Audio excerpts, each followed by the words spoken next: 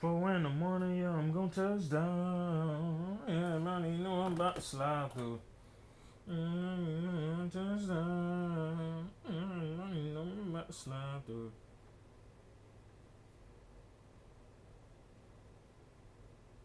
Yeah, I can't do this world.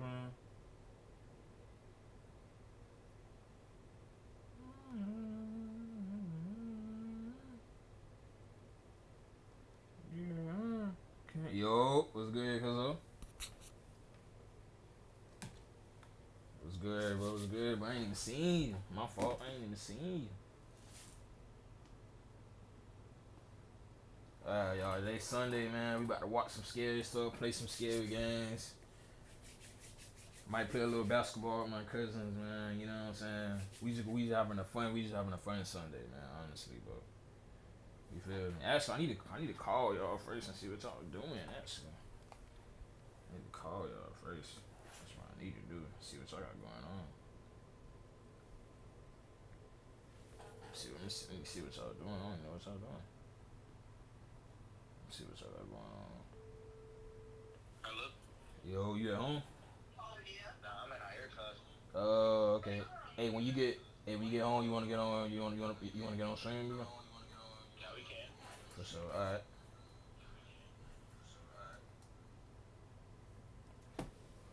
But yo, hey, KR, if you wanna hey, when Q get home, we all can play the game, bro. Yo, what's good, Kennedy? That boy said he's Spider-Man. You Spider-Man? Nah, I'm Spider-Man. But nah, I'm Michael Jackson. You say you Spider-Man?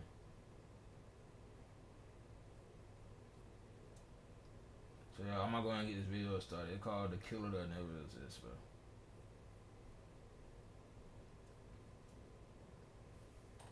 The Phantom of Heilbronn.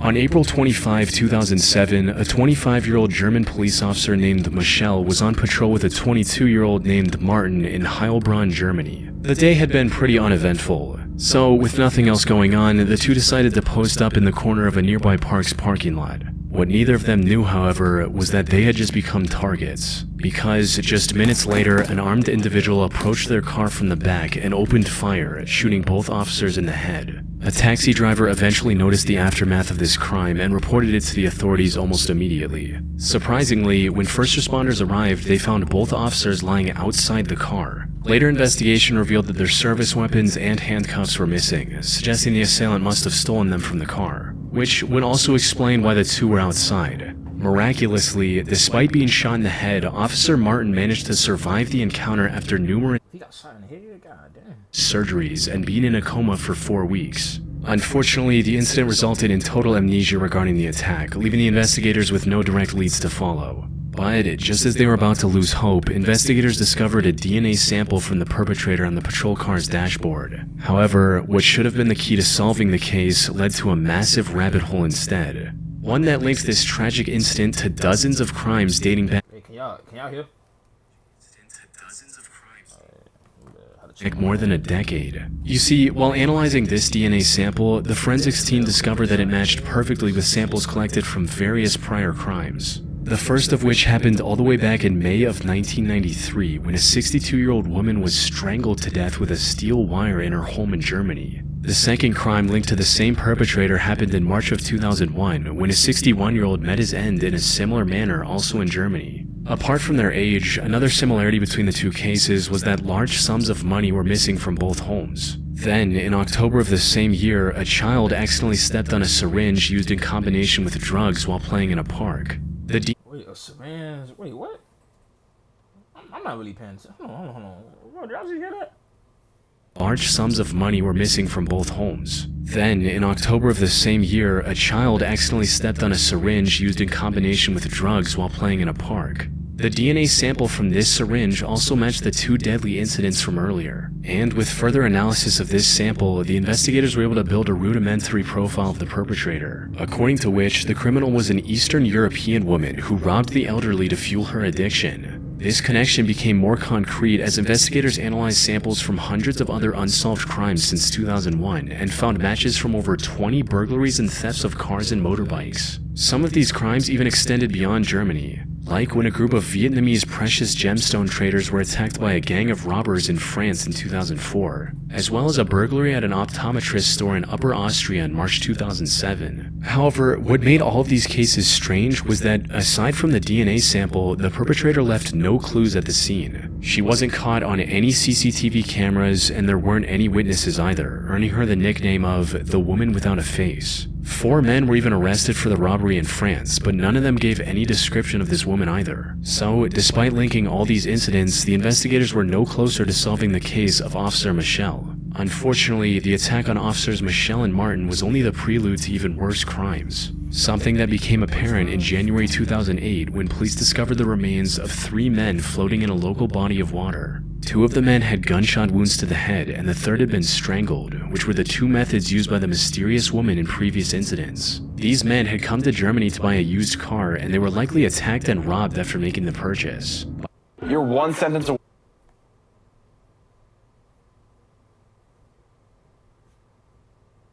At this point, it was clear. The police in Germany, France, and Austria were dealing with an elusive serial killer and robber who was now being called the Phantom of Heilbronn. Investigators in the 3 countries were working day and night to uncover her identity. Shockingly, even with the ongoing search, I'll be working day and night. I just had to say that, my fault, bro. the Phantom stayed active. Her DNA was found at 7 different robbery locations over the next 3 months, as well as in the car of a 45-year-old named Diana after a mysterious death in a pool. In total, the Phantom's DNA linked her to over 40 robberies and thefts and 6 confirmed murders across 3 countries. How could someone be in so many different, completely unrelated places, commit so many crimes, and leave behind no evidence besides her DNA? Something was not adding up.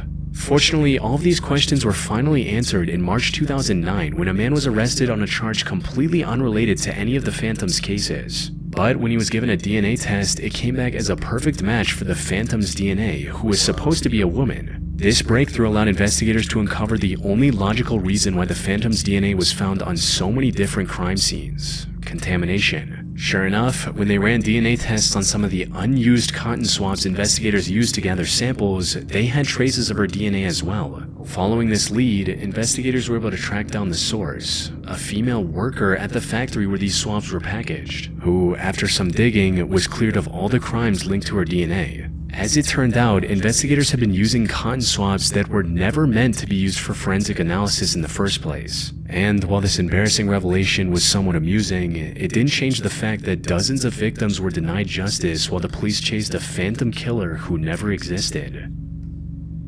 That's crazy, bro. We know how scary that is, man. This is an 11-page report with a staggering amount of information that data brokers can collect about you and sell for a profit. I truly think if you are aware of just it had photo between how actively permanent like about in the Sovik Paul was the Manchester Pusher. Sovik Paul was a 19-year-old college student from India. He traveled to the UK in 2012 to pursue an art degree at Manchester Metropolitan University, and it didn't take long for him to build a close circle of friends. He was with these friends when he visited the Warehouse Project nightclub on New Year's Eve of the same year. Unfortunately, the group got separated at around 11 p.m. when one of the friends received a text from Sovik stating that he had been kicked out of the club. But when this friend tried to contact him back a few minutes later, Sovik did not respond. He also didn't return home that night, prompting his flatmate to file a missing person report around 5:30 a.m. Sovik was last seen standing outside the club for only a minute before walking away. But despite this CCTV footage giving a clue about the direction he went, Sovik was unfortunately nowhere to be found. The breakthrough in his search came on January 22nd when a team of divers discovered his body in the Bridgewater Canal near Old Trafford Stadium. After some more investigation, Sovik's death was ruled an accident. Quite simply, he fell into the canal, was immobilized by the freezing water, and drowned before anyone could notice and help. However, while the official investigation didn't find any injuries or signs of foul play, for many, Sovik's death wasn't an accident at all. To them, he was the latest victim of the Manchester Pusher, a mysterious serial killer who targeted young men around the Manchester area and ended their lives by pushing them into the many bodies of water scattered throughout the city. The idea of this serial killer was first popularized by a 2015 article written by psychology professor Craig Jackson after he noticed that over 85 mysterious drowning deaths had occurred in Manchester since 2008. This was far higher than the national average, and what made this even more alarming was that in over a third of these cases, investigators couldn't determine the circumstances leading up to the drowning at all. However, the most concrete evidence of the pusher's existence comes from an incident that happened on April 10, 2018. On that night, at around 10 p.m., a 34-year-old man was cycling home from work alongside the Bridgewater Canal. This was a part of his daily routine, and he had traveled this exact route countless times before, so he wasn't paying much attention to his surroundings, a mistake that nearly cost him his life. A man suddenly emerged from the shadows and swung his arm at the cyclist, striking his neck and causing him to fall into the canal. Fortunately, the water wasn't cold enough to immediately incapacitate the cyclist, so he quickly swam back to the canal's edge. But the man who pushed him in was still there, and as soon as the cyclist tried to get out, the man kicked his hand, sending him back into the water. Luckily, an unrelated ambulance happened to drive by the canal at that time, frightening the man and causing him to flee the scene. After minutes of struggling, the cyclist eventually managed to get himself out of the canal and back to safety. He later shared his story on Facebook, further fueling the pusher narrative. The Manchester police, however, have dismissed this theory at every turn, insisting that the mysterious serial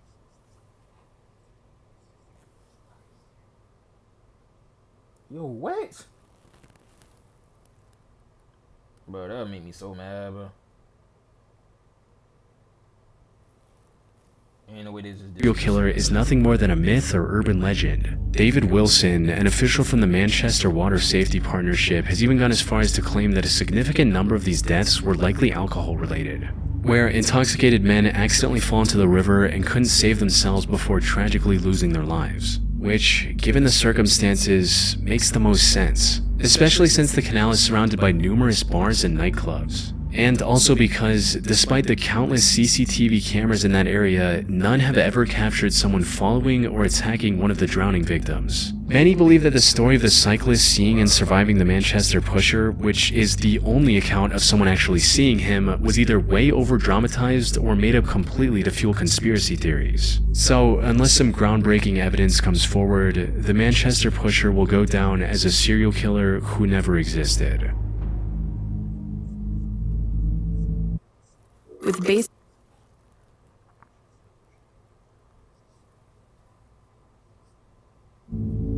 Salish Sea Killer. On the 20th of August 2007, a 12-year-old girl was walking alongside the coastline of Jedediah Island, located in the middle of the Salish Sea in British Columbia, Canada, when something unusual washed up on the shore, catching her attention. A closer look revealed that it was a size 12 running shoe that looked almost new. Curious, she picked it up to examine it further, but it felt unusually heavy. The reason for which became clear as soon as she looked inside. There was a nearly intact, severed human foot still in it. Now, a discovery like this was unsettling enough on its own. What made it far more disturbing, however, was that it wouldn't be the last. Just 6 days later, a couple was out hiking on the coast of Gabriola Island, 31 miles or 50 kilometers south of Jedediah Island, when they discovered another running shoe with a foot inside. An important thing to note here is that the two shoes were completely different in size, brand, and model. They were also both for the right foot. In other words, they belonged to two different people. From there, discoveries of shoes with feet still inside them became a hauntingly regular occurrence in the areas surrounding the Salish Sea, with 1 or 2 shoes being discovered almost every year. In total, 21 different shoes were discovered up to 2019, giving rise to many theories trying to explain the strange phenomenon. These included everything from the shoes belonging to the victims of the 2004 tsunami in the Indian Ocean to people kidnapped and tortured by gangsters. That said, the theory that gained the most attention online linked these discoveries to the so-called Salish Sea Killer, someone who cut off their victims' feet before dumping them into the Salish Sea, allowing the currents to scatter them across the region. But as morbidly intriguing as this theory was, it couldn't have been further from the truth. The only evidence backing the serial killer premise was the shoe discovered in December 2011 in Seattle. This one was wrapped in a plastic bag and had the lower leg still attached to it. However, given the bag and the attached leg, it was likely an attempt to hide the evidence of an unrelated murder and had nothing to do with the other shoes discovered around the Salish Sea. More importantly, DNA testing on the discovered feet allowed investigators to uncover the true origins of the mysterious shoes. And what they found was a lot more mundane, yet equally tragic. Put simply, the vast majority of the discovered feet belonged to people who fell into the Salish Sea and drowned, whether by accident or on purpose. One of the discovered remains even belonged to a fisherman who went missing all the way back in 1987. As for why the feet were severed from the rest of the body, the explanation is actually quite straightforward. Marine animals likely ate the remains of the deceased, while the shoes kept the feet specifically protected. Once they were detached from the rest of the body, the buoyancy of the running shoes made it easier for the currents to carry them to the shore. And while these discoveries spiked between 2007 and 2019, there are still some being found to this day, with the most recent case emerging in July of 2023, further weakening the serial killer theory. You're one sentence. Too much going on with me, bro. The Chicago Strangler. In June 1999, 32-year-old The hair-slinging slasher, Angela Ford left her home in Chicago to pick up her children's report cards from their school. Before leaving, she reassured her children that it was a short trip and that she'd be back in less than 30 minutes. But she never returned. Her husband filed a missing person. Yo, bro, do y'all know how scary that would be, bro, if my wife ever goes somewhere and she don't come back, bro? I don't know how I feel, yo. I'd be so heartbroken, bro. I wouldn't know what to do. Report that same evening. Unfortunately, Angela wouldn't be found for another week until June 14th. Investigators found her barely alive in an abandoned building just 2 miles from her home. She had been strangled and suffered multiple other injuries. Sadly, while she was still breathing, she had fallen into a deep coma. And after remaining in that state for over a year and a half, Angela passed away on January 4th, 2001. Worst of all, the person who did this to her was never identified. Though, over time, Angela would be recognized as the first victim of a supposed serial killer known as the Chicago Strangler. The existence of this alleged serial killer was first brought to light by investigative journalist Thomas Hargrove in 2018. Thomas is the founder of a non-profit called Murder Accountability Project. This organization gathers crime data from around the US and then uses a custom algorithm to find links and connections between these crimes based on factors like location, method, victim's profile, and much more. In 2014, Thomas's algorithm even helped the police tie several horrific crimes to a single suspect, eventually resulting in the arrest of Darren Dion Van, a serial killer who later confessed to ending the lives of 7 different women, though the actual number could be as high as 18. Put simply, Thomas's organization and algorithm are proven to be effective at solving real cases, which is why it drew a lot of attention in 2018 when he proposed the existence of the Chicago Strangler.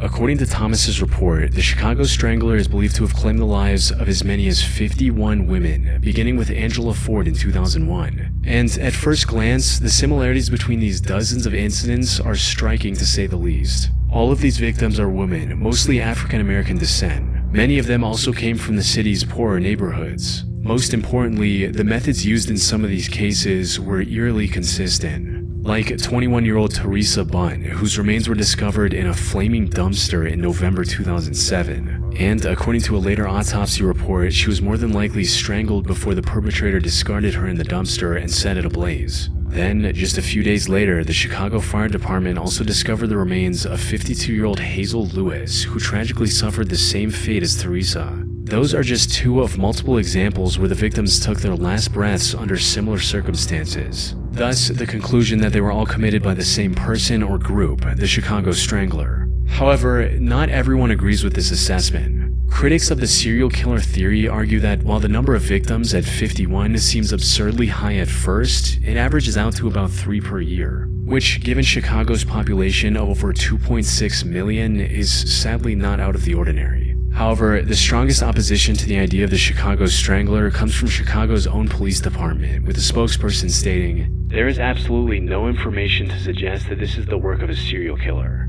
The city's chief of detectives, Melissa Staples, also mentioned that they've taken DNA samples from many of the incidents attributed to the Chicago Strangler. But even after thorough testing, they did not find any correlation between the samples, suggesting each crime was committed by a different person. Whether or not the Chicago Strangler is a real person is still debated to this day.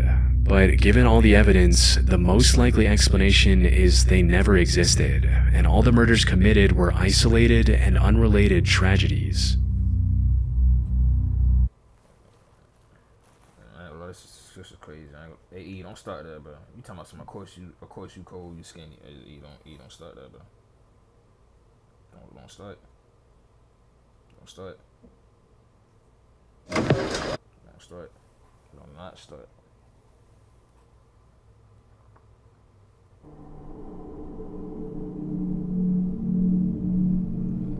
On the evening of December 7th, 2000, Trevor Deely went to his office's Christmas party at a nightclub down the street from the Bank of Ireland in Dublin, where he had been working in the IT department for about a year. Upon leaving the party at 3:30 a.m., Trevor couldn't get a ride back to his apartment due to a massive taxi driver's strike, and his only option was to walk home through an area notorious for crime and gang violence. It was a 20-minute walk home, and since the bank was pretty much just up the street, Trevor decided to make a quick stop at his office to grab his umbrella before walking home in the rain. Strangely, the bank's CCTV footage shows a man dressed in black standing behind one of the pillars of the bank's gate. The man can be seen standing there for almost half an hour before Trevor arrives. A little after 3:30, the man in black pulls out his cell phone to take a call, and a few seconds later, Trevor walks by also on the phone. Police later determined that at that exact time, Trevor had made a phone call to a coworker who was still at the bank. The CCTV video shows Trevor arriving at the bank's front gate, and a second man dressed in black steps out of the shadows to talk to him. Trevor ends his call as he opens the gate and talks to the man in black. It doesn't look like they know each other, but Trevor doesn't seem to be scared or concerned. The man simply stands by the gate as Trevor walks in, and a few minutes later, the man in black walks out of the camera's view. Trevor's coworker reported that he and Trevor shared a cup of tea that night and talked about the party for a while, and that Trevor had also logged onto his work computer for a couple of minutes just before he left the bank at about 4 a.m. The CCTV footage shows Trevor stepping out onto the street and opening his umbrella before walking home. He didn't appear to be followed, and a few minutes later at about 4:06 a.m. he made a call to a friend to let him know that everything was alright and that he was on his way home. But since his friend was still asleep, he left a voicemail. That voicemail would be the last time that anyone heard from Trevor Deely. At 4:14 a.m., Trevor was seen walking by an ATM on a street about 15 minutes away from his apartment. Less than 30 seconds later, a man in black appears about 50. At 4:14 What happened from January 1st, 1990 a.m., Trevor to 8/12/2000? was seen walking by an ATM on a street. They were stalking him for 10 years? That's scary, bro. I ain't gonna lie to you. About 15 minutes away from his apartment. Less than 30 seconds later, a man in black appears on screen, apparently following Trevor. 16 years later in 2016, the CCTV footage was digitally enhanced, and police determined that the man in black from the bank was the same man who later followed him. This was the last footage where Trevor was seen alive. Although he missed work on Friday, his coworkers didn't seem to find it strange, considering that many other employees were still hungover from the party and had also taken the footage where No, that's a zero. Yeah, so that Trevor was seen 10 alive. years later. Although he missed work on Friday, his coworkers didn't seem to find it strange, considering that many other employees were still hungover from the party and had also taken the day off. But after his friends and family couldn't get in touch with him over the weekend, Oh, nah, man. I lied. You said I said 8/12/2000. Nah, man, y'all. My fault. and he didn't show up for work on Monday, he was immediately reported missing. Trevor's friends and family led the search from the beginning, and it was actually his friends and not the police who managed to get the disturbing footage from that evening. Unfortunately, they didn't have access to the footage until 4 days after his disappearance, which meant that the police had lost valuable time in the search for Trevor Deely. There may have been more CCTV footage of Trevor from that night, but at the time, CCTV cameras recorded their footage on VHS tapes, which were often recorded over with new footage, erasing the previous footage in the process. Over the years, several theories about Trevor's disappearance have surfaced, but none of them have been confirmed. Some have speculated that he might have been intoxicated that night, which may have caused him to fall into the water under the bridge and drown. But Irish police searched all nearby bodies of water, and no signs of Trevor were ever found. Most people believe that the mysterious man who was seen following Trevor in the CCTV footage had something to do with his disappearance, but to this day he remains unidentified. In 2017, police received a tip from an anonymous source who claimed to know what had happened to Trevor. According to this source, the man who followed Trevor that night was a gang member who murdered Trevor after he refused to help him gain access to the Bank of Ireland building. The man supposedly buried him in the woods a few miles away from where Trevor was last seen. For several weeks, 20 police officers and a search dog continued to search the site, but after 2 months of digging, the search was called off. 23 years after the incident, Trevor Deely's chilling disappearance is an open and active case. The events leading up to it, however, are still a mystery. On November 28, 2012, Emma Philippoff disappeared under very strange circumstances in Victoria, British Columbia. A year before her mysterious disappearance, Emma had fulfilled her lifelong dream of moving to the Canadian West from Perth, Ontario. Although she arrived in Victoria without a job or place to live, Emma quickly moved in with a friend and found work at a local cafe while she looked for her own place to live. Things seemed to be going well for Emma, but when winter came, she became much more withdrawn and started acting in strange ways. According to her roommate, it wasn't uncommon to see Emma engage in obsessive-compulsive rituals and erratic behaviors, and to fall victim to what seemed to be manic episodes. Just a few months after her arrival in Victoria, Emma abruptly left her friend's apartment, quit her job at the cafe, and began living pretty much anywhere she could find. She stayed at a hotel, camped in the woods, and even slept on boats in Victoria's harbor for a while. By early 2012, Emma was living in a women's shelter in Victoria. That summer, Emma landed a seasonal job at Redfish Bluefish, a popular seafood restaurant in Victoria's Inner Harbor, where she seemed relatively happy for a while. It was also around that time that Emma bought a red Mazda MPV van in hopes of permanently living on the road and traveling to different cities in the US, Mexico, and Canada. When she left her seasonal job in October, she assured her co-workers that she would be back in the spring. Unfortunately, Emma's mental health struggles kept her from reaching the freedom she longed for, and her behavior grew increasingly erratic and unpredictable. In the months before her disappearance, her friends and some of the staff at the women's shelter mentioned that she had been acting paranoid over an unnamed man she had dated back when she was a culinary school student in Perth. She never mentioned whether they had kept in touch, but this seemed to be one of the causes for her paranoid behavior. A few weeks before her disappearance, Emma had an episode where she dragged the furniture in the women's shelter across the street and later claimed that she heard voices coming from the furniture telling her to do it. Around that time, she also gave away and sold many of her personal belongings. On November 20th, Emma was seen on CCTV at the YMCA in Victoria. In this strange video, she can be seen walking in and out of the building several times in the span of 14 minutes. Some people have speculated that she might have been trying to hide from someone, while others claim she was probably waiting for a ride and didn't want to spend the entire time outside in the freezing cold while her ride arrived. But neither of these theories were ever confirmed. 3 days after this footage was captured, Emma had a series of emotional conversations over the phone with her mother, during which Emma asked her mother to let her move back in with her in Perth.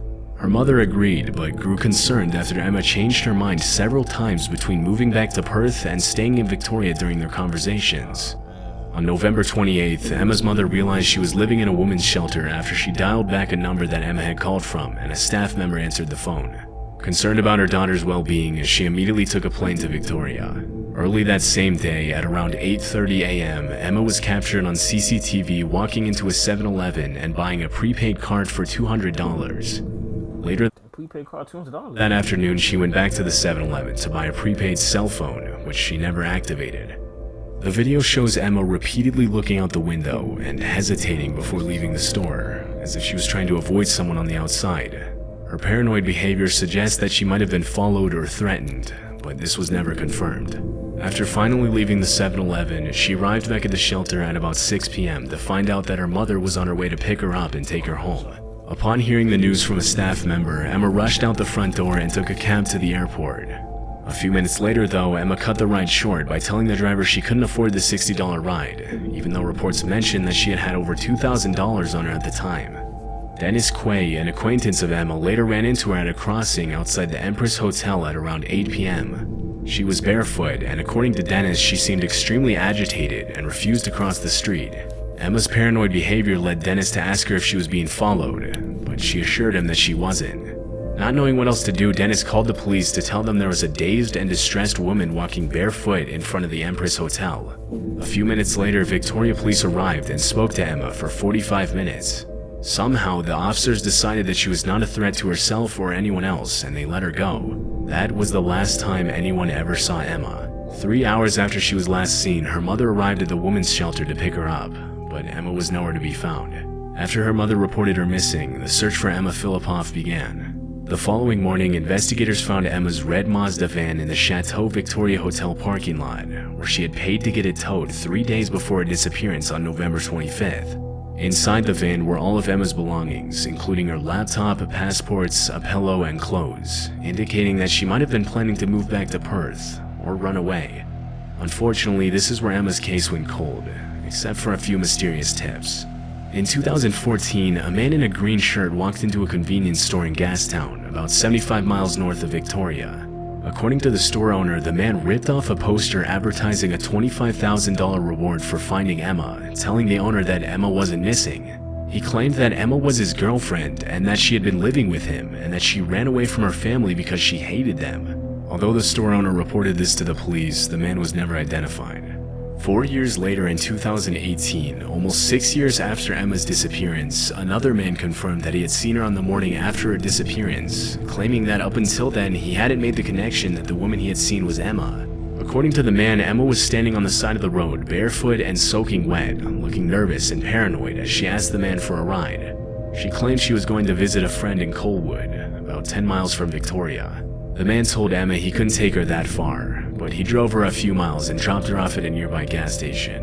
After that, nobody ever saw Emma again. Strangely, the identity of this friend that Emma mentioned she was going to visit is still a mystery. Although Emma's mother has searched non-stop for her daughter for several years, the cause for Emma's disappearance is still unknown. Some people speculate that she might have fallen victim to the man she mentioned she dated back in Perth, even though the police interrogated him and eventually cleared him. Another possibility is that she was kidnapped by the man in the green shirt in the footage. Due to Emma's mental state in the weeks leading up to her disappearance, other people think that her mental health struggles might have gotten the best of her. 11 years later, and police still don't know whether Emma even left the island in the first place, or if she's still out there somewhere. Whoa.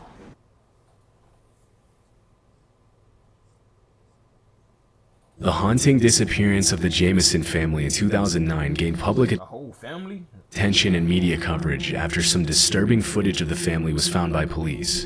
In 2009, Bobby and Sherilyn Jameson lived with their 6-year-old daughter Madison in Eufaula, Oklahoma. Although they lived what appeared to be normal lives, the Jamesons' marriage was a rocky one, and police have long tried to figure out if their difficult circumstances were somehow tied to their disappearance. Around the time of their disappearance, the couple had been dealing with financial issues. Since 2003, the Jamesons had been on disability after Bobby was involved in a serious car accident that left him with severe chronic back pain. His wife Sherilyn had her own health issues. She had been diagnosed with bipolar disorder, but sometimes refused to take her medication. In 2009, the family decided to drive up to check out a 40-acre plot of land in Red Oaks, Oklahoma, about 30 miles away from their home in Eufaula. They specifically asked to inspect the plot of land without a real estate agent present. The Jamesons had told their friends and family that they were planning on moving there to start a new life after pulling their 6-year-old daughter Madison out of kindergarten over some kind of disagreement with their daughter's school. During the week they drove up to Red Oaks, nobody heard from the family. Because they were an unusually private family that often went off the grid without contacting anybody for weeks at a time, nobody assumed that the Jamesons had disappeared. But after a pair of hunters discovered the family's truck abandoned on a dirt road at the edge of the woods 9 days after they were last seen, it was clear that something was wrong. Inside the truck, police found a GPS, cell phones, empty pill bottles, wallets, and $32,000 in cash, which was extremely strange $32,000 in cash? considering the Jamesons had been struggling financially. Disturbingly, the Jamesons' dog was found alive in the truck, dehydrated and starving after spending days in the locked vehicle. Police also reported that they found a chilling 11-page angry letter from Sherilyn to Bobby, in which she accused him of hating his daughter and being a loner and a hermit. According to a specific police report, there was a haunting sentence in the letter that read, "I would not wish my daughter to be raised in foster care because of you being in prison for attempted murder and her mother dead." At this point, it was impossible for anyone to know what had happened to the Jamesons. But immediately after it was determined that the family was missing, police started a search around the area where the truck was found. For 9 months, a search team consisting of 400 volunteers, 16 search dogs, unmanned drones, planes, horses, and a specialized search unit scoured the woods in search of the missing family. During this time, police found unsettling footage recorded by the family's home security cameras from the day the Jamesons vanished.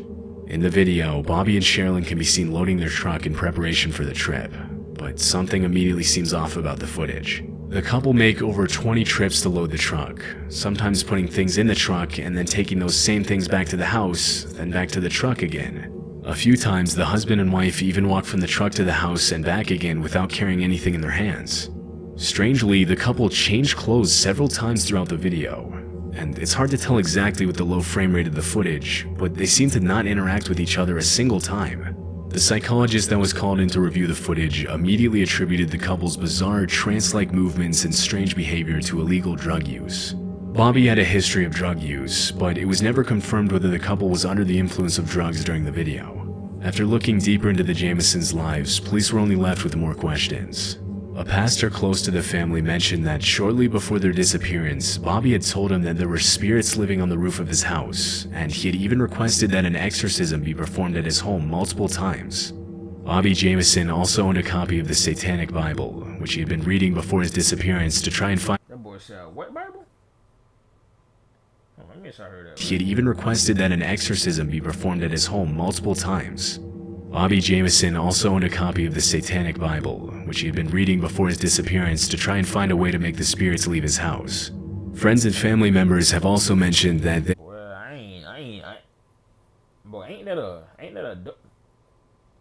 can that even exist? They believed the house was haunted, and many of them reported having paranormal experiences and feeling an overwhelmingly dark presence whenever they visited the house.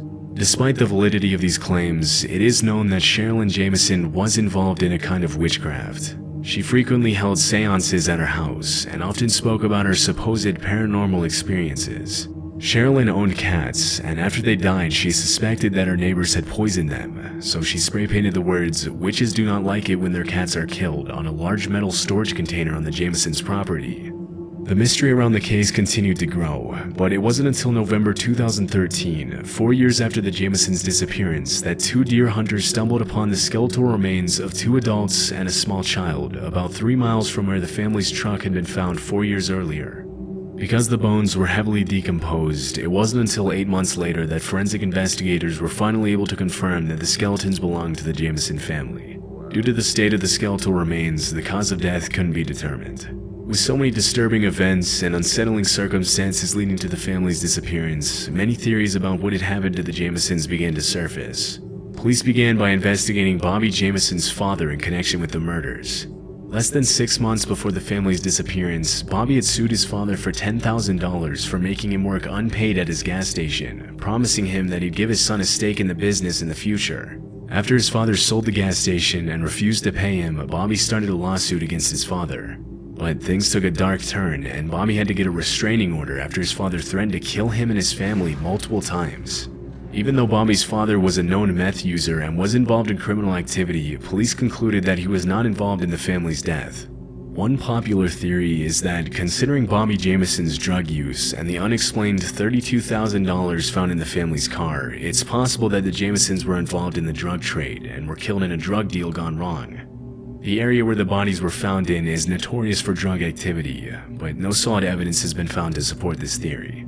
Police found a small hole on the back of Bobby's head, but forensic experts believe that it was too small to be a bullet hole and that it was most likely caused by animals after his death. Other people have speculated that the Jamesons could have been involved in a cult. The strange symbols and cryptic writing that was found on the family's truck seem to support this idea, and Sherilyn's own mother claimed that her daughter was on a cult's hit list for some unknown reason.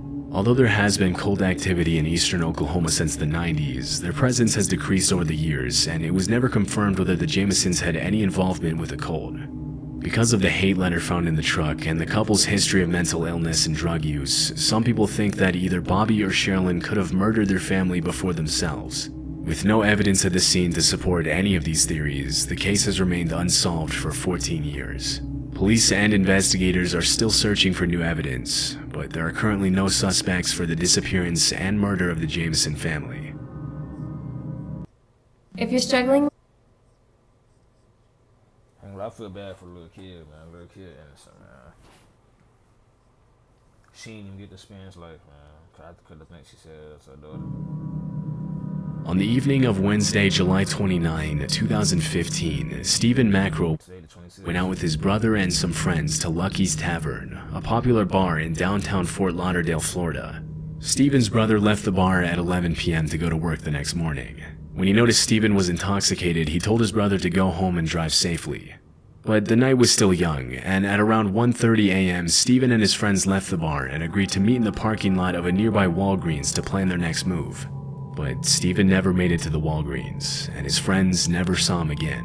Stephen lived with his parents and worked as a professional poker dealer at a casino in Hollandale Beach near Fort Lauderdale.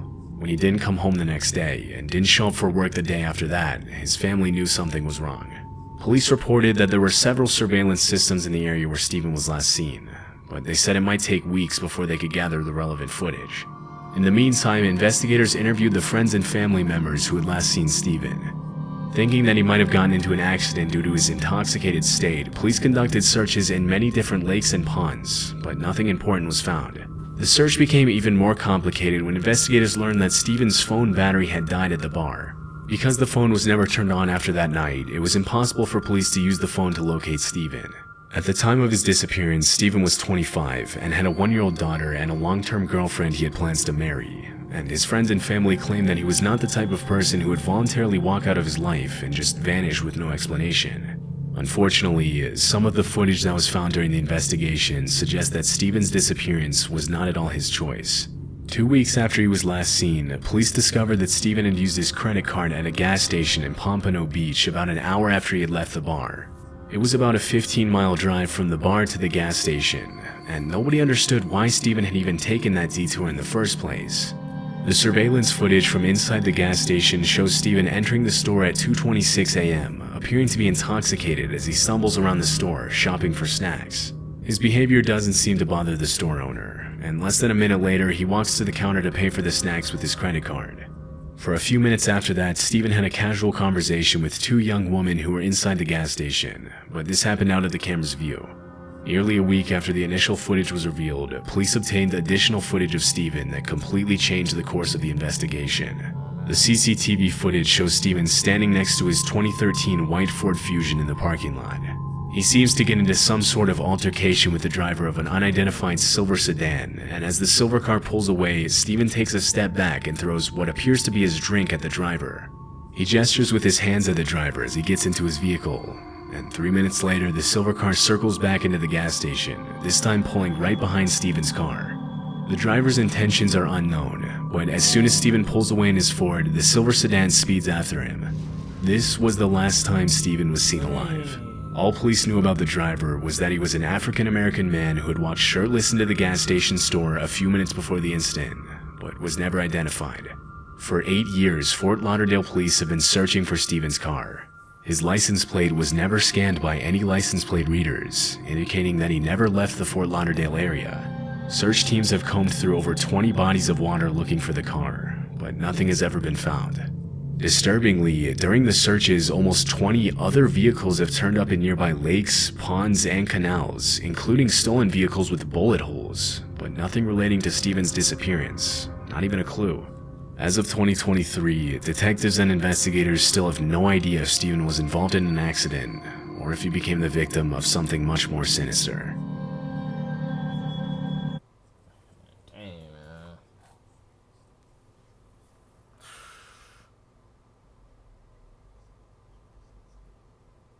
Just a fact right there, man.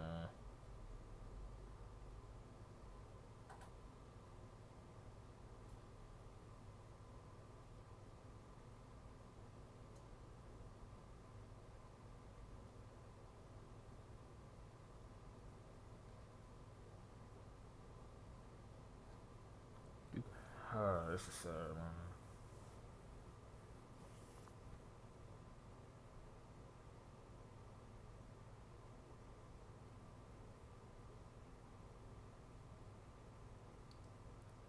Facts. This one wear me up the most, man.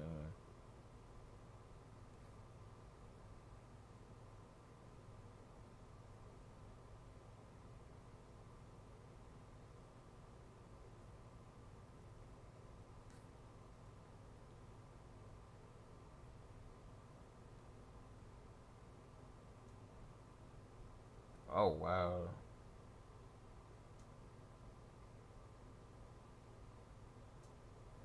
Okay, well, damn.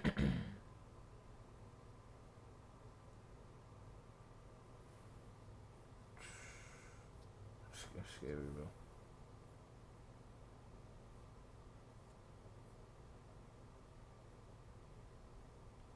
Boy.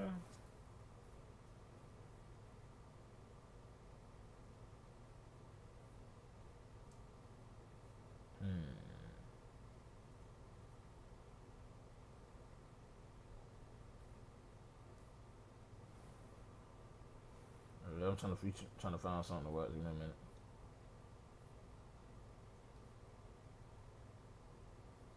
Hey, listen, we got a lot of videos we can watch, man. We got a lot of videos, man. And we got some games to play too, y'all. We about to have an amazing day today.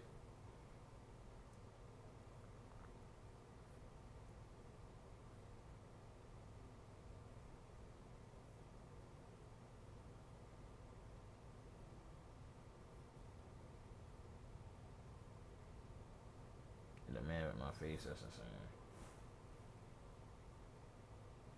Don't trust every knock at your door. Yeah, I agree with that.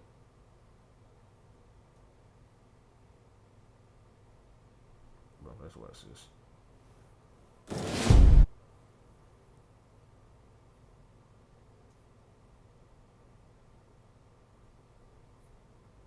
That's all about this, actually. The Mysteries Lost episode. On July 9th, 2024, one Reddit user made an extremely unsettling post on the RBI, or the Reddit Bureau of Investigation subreddit, which read, "Help finding a TV episode to possibly solve a murder. I've spent years and hours through Google trying to locate this, and was advised you guys might be able to help. Trying to find what rerun episode of Unsolved Mysteries aired on a specific date/location that I'm convinced had a story of my ex-husband murdering a couple. I was at a hotel in Bakersfield, California on August 17, 2000, and at 11 p.m. they had a rerun of Unsolved Mysteries on the TV. I have no idea what station would have played it. I'm watching them talk about a situation where a smooth-talking stranger gets himself invited into their home, etc. I jokingly kept thinking to myself, yeah, I know someone smooth like that. This person ended up murdering the couple. Fast forward to the end and they show a sketch. I literally sat up in the bed. It was my ex. Yes, he would have been capable of that, and I believe he would have been driving through that area around that time, angry that I just left him." The user also mentioned that they had already contacted the show but hadn't received any answers from them. And despite years of looking online, they haven't found any clues. Now, my first assumption when I came across this post was that it was nothing more than a hoax created by the user. After all, the idea of someone stumbling upon their ex-husband's involvement in a murder during a late-night rerun of a TV show feels almost too cinematic. Maybe they had a flair for dramatics, or maybe they were just a fan of lost media. So they crafted their own dark tale with a personal twist that would leave the readers yearning for an update that would never come. However, the more I looked into the case, the less plausible this theory seemed.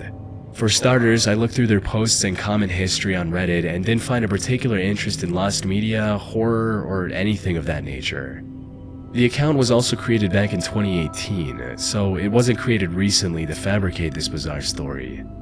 More importantly, the details given in the post seem a bit too specific to be something the original poster just made up. I went through old TV schedule guides from around that time, and sure enough, a rerun of Unsolved Mysteries did air on the live channel on the 17th of August 2000 at around 8 p.m. But if the Reddit user is telling the truth, how did an entire episode of such a popular and well-documented TV show just vanish into thin air? Especially since the whole show is now available on YouTube, and yet there's no sign of an episode matching their description. The closest case I found was from a 1994 episode about the disappearance of Jonathan Francia. The investigators working on this case were able to create a sketch of the potential suspect, and it was a man with a long face and a cowboy hat. This did match the description the Reddit user gave in a comment about the sketch they saw on TV. However, this is where the similarities ended between the two cases. To make matters even more puzzling, another person claimed to remember something similar in a comment reading, "I have a vague recollection of this episode as well. I'm going to go through the episodes I've watched on Unsolved Mysteries on YouTube and see if I recognize it." Unfortunately, despite rewatching all of the available episodes, they didn't find anything about the mysterious case either. Though, it's entirely possible that Unsolved Mysteries changed parts of their episode after its rerun in August of 2000. As Redditor Rob Frey mentions in their comment, "The reason why it might be so hard to find and why you can't just watch old episodes to find it is the segment may have been changed from what was originally aired. Unsolved Mysteries used to edit segments as new information came forward, especially after a case was officially solved. If they caught the guy who did it, they may have removed a lot of the information from the case that made you think it was your ex, especially information that was completely speculative or a red herring. As an example, I remember they had a really good segment about a murder in a family who owned a U-Haul, and it went into a lot of the family infighting and drama, and there was at least an implication that a family member was most likely to blame. When they caught the guy and it turned out to be a random breaking and entering, they cut all of the family drama stuff out of the segment and added an update that the case was solved." The only potential flaw in this theory is that if Unsolved Mysteries changed that episode because the case was quote-unquote solved, the Reddit user would have likely learned about their ex getting arrested, but that didn't happen. From what I've seen, the most likely theory is that maybe they saw the sketch on some other crime show and are simply misremembering it as a part of the Unsolved Mysteries episode after so many years. This would explain why no one was able to find a hint, despite scouring every episode of the show from its conception.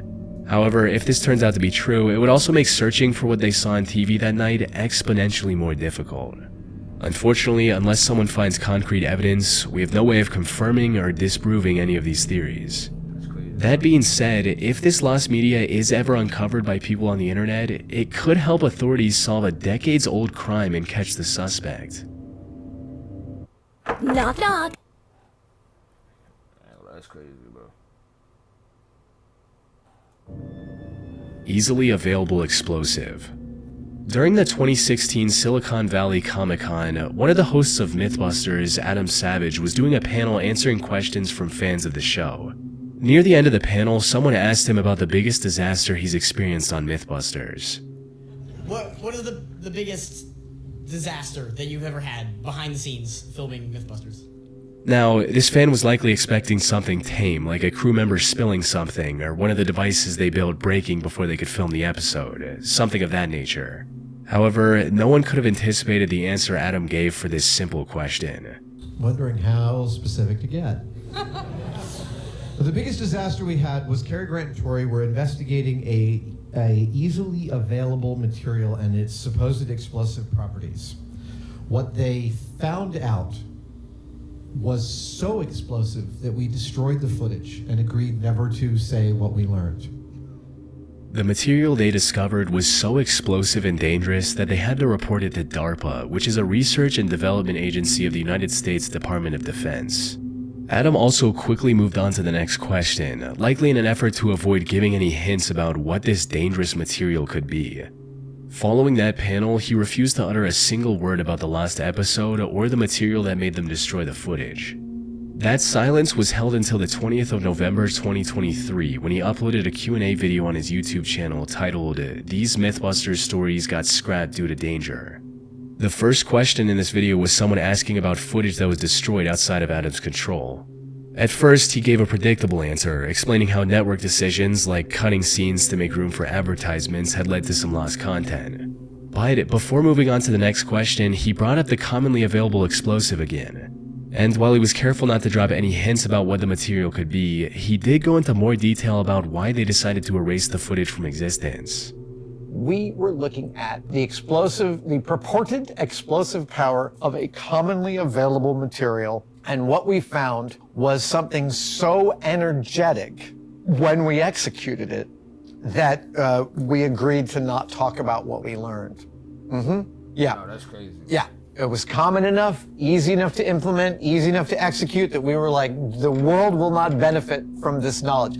This is the reason you never saw a silencer episode from Mythbusters. Is a potato a good silencer? A pillow? A 2-liter bottle of soda? These are all really interesting questions. And silencers are fascinating technologically. But silenced rounds are not a benefit to humanity. This makes total sense considering Mythbusters had tens of millions of viewers from around the world. The show built its reputation on demystifying myths and delivering facts, no matter how surprising or dangerous they might be. By withholding the episode, it may seem like they went against their own character. Some might even argue they had a responsibility to release the episode, both for the sake of scientific transparency and to educate the public about potential risks. Educating people about the potential dangers of a common material could have sparked important conversations about safety and regulation, potentially preventing accidents born out of ignorance. But here's the other side that's hard to ignore. Mythbusters wasn't just a science show, it was also entertainment. Publishing a step-by-step guide on how to weaponize an easily available material would have been, at best, irresponsible and, at worst, catastrophic. The world isn't short on people who might misuse such information, and the stakes were simply too high to ignore. So, the team's decision to shelve the episode was the responsible thing to do. That said, I did some digging online, and speculation about what this mysterious explosive could be is all over the place. Some claim that it's simply flour. For those who don't know, non-compacted flour is extremely flammable and can easily create a sizable explosion upon combustion. Another chemical that came up in multiple theories was tannerite. It's a binary explosive that is commonly used for long-range weapons practice. It's helpful for marking targets since it detonates visibly on impact. More importantly, it's widely available online. Someone can easily buy tannerite online for relatively cheap without any permit or verification. However, here's the problem with both of these theories. Neither material creates an explosive dangerous enough to justify the drastic steps the Mythbusters team took. For instance, while a tannerite explosion is certainly impressive, it's not nearly dangerous enough to warrant such a drastic response from the Mythbusters team. While researching the topic, I came across the chemical known as triacetone triperoxide, which perfectly fits with what we know about the mystery chemical. For starters, both of the materials required to make triacetone triperoxide are found in most homes. Acetone, which is used as paint thinner and nail polish remover, and peroxide, which is commonly used as a bleaching agent for white laundry. More importantly, even tiny amounts of triacetone triperoxide can do unimaginable damage. Ultimately, unless someone somewhere has a secret copy of that episode and releases it on the internet, we'll never know for sure. And given how Adam described the danger of this material, it's just one of those rare cases where it's honestly better for the video to remain lost media. Definitely. What's your... Definitely. You don't want everybody to find it out, bro. There's gonna be some crazy stuff that happen, bro. Somebody gonna get world domination. We don't need that. We don't need that, bro. Jay Leno Blade Incident. On April 14, 2022, an anonymous user on 4chan's TV board mentioned a disturbing incident they remembered from an old episode of The Tonight Show with Jay Leno. They stated, "One time Jay Leno had a magician on his show and he was doing some sort of cut the lady in half trick. He starts to cut and the lady starts yelling for him to stop like she was actually getting cut or about to get cut, and they start helping her out. I have never seen or heard anything since and never been able to find the clip." The episode in question aired on the 21st of June 2001, and as the story goes, one of the guests on that episode was Arsenio Hall, who was going to perform a classic magic trick of cutting a person in half.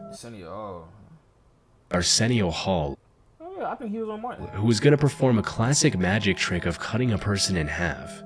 However, while he was performing the trick, something went horribly wrong. He accidentally stabbed the woman who was volunteering for the trick. A notable thing about this episode was that Leno wanted to show solidarity with the California power outages. So he hosted his show in a set that was only illuminated by scattered candles and handheld flashlights given to the audience. Maybe the lack of visibility caused Arsenio to make a mistake and harm the woman. Unfortunately, a vast majority of old Tonight Show episodes barely exist in archives and therefore are considered lost media. The June 21st episode is among those lost to time. So, there's no way for me to directly verify this incident, But I did find enough clues to piece together what might have happened, and there are 3 distinct possibilities. First is that such an incident never actually happened and the 4chan poster was making it all up. However, this possibility doesn't hold up because I found old forum posts from 2001 where people were actively discussing the incident online after watching it. Like this person named Dan, whose post gives more details about what exactly went down. Did anyone else watch The Tonight Show with Jay Leno Monday night? It was a repeat, the one where they turned out all the lights in the studio and had a blackout. Anyways, so Arsenio Hall was the guest, and he was going to do a magic trick where he was going to cut a woman in half. So the woman is lying in the box, and he's trying to shove the blade through, and all of a sudden the woman starts screaming and yelling, "It cut me," and like immediately they cut to a commercial. I was like, what? It has to be a joke. So then when they came back from commercial, Jay seemed flustered, and they didn't mention anything else about the trick for the rest of the night. Did anyone else see this? Does anyone know anything about what happened with this woman? It was so freaky. I also found someone on Reddit who also remembers the incident and mentioned it in the comments of a post discussing the incident, stating, "Holy, I thought I dreamed that episode. I've been wondering what happened to that lady for 20 years. So a woman did get stabbed on the Jay Leno show, or at least that's what it looked like to the audience. Which brings us to the second possibility. The woman did get hurt and the incident was later covered up by the network to avoid backlash from the public. However, as much as some people would like to believe this is nothing more than a conspiracy theory. Because, as it turns out, the Jay Leno show is not live, it's taped ahead of time. So if they wanted to cover it up, they would have edited that whole thing out, long before the episode ever saw the light of day. Even knowing this, some claim that the showrunners simply forgot to edit this section out and only realized their mistake when it was too late, which is a bit of a stretch. Think of it this way, Jay Leno's show was getting upwards of 7 million viewers in 2001. So even if the network tried to bury the whole thing later, why didn't any of these millions of viewers cause any backlash? From what I've seen, the most plausible theory is that the incident did happen, but it was all part of a skit. And the people who thought it was somehow real were simply not paying enough attention or just didn't realize the dry humor of the scene. This would explain why there was no uproar from the public. And as for the episode becoming lost media, that wasn't a deliberate cover-up, but just a side effect of the pre-YouTube era when preserving TV episodes wasn't a priority. But who knows, if the speculation gains enough momentum, Jay Leno, Arsenio Hall, or someone else from the show's production team might come forward with the truth. Until then, all we have are educated guesses to piece together the mystery. That's crazy, bro. Sharon Davis's Unsolved Mysteries episode. Sharon Eugene Davis was a 51-year-old school teacher living in Dallas, Texas. She lived with her 2 children, Autumn and Ronnie, and their husband of 21 years, Ron Davis, who she married back in 1980. Unfortunately, her relationship with Ron wasn't ideal. Just 5 years after their marriage in 1985, Sharon filed for divorce while describing her husband as controlling and ill-tempered. She withdrew cash from their mutual account and was planning to move to LA with her 2 children.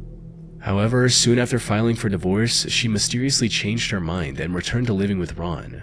Fast forward to June 11, 2001, Sharon once again found the courage to file for divorce. And this time she was prepared to go through with the decision at any cost. She was planning to move out of her house in the 1900 block of Elderleaf Drive, all while her attorney was trying to obtain a temporary restraining order against Ron, her husband. However, just as everything seemed to be falling into place, tragedy struck. On June 13, 2001, at around 7 a.m., Sharon dropped their daughter at Rapid Transit Park and Ride Station, 2 miles from their home, and went on her way. She was scheduled to attend a training session at Stemmons Elementary, but she never arrived. Even after her children asked their father to report their mother missing on the evening of June 13, 2001, he refused to contact the authorities until a day later, starting a citywide search for Sharon. And after 4 days of searching, investigators finally found her car abandoned in a parking lot near the Southwest Mall in Oak Cliff. The car had a broken window and was also wiped clean of fingerprints. And while all of this was highly suspicious, the lack of evidence meant that Sharon's disappearance was filed as a missing person case. Ron and her 2 children were called in for interviews multiple times, but the investigators weren't able to find any leads from either of them. Sharon's mysterious disappearance 2 days after her filing for divorce also made Ron the prime suspect in many people's eyes. However, the complete lack of evidence prevented authorities from treating him as the potential perpetrator. When asked about it, this is what the lead officer had to say. "We've had a lot of people ask us if Ron Davis, is a suspect. This is a missing person case. There are no suspects at this time. We don't have any criminal evidence, although we fear foul play has occurred. Right now, Mr. Davis is a witness, an uncooperative witness." And after months without any leads, Sharon's case caught the attention of the producer of Unsolved Mysteries, who wanted to air an episode on her case. They produced the segment in mid to late 2001, and it was scheduled for broadcast sometime in spring of 2002. The last thing they needed was an interview from Ron. However, when the producers approached him, he denied their request and was quite stern about it. But when they wanted to air the segment without Ron's interview, he objected again and sent an accusatory letter to the producers telling them not to air the segment on Sharon. And that's where the lost media aspect of this story comes into play.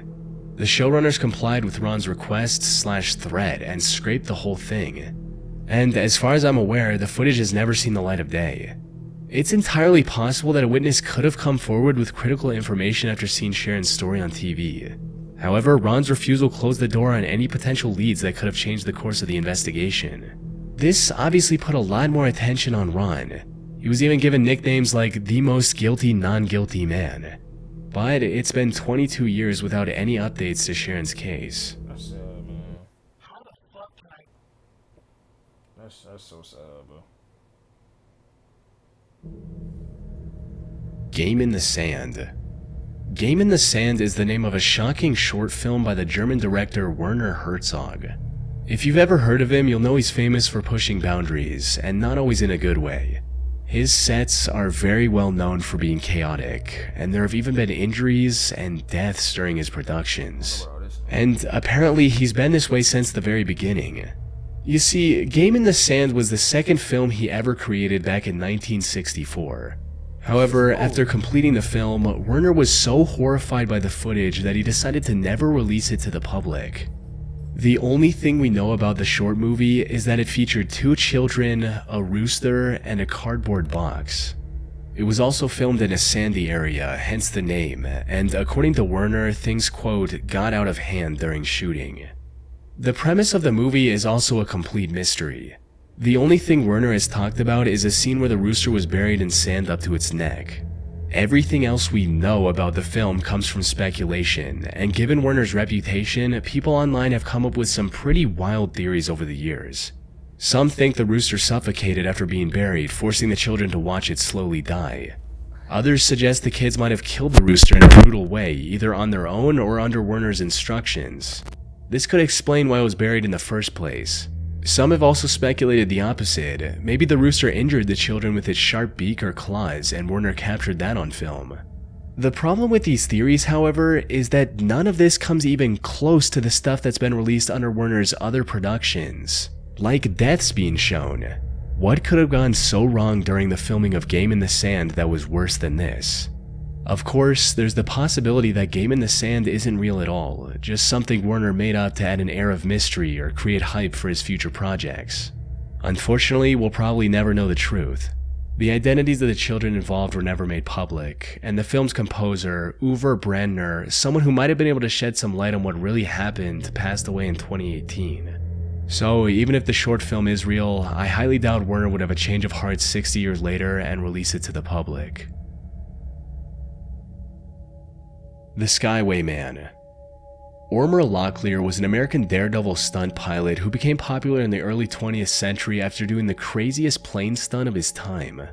After footage of his stunt went viral across the country, Ormer was hired for a role in a pseudo-documentary film about stunt flights called The Skyway Man in April of 1920.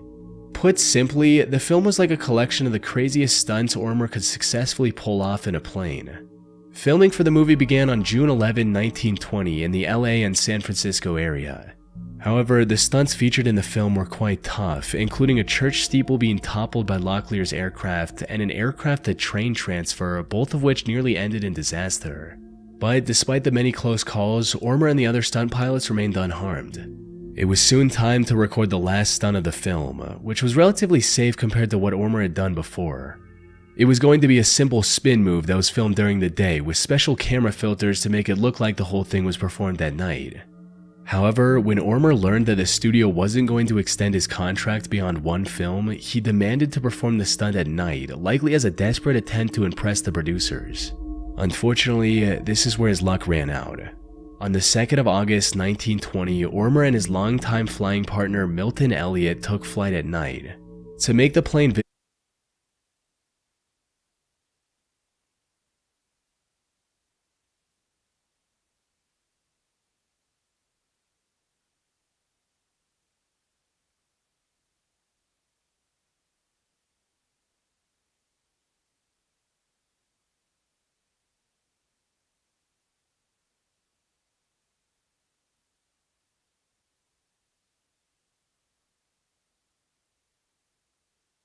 visible to the camera in the dark, the production crew illuminated it with massive arc lights. However, these lights were a bit too bright, so the crew was going to turn them off after the stunts just so Ormer wouldn't be blinded and he could land safely. Maybe it was negligence or simply bad luck, but the crew forgot to turn off the lights. And to everyone's horror, the plane crashed into the ground, killing both Ormer and Milton on impact. However, unlike today, where such an accident would shut down even the biggest film productions, at the time, Ormer's death became the selling point of the film. People flocked to the theater to see the breathtaking stunts, and more importantly, the uncut death footage of the lead stuntman. Unfortunately, the film has since been lost to time. We do have some evidence which proves that it was real, like a memorial for Ormer and Milton in the November 1920 issue of Screenland magazine. I also found a short review for the film from the same magazine issue which reads, Ormer Locklear's Last Picture, directed by James Hogan. Louise Lovely, now a Fox star, furnishes delightful support. Full of thrills and mid-air stunts, the best picture we've had.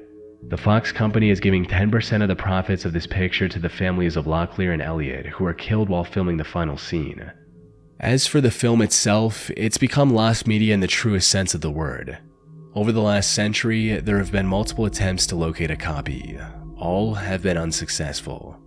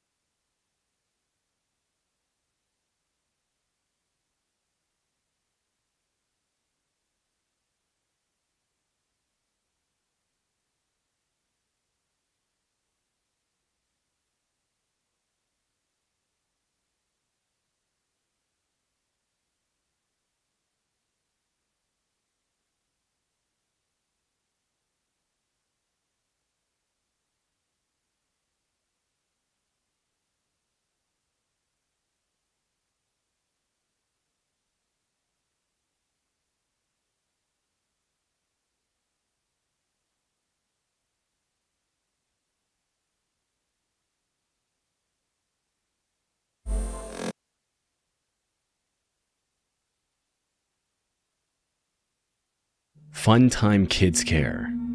On the 25th of January 2015, Reddit user Disco Godfather 6922 made a post on the Salt Lake City subreddit that would start one of the biggest conspiracies in the platform's history. The post featured an image of a mysterious bright green building with little to no context. Its only identifying features were several signs that read Fun Time Kids Care, suggesting that the building might have once been a daycare center or at least pretending to be one. The title of the post read, "What's the deal with this place? Lived across the street from it for 5 years, never seen a kid there." At first glance, an abandoned daycare doesn't seem all that interesting, but something about this building felt off. There were details that didn't quite add up. The mismatch between the fresh-looking outside paint with old worn-out signs, and the oddly placed windows that appeared to be boarded up from the inside. These strange elements caught people's attention, and before long the post had gone viral across the internet. Then things got even stranger. A few days later, Disco Godfather visited the building again and described what they saw in a comment. "So I just came back from the place and found something in the back covered by a camo tarp. I then saw a Mexican man come out, pick something up, and go back inside. Earlier in the day I went there and saw a pizza guy trying to deliver a pizza to the place. He knocked and nobody came to the door. He left and I was about to as well until I noticed kids walking up to the door and trying to get in. Finally, an old Mexican lady opened the door and let them in. 5 years of living here, never saw a single person go in or out. Then in one day I see 4 people. Weird." And while some people joked about the building being the base of operations for Walter White from the popular TV show Breaking Bad, others took things more seriously. To them, this daycare looked like a money laundering front, or something far sinister like an organ harvesting operation. One person also pointed out the convenient timing of Disco Godfather seeing the 2 kids after their post went viral, stating, "Could still be a drug front, but perhaps due to the additional attention it's getting, they're bringing in some of their own kids to make the place look more convincing." But before Disco Godfather and the rest of the internet could find any concrete answers, a Reddit user by the name of Deathship advised them to stop looking into this place. Naturally, people wanted to know who this guy was. As Redditors began looking further into Deathship to understand their ominous warning, they made some interesting revelations. Deathship was a retired Air Force linguist who was fluent in 8 different languages and was also stationed in Area 51 at some point. If these credentials were true, it was possible that this mysterious building was affiliated with one of the 3-letter organizations like the DoD, FBI, and CIA. And if Deathship knew, that would explain his warnings telling Disco Godfather to back off. But things became even more terrifying when soon after Deathship's comment, Disco Godfather began receiving threats from other users. "Delete your posts and comments and stop making questions. First and last warning, we know who you are. If you must continue your search, try to uncover what you seek. Do not say I didn't warn you. Things like this are always run by dangerous people." Things got even more alarming when people found a link between the daycare and a shipping container from China. The bill listed 1,100 kilograms of plastic jewelry and 6,825 kilograms of football and soccer balls. This led many to believe that this daycare might be involved in human trafficking, pointing out that the weight didn't match what you'd expect from lightweight plastic items. Fortunately, all of these disturbing theories were discovered to be nothing more than conspiracies. The Utah Department of Health has official childcare licensing records indicating that Fun Time Kids Care is just a normal functioning daycare. A recent comment by Reddit user Baby Tears also confirmed this with a personal story which reads, "I know this post is old, but my dad actually went there as a kid. It's ran by a nice older lady. Apparently, my dad told me it's usually meant for kids as kind of a safe haven daycare to protect children who have a parent or family member that isn't meant to be in contact with them that's deemed as more dangerous or persistent. Hence why the windows are semi-covered with curtains and drawings, also for safety. That's why there are only a few kids in there. I live right by it, and they actually just painted the building a bright green with yellow windows. In the winter, there's cute snowmen in the playground." Looking into the daycare's history, it turns out it was originally established in 1973. And it used to be much more lively back in the day. However, after being purchased by a man named Richard Yoakum, after 2006, the daycare wasn't looked after properly, with multiple complaints of issues like infants being left outside without any supervision, yelling at children, and inappropriate sanitary facilities being common. Eventually, the business started to fail. But Richard continued to operate the daycare at a loss and handed it over to his mother just so she would have something to do in her elderly years. As for the ominous warnings from Death Ship and others, they were just trolls taking the chance to harass Disco Godfather and turn this into something bigger than just a creepy building. On May 15th, 2023, Richard passed away at the age of 79. But the Funtime Kids Care building still stands today, its legacy now reduced to a quirky internet footnote where fans of the mystery even dress up as the daycare for Halloween. An ending to what was, in hindsight, a completely overblown saga.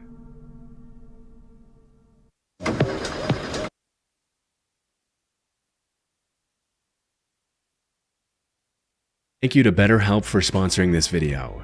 For a lot of that almost with 20 things of the crown of the using 95 disc 2016 Revan FM Strange Sounds.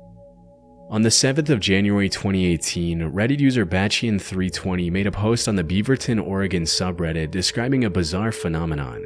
The post read, "Tune in to 96.7 if you are near Progress Ridge. Some weird shit is going on.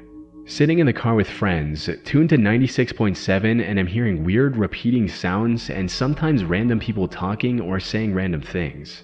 The sounds get more bassy and less bassy with some strange frequencies interrupting other ones.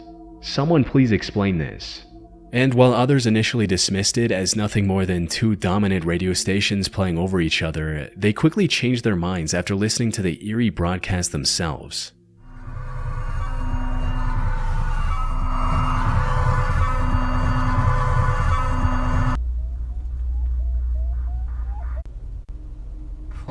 Similar post in the Beaverton subreddit as well. This essentially ruled out the possibility that the issue was related to Batchian's car radio. And as time went on, more and more reports of these strange noises started coming up, all revolving around 96.7 FM. Now, if these strange noises were just that, most people would have dismissed them as a faulty broadcast system and moved on with their lives. However, the most haunting thing about these noises was that they kept changing. They would cycle between white noise,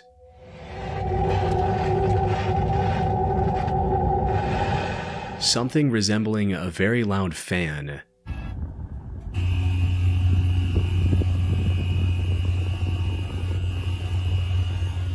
and the most terrifying old speeches from Martin Luther King Jr., John F. Kennedy, and the Apollo 11 broadcasts.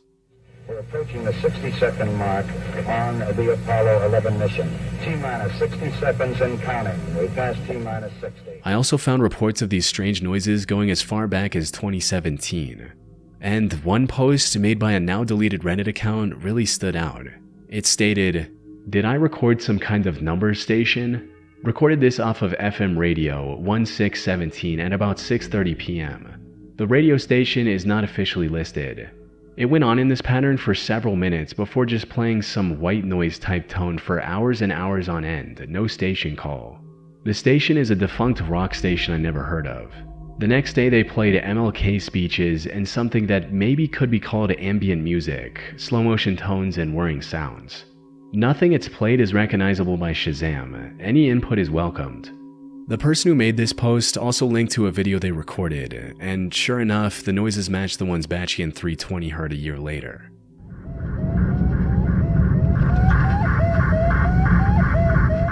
As far as I could tell, reports of these strange noises persisted until June 2018, only to disappear as suddenly as they emerged.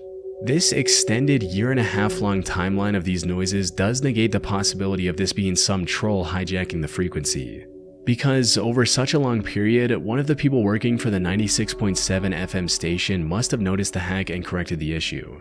So if these noises weren't caused by a malfunctioning broadcast or a hack, then what were they? The only people who could prove these answers were those who owned and operated the station. And after going through one of the recordings of these noises, we can hear a distorted call sign of KZRYLP. KZRYLP. Looking up this call sign in FCC's public notice from August of 2018 reveals that this station is licensed to the Community Alliance of Tenants, which is a non-profit aimed at helping tenants know their rights. However, this revelation introduced more questions than it answered.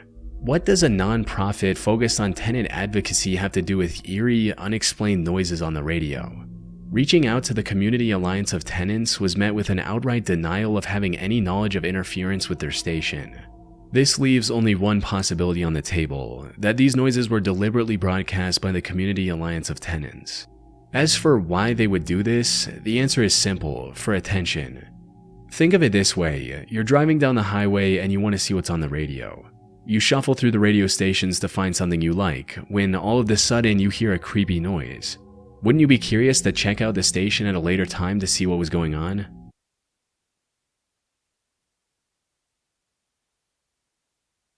As the explanation goes, they were likely broadcasting these noises on off hours to build curiosity around their station, which otherwise covered boring talks about tenant rights. People were mentioning this possibility all the way back in 2018 when these noises first became popular. And while the Community Alliance of Tenants hasn't come forward with a confession, people on the internet are 100% convinced that they deliberately created this hoax for attention.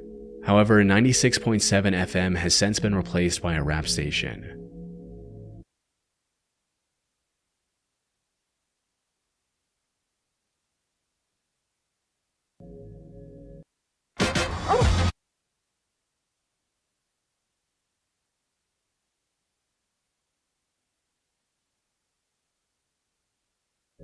The Evil Farming Game. On the 1st of May 2016, Reddit user Sparta213 asked for help in finding a game similar to that of Harvest Moon, which is a cutesy farming game. However, this cuteness quickly turned into sheer horror as others read through the specifics of what Sparta was looking for. The post read, "I know almost nothing about this game. All I can remember is that it's kind of like Harvest Moon but with a dark twist. The game starts out with you and your wife. One night you get into a fight and you end up stabbing her to death. Now, the game revolves around you farming to stay alive while trying to keep the town from finding out about the incident that happened. Every now and then the cops come to search your house and you have to hide her corpse." People found the idea of a game that combined an innocent premise like farming with such a twisted plot both disturbing and highly intriguing. Given the storyline of this mystery game, most assumed it was some obscure Flash-based browser game. However, despite countless users on the subreddit dedicating hours each day to the search, they found no clues that could lead to an answer. The search also garnered an entire subreddit, which quickly grew to over 10,000 members as the legend of the game with such a dark premise traveled across the internet. The search also resulted in some users posting about having played the game a long time ago, with one such post reading, "Hi all, first time posting here. Today I found my old laptop, but sadly it won't boot up. But it brought back some great memories, particularly a game I'm about to describe. So, at the start of the game you killed your wife, but after that you just lived as normal managing your farm. However, it had a twist. The police could come at any time and find the body, so you had to constantly be wary and move the body. The laptop was built in 2001, and I bought a new one in 2003, so it would have been between that time. It wasn't a browser game, and I think I may have gotten it from uTorrent, but cannot remember to be honest. Hope this is enough info, and many thanks." However, all of these claims turned out to be false. That is, until one user solved the mystery 5 years after the original post. According to him, Sparta likely saw this animation for a clip of YouTuber Varg Skeletor Joel, otherwise known as Vinesauce, and later misremembered it as an actual game. Honestly, you know what it sounds like? It sounds like Harvest Moon, but with, like, corpses. It sounds like... That'd be a fun game, just playing as Harvest Moon, but throughout all of the gameplay, you gotta hide a dead corpse. You know what? No. You know what it is? Harvest Moon, it's just regular Harvest Moon with your wife, and midway in the game, you have an argument with your wife, and you accidentally kill her with, like, a... You kill her with, like, a barbecue... kebab rack, like you impale her accidentally, and you're like, "Oh, I didn't mean that." And at the same time as you gotta like manage your farm, you know, raise your chickens and milk the cows, you also gotta like hide the body from the cops sometimes, from health security checks, and yeah. Sparta would confirm this to be the case, stating, "So guys, I just got around to looking at the Vinesauce animated video that someone found, and as anticlimactic as it may be, I believe that this is likely the source of the game. It fits everything exactly. And I used to fall asleep all the time watching Vinesauce videos." So, in the end, while finding the answer was satisfying, it also left many feeling empty after spending 5 long years searching for a game that ended up not even existing. Kanye Quest 3030. On July 22, 2013, a game called Kanye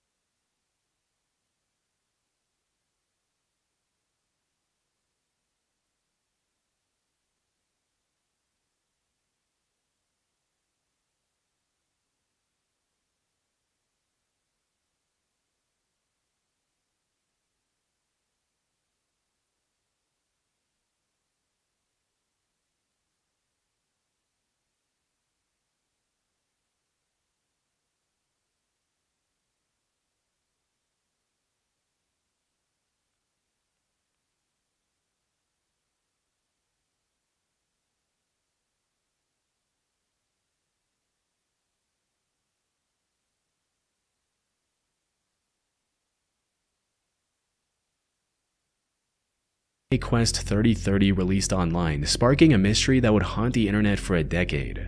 It was a very odd Pokemon-like role-playing game in which the player character, popular musician Kanye West, falls through a mysterious portal and finds himself in the year 3030.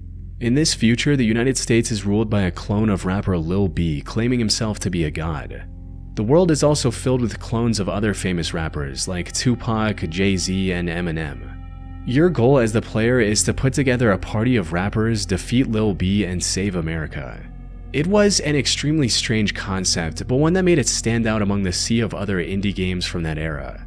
It got popular enough to catch the attention of Video Game Donkey, one of the most respected video game reviewers on YouTube. But just like everything else, its popularity declined over the upcoming months. The game was fun, but it had zero replayability, so it faded into internet obscurity as players moved on to whatever was trending next. However, what no one knew was that beneath its hip-hop inspired surface, the game was hiding a dark, unsettling secret. On January 28, 2015, an anonymous user made a post on Pastebin detailing the shocking discovery they had made while playing the game. The post was titled, "Kanye Quest, a front for Ascensionism." At one point in the game, an NPC asked the player, quote, "What do you want to do?" with a 6-letter blank space prompt to type your response. For fun, the user decided to type in "Ascend." Doing this completely changed the scene and revealed a previously unknown section of the game, with the player character turning into a white butterfly. Immediately after entering this new area, a text box appeared with a creepy message reading, "Congratulations, you have proven yourself to be an open-minded and curious thinker. We must apologize for deceiving you, but we can reveal that the game you are playing up until this point was a front constructed to protect what you are currently accessing. We must ask that you do not reveal this area to the public. If you believe that you may be prone to revealing information or do not wish to participate, please close this program immediately by pressing Alt F4 or selecting the No option when it appears. By selecting the Yes option, you agree to participate and not reveal information. Would you like to participate?" Here, selecting no would just close out of the game, but if you were to select yes, the game would bring up an even creepier message reading, "The following is a thought exercise designed to help teach you something beneficial. By undertaking this exercise, you will hopefully be affected in a positive way. Due to the nature of the exercise, this something cannot be revealed immediately. This exercise may or may not be restricted to this software. It is important to remember that the purpose of this exercise is to benefit you. You will not be timed.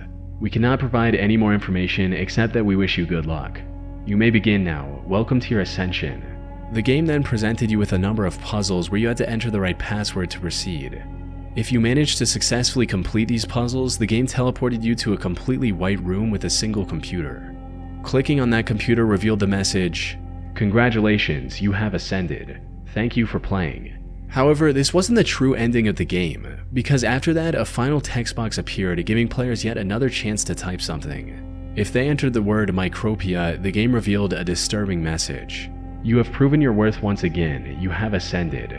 However, further ascension is always possible, and by selecting the yes option, you agree to participate further and you grant us permission to interact with your possessions. Would you like to participate?" If you choose yes, the message continued, stating, "Over the following 2-week time period, we will interact with you and your possessions in several ways. Keep an eye out, as some of these ways may be subtle. Others may not be. We may attempt to contact you directly. If we do this, we will attempt to notify you of our presence using a keyword. If you still consent to participation, please select the yes option above. Do you wish to participate?" If you choose yes, one last time the game asks for your personal details, including your first name, last name, country, city, zip code, and house number. Once you entered this information, the game thanked you by name and told you to wait for further instructions. The repeated mentions of ascend throughout this section were a clear reference to Ascensionism, which is a cult based around the belief of reincarnation.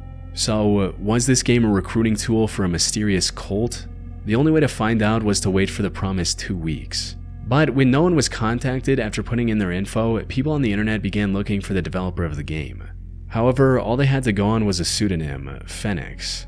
Further investigation into the game led to old posts on a now defunct forum called Unfiction, where users had once discussed an alternate reality game, or ARG, called Ascensionism.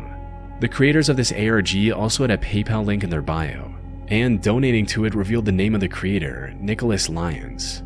And while searching this name online didn't bring up much, it did reveal a Bandcamp account mentioning that Nick was signed to the label Ascensionism Records.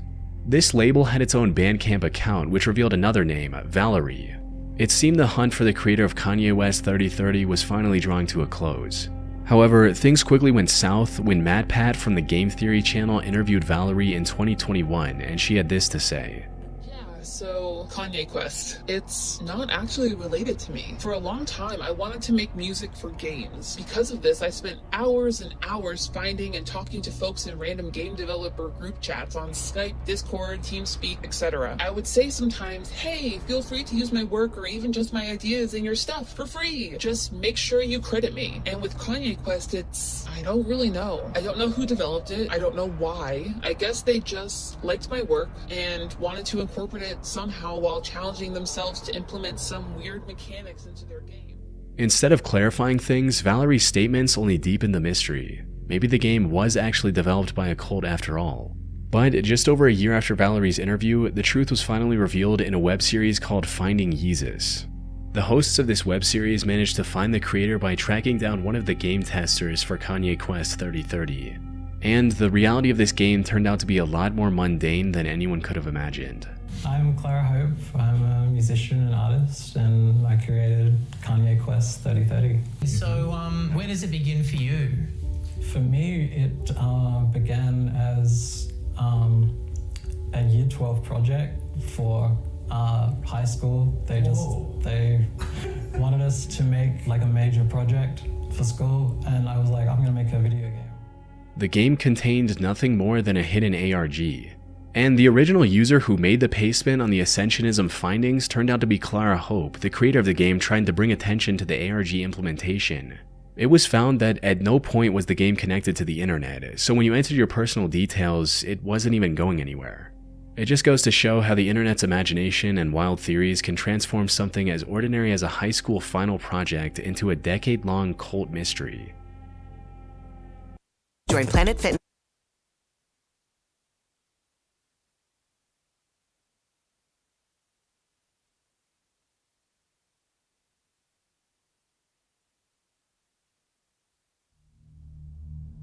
Yay video games.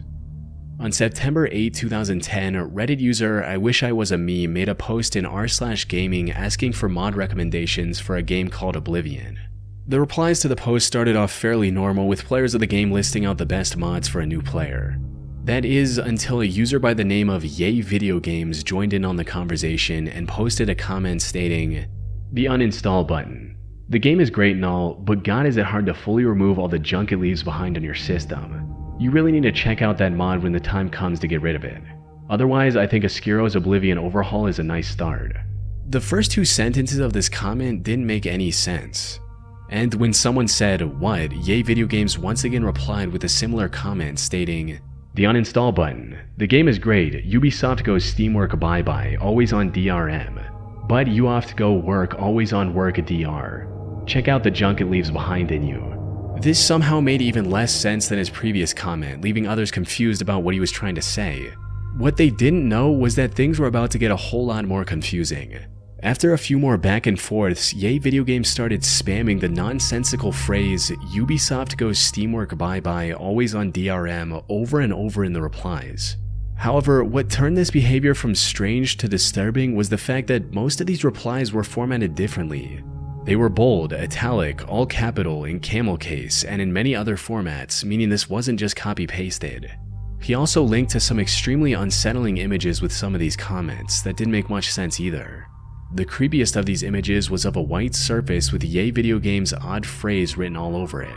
From there, he continued posting similar comments nearly 4,000 times before finally getting banned from the subreddit.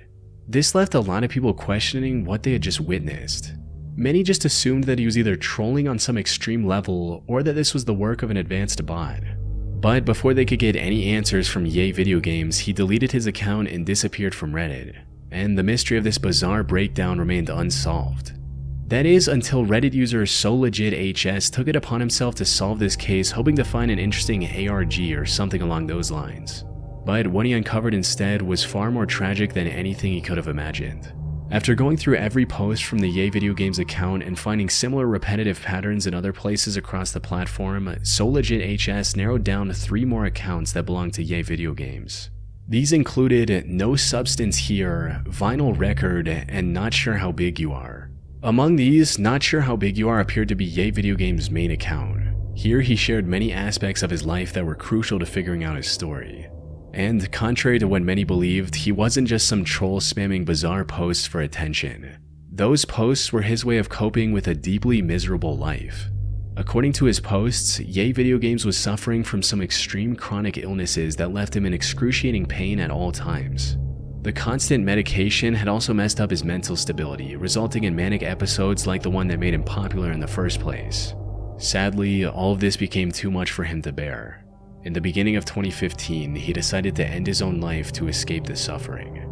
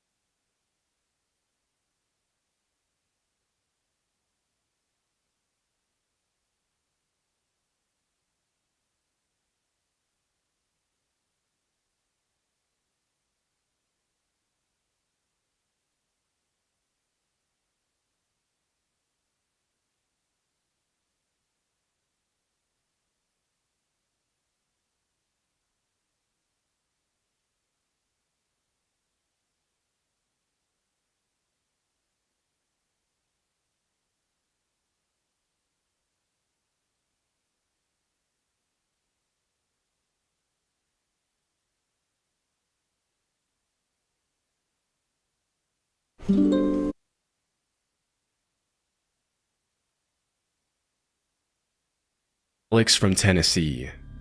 On April 24, 2013, an anonymous 4chan user posted an image from Google Maps with a cryptic caption reading, "By this rubble your prize awaits, Tennessee. Park nearby and walk to this point for the secret. It's under plastic at this point. Good luck." The image appeared to be an aerial view screenshot of a random location in the town of Elizabethton, Tennessee. In the screenshot, there was a pin marking the exact location of the coordinates the user had entered. If you enter the coordinates into Google Maps today, you'll find a bunch of dilapidated, sketchy-looking old buildings. At first, other users played the post off as a joke, with some mentioning that the OP was probably crazy or just looking for internet attention. But a little less than 20 minutes later, the uploader once again became active on the thread and answered everyone's remarks by saying, "No one shall claim the prize, time to try other websites." While other 4chaners debated amongst themselves in regards to what kind of prize the uploader was talking about, the OP himself responded to the speculations with the comment, "It is warm." Over the next couple of hours, the OP proceeded to post a series of strange and ominous messages in the thread, such as, "No cops here," "Someone coming for the prize," and "Little friend fly away, why is no one coming, see?" With this last comment, he also posted an image of what appears to be the claw from an unidentified animal lying on the grass. The extremely long fingernails and disturbing nature of the image were unsettling enough, but the thread was only about to get more eerie. A little less than 2 hours after the original post, the OP continued posting strange comments. At 10:23 p.m. he said, "I am angry you are not here. My friend moves. My friend is not the prize." A few minutes later, the OP commented, "Plastic prize," and "I've had my friend for long now. Not what matters today. I need people to come." Seeing that nobody was claiming his so-called prize, the OP then uploaded 2 images to the thread. In the first grainy image, we can see what appears to be some sort of dark room or dungeon, while the second image is a picture of a handwritten note with the words, "Please come, Wednesday, April 24th, 2013. The last message shared by the OP in the thread was, "Singing tonight, someone come." After that, the uploader went completely quiet, and it wasn't until 5 nights later that the thread had an important update. At around 9:45 p.m. on April 29th, a user simply named Alex uploaded a series of comments and images in a follow-up thread in which he mentioned that he was at the location posted by the original anonymous user. With his comments and pictures, Alex narrated what he saw inside the dark, mysterious location, posting updates periodically for his fellow 4chaners. Disturbingly, the images he uploaded seemed to get more unsettling as the night went on. First, he uploaded a few pictures of plastic garbage bags and other images showing his general surroundings, but when he showed the bag's contents, things got a little darker. As per the images, the bag contains what appears to be a mummified pelvic bone and a styrofoam plate with a messy inscription that reads, "Plate's a date, a very important mate, you shouldn't have come, I lied." He then uploaded an ominous image of a bunch of prescription pills in their containers surrounded by dust and cobwebs. Unfazed by the creepy message on the plate, Alex continued to investigate the mysterious underground location, until he mentioned in one of the comments that he heard a car coming and decided to head out. This was his last post. Window thing isn't a window, it's some other vent thing. Turning around and leaving around through wood door. Jesus. After this post, Alex was never heard from again. Following the disturbing series of posts, many people were left wondering if something had happened to him. Although many users were concerned about Alex's safety, it's unlikely that anything bad happened to him. There seemed to be no records of murders or kidnappings in Elizabethton, Tennessee from that time, and a case like this would surely have been on the news. This leaves the question of whether or not Alex's experience was genuine. Although the images he uploaded are definitely creepy and appear to have been taken at the actual location, there are some clues in the post that indicate he could have been lying about his whereabouts while he was uploading the images and comments. If we look at the average span of time that went by between his posts, we can see that he was posting pretty much once a minute, which is an insane posting speed for someone who is visiting a dangerous, unknown location for the first time. This makes it much more likely that Alex had the pictures handy on his desktop and was uploading them in rapid succession to make it seem as if he was a random 4chaner who went to go claim the mysterious prize. The most widely accepted possibility in this rabbit hole is that Alex was also the original anonymous uploader and just wanted to mess with people by creating an internet mystery. Although there still isn't a real clear conclusion to the story. 5 years after the original discussion took place on 4chan, in a video that's since been deleted, a YouTuber by the name of Noah went to the location and went into the abandoned old buildings. Inside, he found what looked like the belongings of the homeless people who probably lived there, but other than that, there wasn't much to look at. It's more than likely that Alex fabricated the entire story to gain internet attention, but because this was never confirmed, the mystery has been kept alive by various other YouTubers and uploaders in online forums, as people continue to search for a definitive explanation.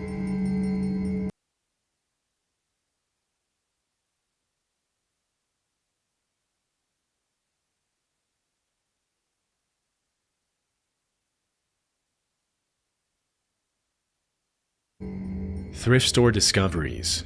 Thrift stores have certain guidelines and rules regarding the kinds of items they can receive from donors.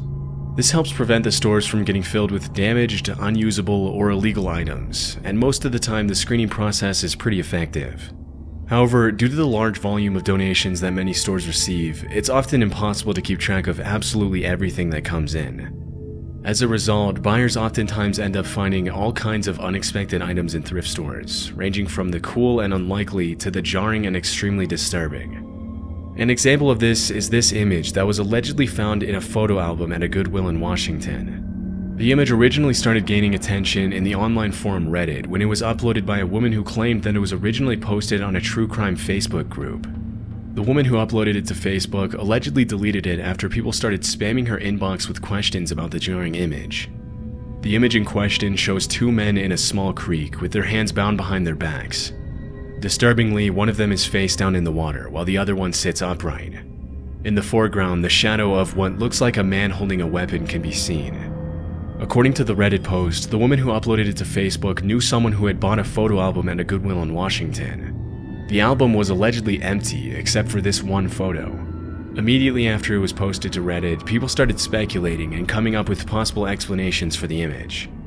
One of the initial theories that gained a lot of traction online was that the image could have been a part of a low-budget horror or crime film. Others speculated that the image shows some kind of military training or fraternity hazing ritual.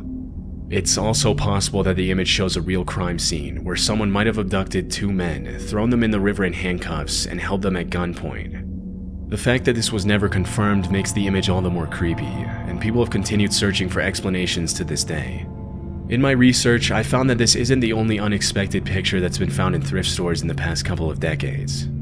As it turns out, cursed thrift store finds are almost an entire genre of their own in several online communities, with people uploading images of the strange, cool, and unlikely objects they've found in random thrift stores all over the internet every day. In January 2023, a TikTok user by the name of JC uploaded a video with the caption, "When I bought a camera at Goodwill in Arizona and found a SIM card in it that had photos of my dad who lives in Idaho." In the second part of the video, the user shows her laptop screen where she downloaded the photos from the camera. One of the blurry images featured in the TikTok, which appears to have been taken from below, shows the uploader's dad with a smirk on his face. In the caption, JC claimed that as soon as she saw the picture, she was so caught off guard that she immediately called her dad. Although thousands of TikTok users asked her for an update, she never explained where the image came from or how the camera ended up in Arizona if her dad lives in Idaho. Although it might seem like a 1 in a million chance to find a picture like this in a SIM card, it turns out that the occurrence of these coincidences is actually pretty common. In JC's TikTok, several people jumped in the comments to talk about the time something similar had happened to them. One user commented, "One time my grandma found a wedding album at the thrift store and it had pics of me and my mom because we attended." Another user commented, "I work at a thrift store. I found a ripped up old Christmas photo of my aunt's family on a shelf in a pile one day. They don't live in the same town." The further I went down the rabbit hole, the more disturbing the thrift shop finds seemed to get. The further I went down the rabbit hole, the more disturbing the thrift shop finds seemed to get, with some of them being incredibly creepy. In September 2023, Goodwill employees at a store in Goodyear, Arizona were sorting through a donations box when they came across a real human skull. After reporting the incident to the police, an investigation was launched to determine if it was a part of some sort of crime. Fortunately, police determined that the person had died of natural causes. Though this obviously doesn't explain how the skull even got into the donations box, and the investigation is still ongoing. Creepy thrift store finds have become increasingly popular since the birth of online forums, and it's likely that many of the mysteries surrounding these strange and often terrifying pictures and objects will never be solved. UVB-76.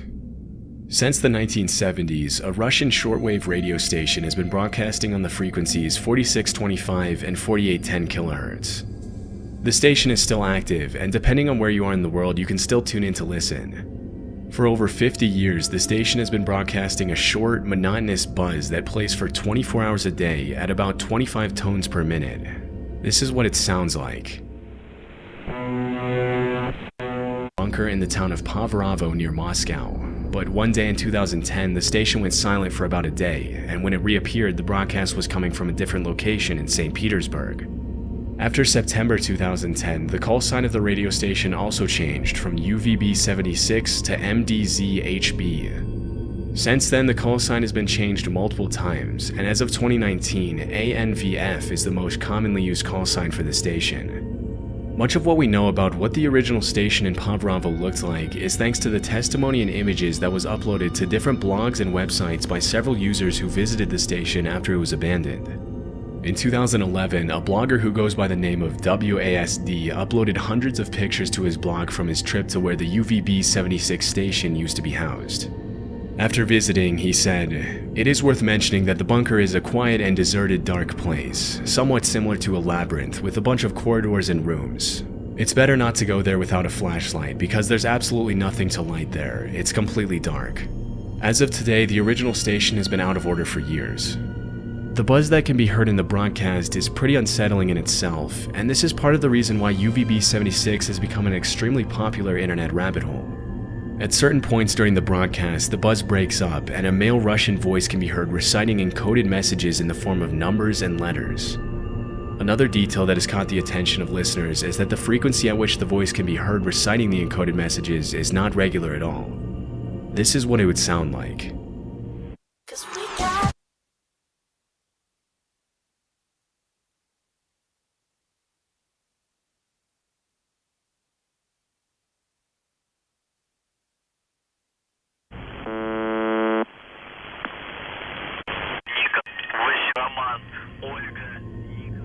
When the station was first launched, the voice only interrupted the constant buzzing once every few months, but ever since the station was moved, it's been heard with increasing frequency. Strangely, the voice has also been heard in the days leading up to important international events, such as when Russia annexed Crimea in 2014. This has caused many people to speculate about the purpose of UVB-76, with many people thinking that it's been used since its creation for spy communications. Others suggest it may be a counterattack measure for nuclear war, but after looking around on various Russian websites and forums, I was able to find a much more likely theory. In several Russian forums, it's common to find discussions on UVB-76 in which ex-military members debunk the myths that have circulated around the station for decades. Those familiar with the Russian military have explained that because the codes are constantly being changed, recycled, and transformed, it's pretty much impossible to know what exactly is being said on the station without the key. But far from being used to send messages to spies, the most likely possibility is that the voice messages are being used for Russian military drills and other basic military activities. From what I was able to find, the purpose of the continuous noise is just to stop others from broadcasting over the same frequency. Ultimately, there are hundreds of other radio stations around the world with a signature placeholder to prevent others from broadcasting on that frequency. And although this has given rise to one of the most popular internet mysteries of the decade, the reality behind UVB-76 is probably a lot less dark and mysterious than many people seem to think. The disappearance of Dovland, Wisconsin. If you've ever gone digging around for internet rabbit holes, you might have heard of a town called Dovland, Wisconsin. If the name sounds unfamiliar, Dovland is described by users in online forums and groups as a small town in Wisconsin that housed hundreds of military families in the previous century. And it's often mentioned that the town was made for the sole purpose of building Project Sanguine. Project Sanguine was a US Navy project proposed in 1968 to improve communications with submerged submarines using extremely low-frequency radio waves. The initially proposed system for Project Sanguine, which was meant to survive a full-fledged nuclear attack, would have required a giant antenna consisting of 6,000 miles of buried cables in a rectangular grid covering 2/5 of the state of Wisconsin. Although this system was never implemented because of protests from residents of neighboring towns, several sources claim that a smaller modified system was built in Dublin in the 70s.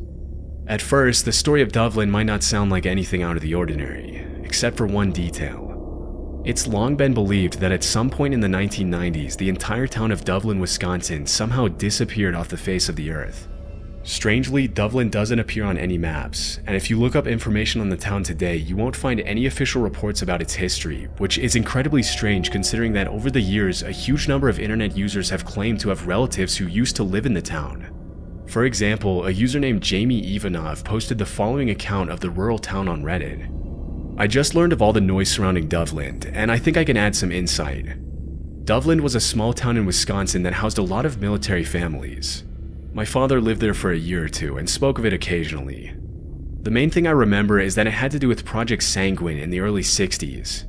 I don't think it was X-Files type stuff, but the town was destroyed after an incident. I thought they were digging up a ton of land for something and they flooded the town or something, but this is a rehashed secondhand memory from years ago. In several online forums, websites, and groups, people have also uploaded pictures of shirts, mugs, and other souvenirs from the town. One particular post on the obscure Urban Legends Wikia page even features a photo that was supposedly recovered from Dublin, Wisconsin. The image in question shows a middle-aged waiter sitting next to a young woman who puts her arm around him as they both smile at the camera. On the right-hand side, a young kid can also be seen sitting across the table from them. Although the image has been reposted in many online forums and groups, there seems to be no evidence at all that suggests the picture was actually taken at a restaurant in the allegedly vanished town. In the past decade, many people have also reported a digital ghost trace of Dublin in the form of Google search autocorrect and recommended search options suggesting the term Dublin, Wisconsin. But mysteriously, the suggestion doesn't lead the user anywhere in particular, which is added to the mystery surrounding the town. Throughout these past 2 decades, reports of vanished towns have been pretty common in the online mystery and horror community, but there's one thing in particular that makes Dublin stand out from other urban legends of towns that have disappeared off the face of the earth. Some of the most notorious vanished towns have been found to be part of different alternate reality games, or even online publicity campaigns for movies and video games. But from my research, nothing like this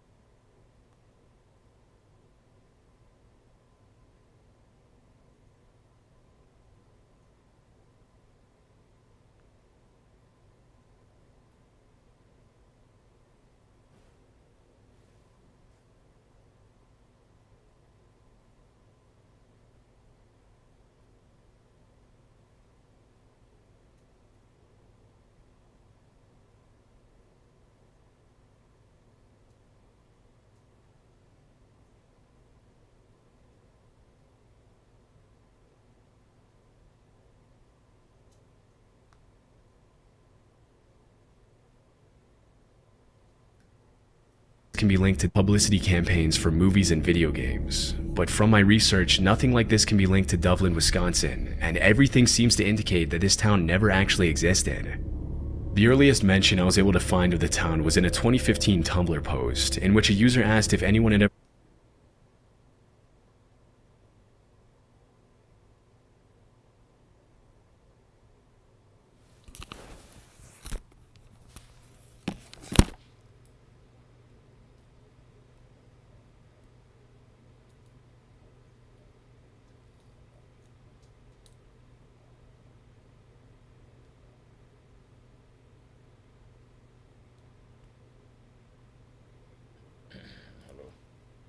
heard of the small rural town of Dublin, Wisconsin, after which the OP discussed the main theories behind the phenomenon of the alleged vanished town.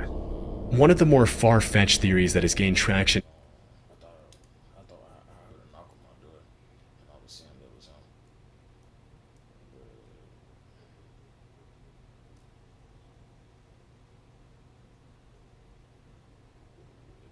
said, we had called me. Yeah, I was calling her. That's why.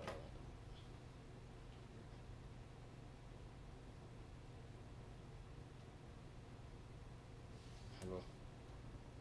In online forums is that Dublin did exist back in the day, but a freak accident that occurred during Project Sanguine somehow shifted the entire town into another dimension, or we shifted into a reality where the town never existed.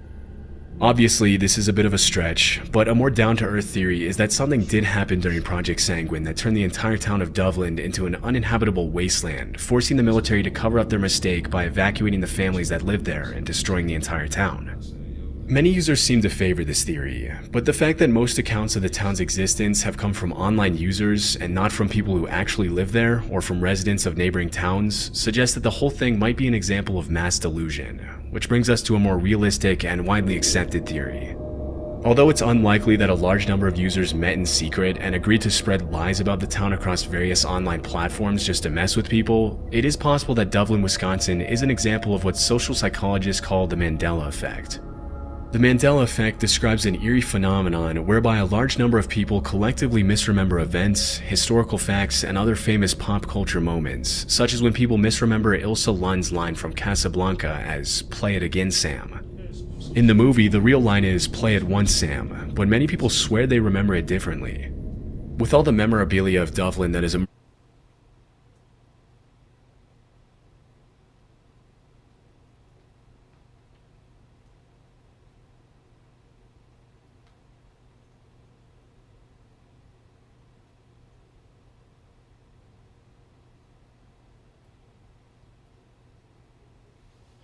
online in the past decade, it's possible that certain residents of Wisconsin associated the name of the town with another town they had visited, which could have led to the mass confusion that became apparent in various online forums.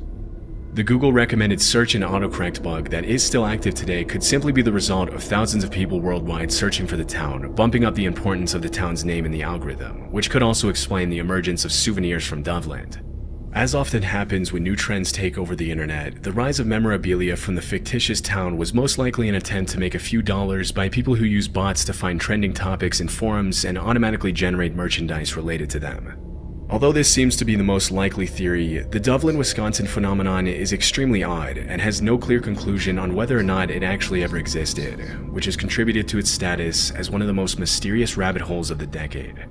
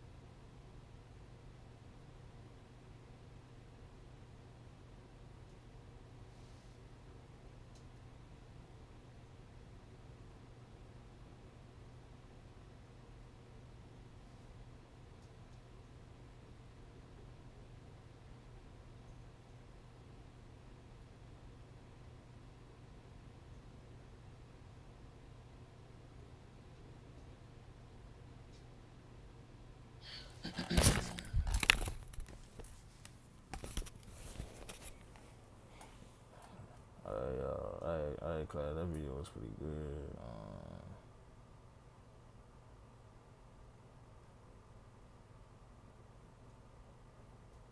Alright, we're gonna watch a little more lighthearted video, you know what I'm saying? We're gonna watch a little lighthearted video, bro.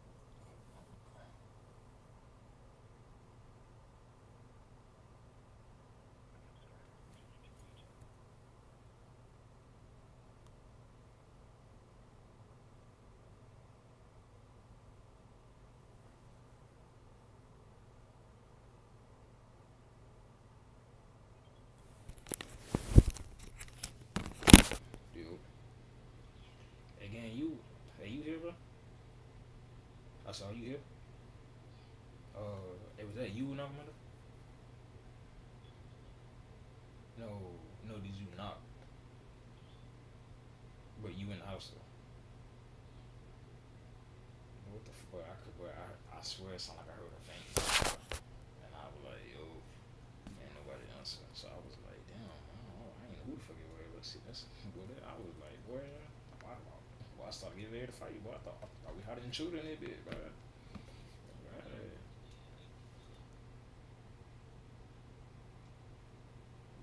Come on, bro.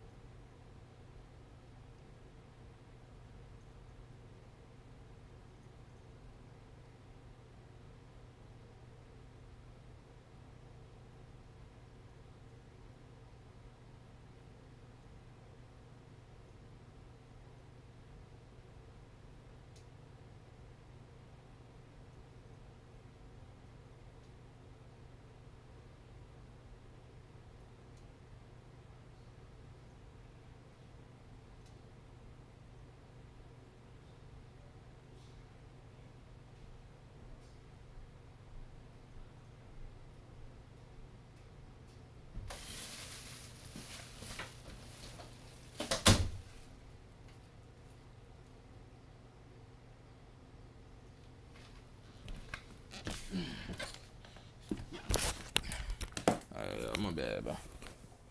This is not the video I meant to clip.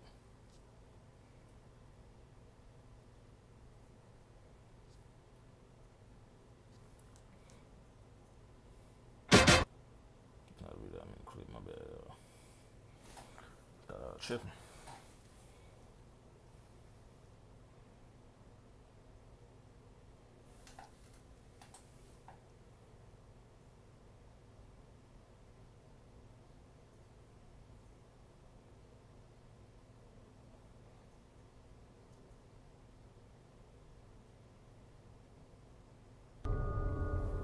Back in 2015, I attended high school at an age where I was younger than most students.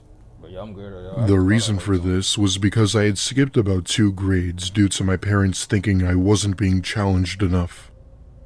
To put it in basic terms, I was a smart kid and had the gift of being intelligent in my studies. Anyway, this happened the week before spring break, and I remember being in my biology class. Our teacher was going over some stuff about the examination of frogs, which sort of entertained us.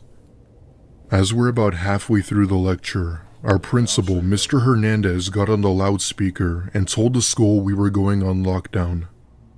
All teachers and faculty were required to lock their doors and get their students to the safest place of the room. My teacher had ordered us to move to the back of the class since we didn't have a closet. He locks the door, turns off the lights, and we wait until the all clear. I'd say we sat in total silence for a good few minutes before we hear the sound of the main doors opening from the hall. My thought was that it could have been police, but something told me it was anything but that.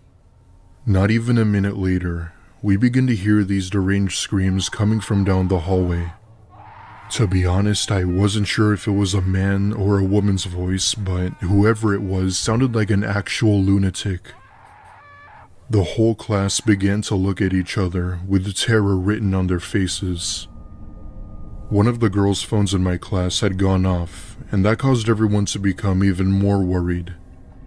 As the screaming got closer, I came to the realization that it was a man with this extremely deep voice. What he was saying still chills me to the bone. He was going door to door while banging on them, saying what he'll do when he gets in. The stuff he's saying is horrendous to the point where the majority of us are texting our parents and calling 911. He did this to every door until he eventually came to ours, going to town on it very hard. Thankfully, this was one of the few schools that had bulletproof doors, so I knew the chances of him getting in were slim. That's good. Even though the doors were stable, he still gave it a good beating. The sounds of those bangs and screams will forever be burned into the back of my head. Suddenly, he straight up punches through the small glass window while trying to reach the lock from the inside. At this point, everyone is terrified to the point where my teacher had to force his arm out of the window. This thankfully seemed to work, as he then continued down the hall with those horrid screams toward the main office. However, he didn't make it far, as police did end up entering the building and restraining him with ease. After about an hour, our principal gave the all clear and had ended school early that day. The school faculty had to personally escort students safely out of the building, as we didn't know who else was around. It wasn't until a week later where I learned a shocking truth as to what led up to this. The story behind why and how he got into the school will forever haunt me. As it turns out, he was being transported to a facility when he managed to rip off the frame that separates him and the driver. He knocked the driver out cold and put the vehicle to a stop right near the school where he got out and entered the building. He was insanely strong and had been off his meds for days. The driver who was transporting him was fortunately okay and was given proper treatment. Thankfully, nobody was hurt when he entered the school. After that, many parents were outside picking up their kids in a panic. My parents had gone to the school and picked me up as well, and even pulled me out for a few days. As far as I'm concerned, he was likely taken back to a mental facility and is being held there. For the next few weeks, the school had begun doing lockdown drills as a precaution. Nothing has happened since, but I just hope he's getting the proper help he needs.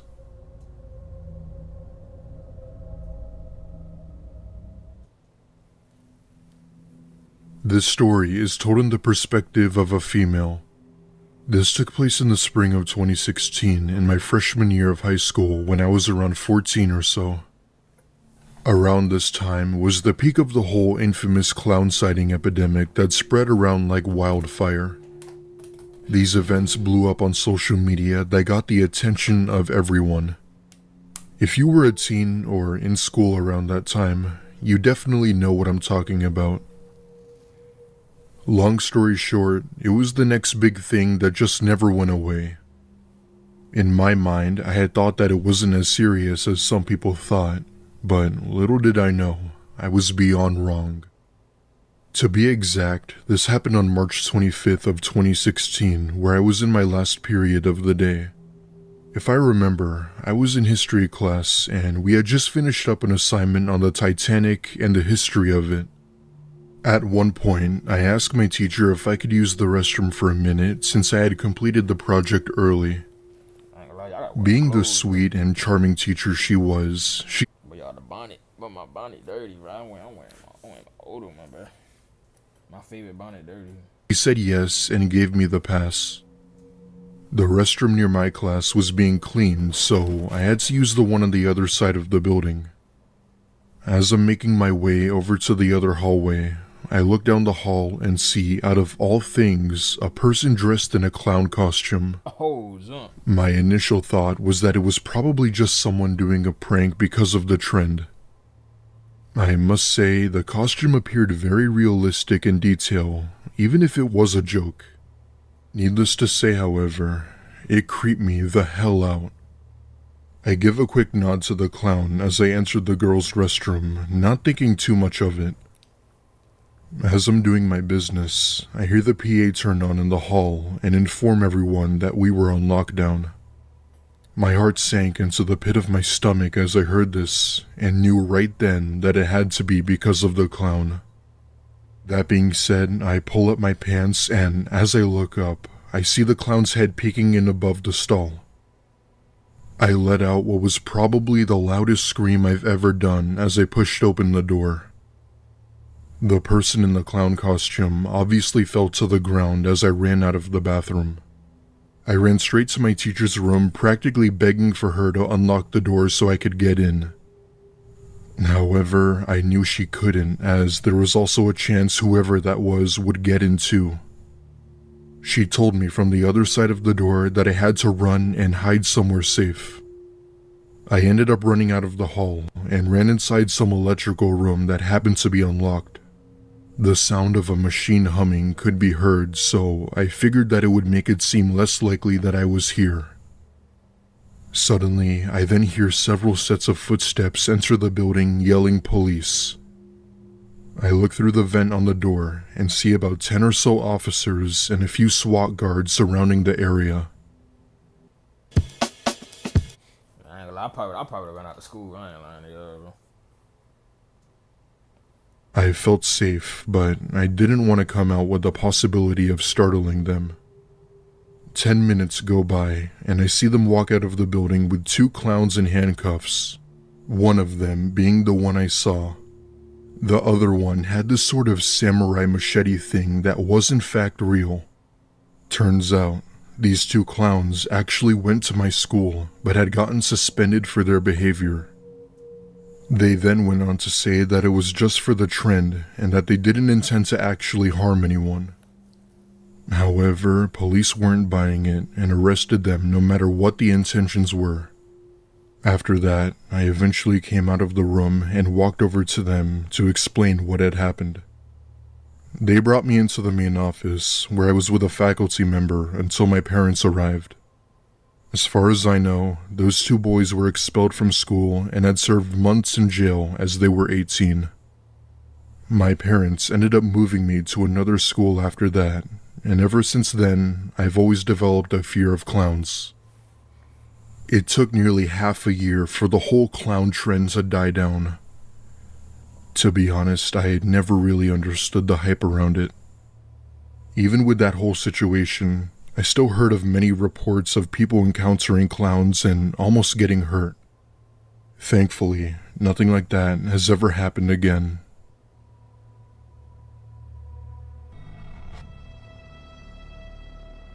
When I was in my mid-20s, I got a job as a janitor at a local high school to make some extra cash for a car I wanted. It wasn't the best job, but it was good enough to support myself financially, as well as helping my parents with bills.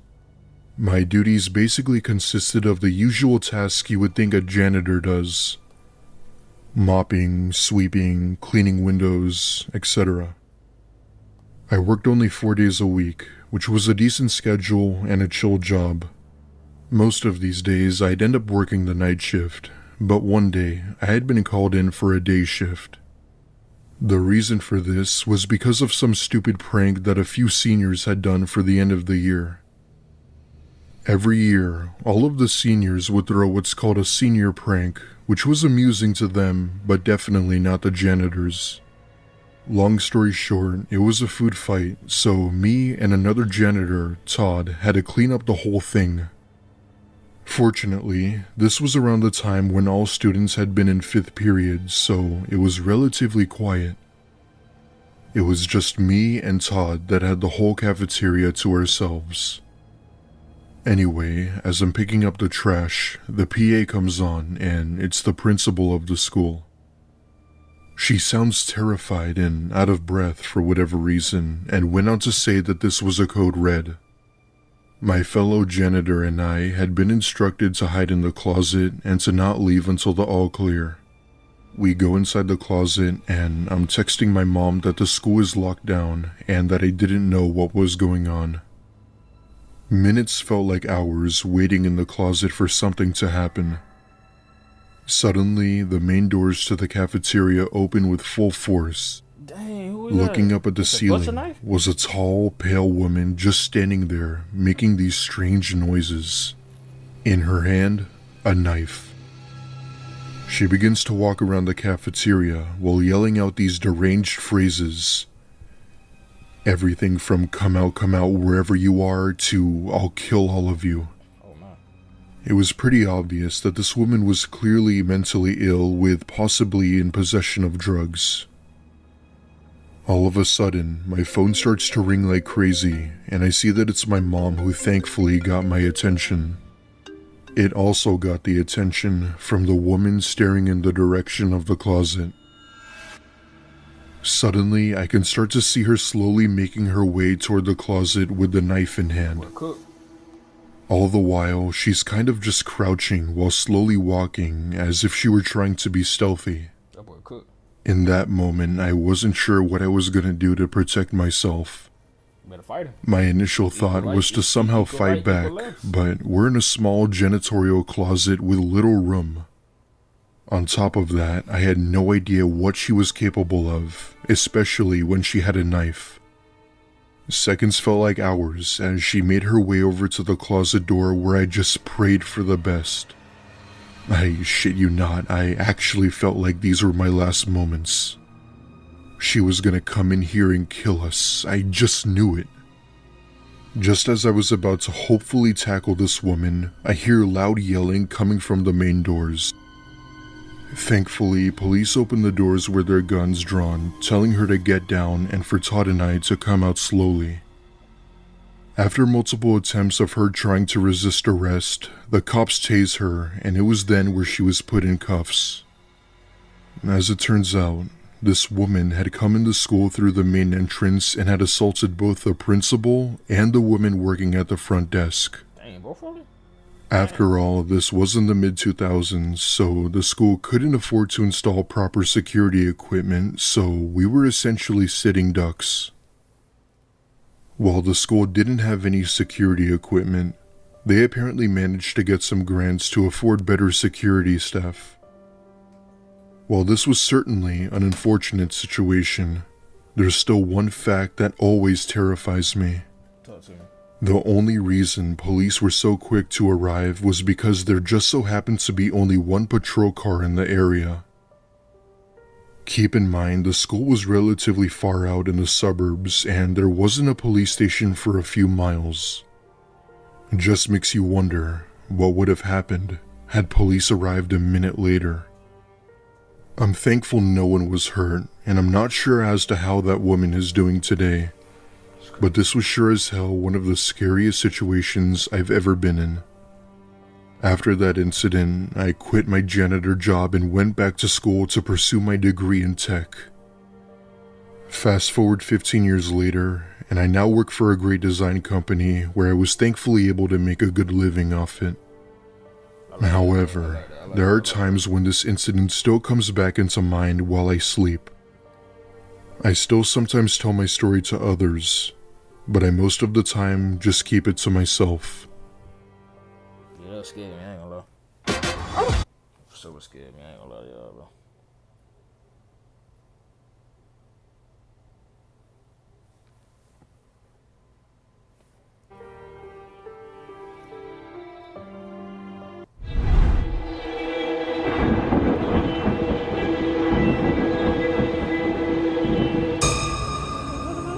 I was one of the luckiest kids in our high school that had the privilege of driving into school about halfway through the day. Our school day was divided into 9 periods, and because I had enough credits to graduate aside from a select few, I was always allowed to show up right before the 4th period. That was when my first class was. The day started out like any other. I woke up and got myself ready for school. I remember the steam pouring off my coffee cup was intense that morning, but the heat was a refreshing contrast to the cold bite of the winter air. I loaded everything up into my car and drove the 8 miles to get to my school. My phone kept going off, which was irritating because the notification sound kept interrupting the music playing from it.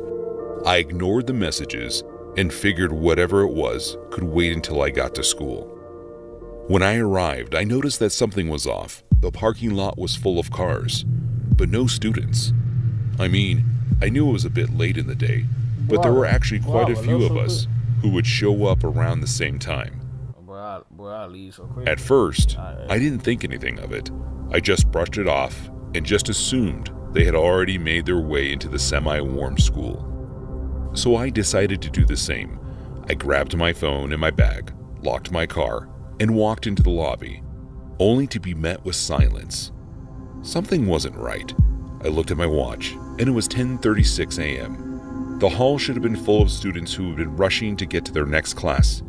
I didn't understand why at the time, but for some reason, the emptiness of the halls made everything feel tense. I began to walk a bit down the hall. That was when I noticed that all the classroom doors were shut, which was odd because most of the teachers liked to keep them open, as long as it wasn't too loud in the halls. Then all of a sudden, I remember the spam of messages I had gotten on my way into school. I almost threw my phone with how hard I ripped it from my pocket. I put in my passcode and then came face to face with one of my biggest fears. My phone had 4 text messages from my friend who had been trying desperately to get in contact with me. The messages read in order: "Yo, something weird is going on. Hey man, are you on your way yet? Yo, don't come in." Yo. And the last message read, That boy say don't come in. Boy, what? I see that message. Listen, y'all. Listen, if I'm waking up for school late and I see that message, he said, yo, something weird coming. Don't come to school. What? Come on, man. "Stranger in the halls. Teacher says he has a knife. Don't come in." My heart sank, and for a second, I couldn't catch my breath. Immediately, I began walking from one classroom to another, trying the handles on every door, but there was nothing. That's when I heard the sound of sneakers scuffing across the tile floor at the other side of the hall. I knew I had to hide, but I didn't have many options. So I threw myself behind a row of lockers and tried to tuck my legs in. The footsteps grew closer. They had definitely made it into the section of the hallway when all of a sudden they stopped. I'll never forget the sound of his gravelly voice when he said, "Is that a leg I see?" Oh! I panicked. I heard Is that a leg I see? Ain't no way. the footsteps start up again, growing closer with each passing second. I had to make a decision. I ran across the lobby of the school and threw open the doors to the auditorium. I didn't hesitate. Fight or flight kicked in, and it's like my legs knew where to bring me before I could even think of it. I ran all the way to the stage and made my way behind the curtain. As I tucked myself behind the curtain, I heard the door to the auditorium slam closed. He was inside the room with me. The footsteps drew closer and closer, with each step growing louder. I began to look around for another place to run, when all of a sudden I heard the sound of a door opening behind me. When I looked, I was relieved to see one of the custodians. He was ushering me over to him, but kept one hand to his mouth as to tell me, "Stay quiet." As quickly and quietly as I could, I ran over to him and the two of us hid, locked in a supply closet for what felt like forever, as we heard the man pacing back and forth across the stage. After what felt like an eternity, but turned out to be only a couple of minutes, police arrived on the scene and the man fled. I had to give my statement to one of the officers, who told me I was lucky to have found the supply closet. Apparently, the man was carrying around a large hunting knife, and the other officer said he doesn't know what would have happened if I had been caught by him.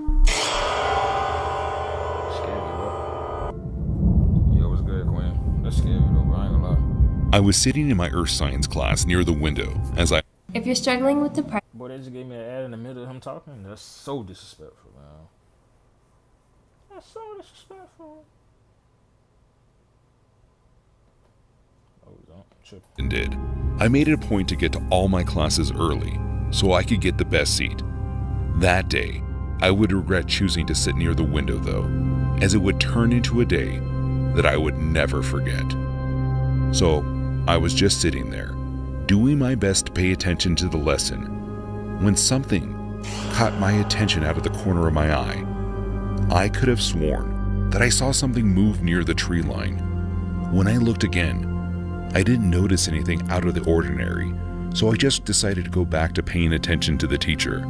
That was when I noticed it again. Only this time when I looked, I noticed that there was a grown man standing beside one of the pine trees that lined the field. He was just standing there in what appeared to be a dirt-covered clothing and a ski cap. I thought it was odd, so I raised my hand in hopes to bring it to the attention of my teacher. However, when we all turned to look out the window, there was no one there. The teacher told me to stop fooling around and just pay attention, so I did. I tried my best to wipe the entire experience from my mind. I finished out the school day and made my way home. I only lived about a half a mile from my high school, so I would usually walk home. I could have taken the bus if I wanted to, but I enjoyed the walk. I didn't enjoy it that day though. For some reason, I couldn't shake the feeling like I was being watched. I try my best not to be suspicious about it, but I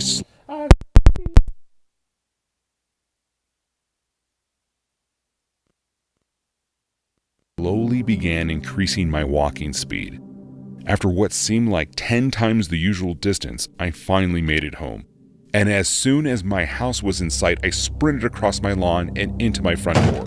I locked the door behind me and began to fill my mom in on my experience. She was quick to write it off as just me being on edge and assured me that everything was fine. I tried my best to agree with her on that, but something in my gut wouldn't let me settle down. After a very long day, it had finally hit 10 p.m. and it was time for me to go to sleep. But sleep never came. Instead, I kept tossing and turning in my bed. I could swear that I still felt someone watching me. After a couple of hours passed, I had begun to drift off when out of the nowhere I heard what sounded like scratching on the glass. I immediately turned to my window, where I could swear I saw the edge of someone's shirt as they tucked themselves behind the wall. Before I could react, I heard my mom yelling for me. I leapt across my room and ran through my door, slamming closed as I passed. When I made it to my mom's room, she told me to close the door. After I did, with no questions asked, she said someone is outside of the house. My heart began to race. The police are on the way, just stay in here. My mom pulled out her phone and opened up the security camera. The man wasn't there anymore, but at a closer look, we could now see that my bedroom window has been opened. It wasn't long before the police arrived, though it felt like hours. By the time they got to my house, whoever it was had left. As I began to tell the police officers about the man I had seen at school earlier that day, he said that he and his partner would search the woods to see what they find. When they returned, I was horrified to find out they had found what they said was a homeless person's campsite. They said they also found a small journal with drawings of my classroom window, and at the last page, he had written, "It's time." To this day, no one knows who that man was or where he went. All I know is our dog has been sleeping in my room ever since. This story happened my senior year of high school, which was about 5 years ago now. That year, they added this new room at the back part of the school. I can't remember the exact name they used for the room, but it was basically just an area with several computers and tables, and it was used for giving students extra help with school or making up tests and things like that. It had been made out of an old abandoned classroom that wasn't used for several years. At this time, I had been out of school for 2 days with an ear infection, and in that time, I missed a math test. When I returned to the math teacher, he allowed me to make up the test during study hall, so I went to that new room to take it. The teacher, Mr. Marcus, didn't want to have to go to the room and watch me take the test, so he let me go by myself and said he trusted me not to cheat. I walked He better than me, but I'm cheap. My fault, y'all. My fault, bro. all the way over to the room, which was pretty much on the complete opposite end of the school. I'm playing, y'all. I ain't cheating, bro. And once I got to the room, I sat down and began the test. It wasn't too long of a test, but it was a really important one. Right when I got to the third question, the telephone in the room started ringing. I didn't want to get up and answer it, but I figured it was probably Mr. Marcus. I walked over and picked it up. When I did, I was told we were under a lockdown and there was a suspicious person in the building. I was scared being all by myself back in this room with nobody else there. There wasn't even a classroom next to me I could go to, because this classroom was between 2 locker rooms for the gym, which was also nearby. I did what I was instructed to do and shut the door. As I did, I decided to take a quick look out into the hallway. It was completely empty and quiet as well. I went back in and decided to turn off the lights. I went out of sight of the door and went towards the back. Then I took out my phone and used the screen to give me some light to try to do more questions of the test. However, I couldn't really focus with us being in a lockdown. Suddenly, I heard the door to the room that I was in open. It was at that moment that I remembered I hadn't locked the door. Quickly, I ducked down underneath the table that I was at. I could see just barely from under the table a small amount of light coming in from the doorway and saw boots on the ground. At least they appeared to be boots, as I couldn't really see much. I was terrified, and I held my breath so that I wouldn't make a sound. Whoever was in there stood in the doorway for a while, and then the door shut. I barely heard footsteps walking into the room. I was literally shaking, trying not to make a sound. The room then went completely silent and remained that way. I slowly breathed in and out as quietly as I could. I was expecting at any moment to feel someone grab me from behind or something like that. I built this website. It's crazy. But then, out of nowhere, I heard the sound of a computer falling off a desk to the ground. Then I heard the noise of a man yelling and screaming. It seemed as though whoever was in this room had gone into a rage and was screaming and smashing things. I opened my eyes and looked over. I still couldn't really see anything, but I could hear where all the noise was coming from, and it was at the opposite end of the classroom to my left. I was terrified and knew I needed to get out of there. The exit was directly in front of me and to the right, and the noises were directly in front of me to the left, so I figured I had to make a run for it. I took a deep breath, and then got out from under the desk and ran as fast as I could, as whoever was in there continued to seemingly destroy things in the room. I ran forward to the door and was just barely able to see where I was going. I stumbled into a chair just before the door, but I was still able to make it out. I heard the man yelling as I left the room and sprinted down the hallway. I ran all the way to the front end of the school, where I saw a police officer. I yelled where the guy was and that he was destroying things. Another officer led me out of the school. After some time, I was able to calm down and they ended up catching the man. I got to go home right after that, and I feel so lucky that I made it out of that room, because obviously whoever was in there was very dangerous.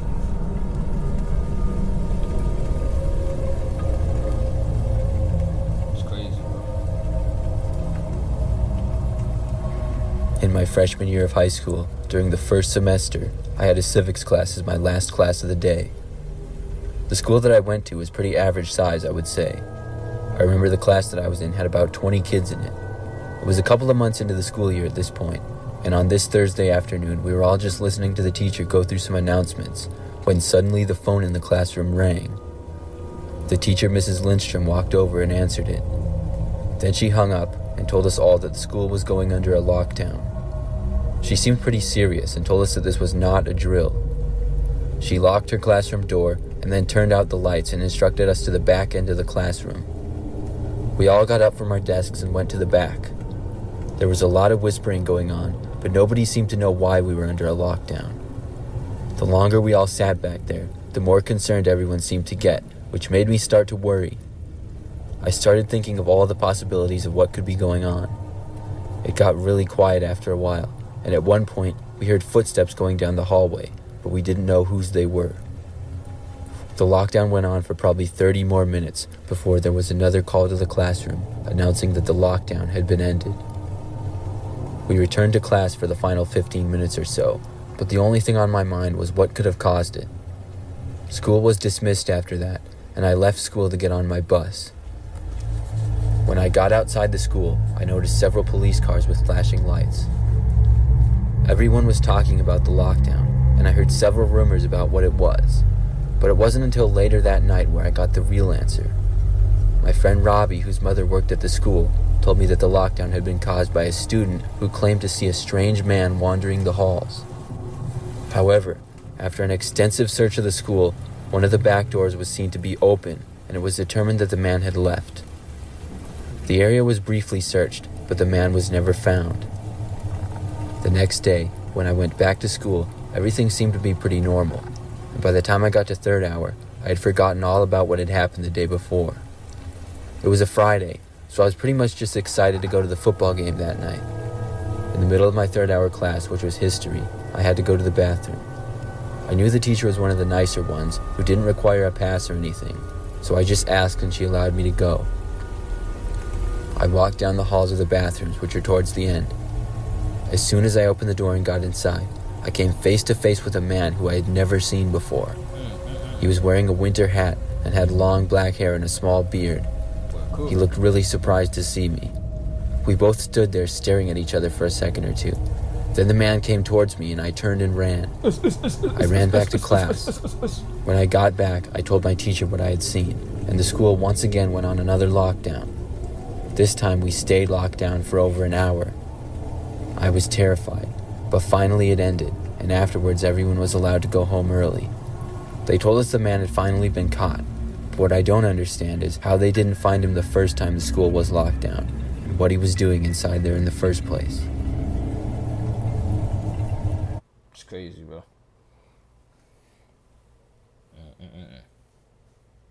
But here they got this dark world, man. I'm not looking at this.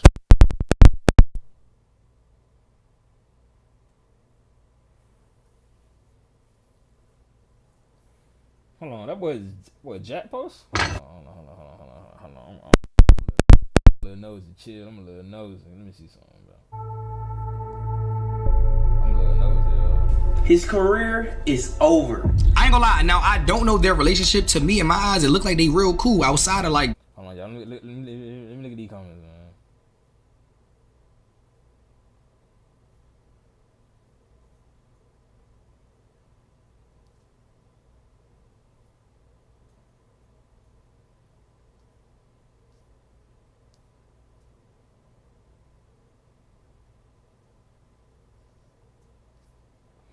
Yeah.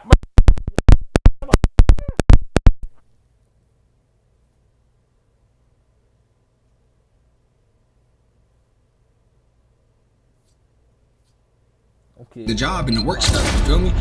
I got into it with Jack about no money. This ain't no about no money. Scratch the money out, all right? It's completely about the money. Jack TV weird because your mans needed help and needed some information, and it like you wasn't helpful at all. Don't mind your business, bro. What you talking about then? What you gotta chill now, bro. For what? We doing our job, bro. There's gotta be something here. This don't make sense. He know Jack can't respond all the way. How he's gonna have to respond. Gabe has officially left Jack TV. It just seemed like you didn't want to help your boy out. I'm not about to not pay you to come risk your physical body to some lunatic that might go crazy. Some girl might run around the house with a knife. You better not let me get a knife, though. You better not let me get a knife, though. Can't trust Jack. Jack TV's brother. But he working with Gabe. What's going on in that Jack TV circle? For y'all to actually understand the full story of Jack TV, the first thing that y'all have to understand is that none of this is real.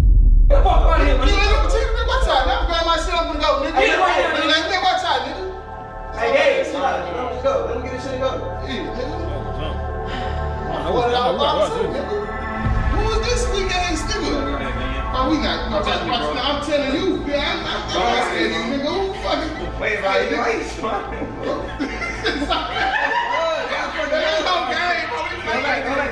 Whoa! Hold on, gang. Hold on, gang.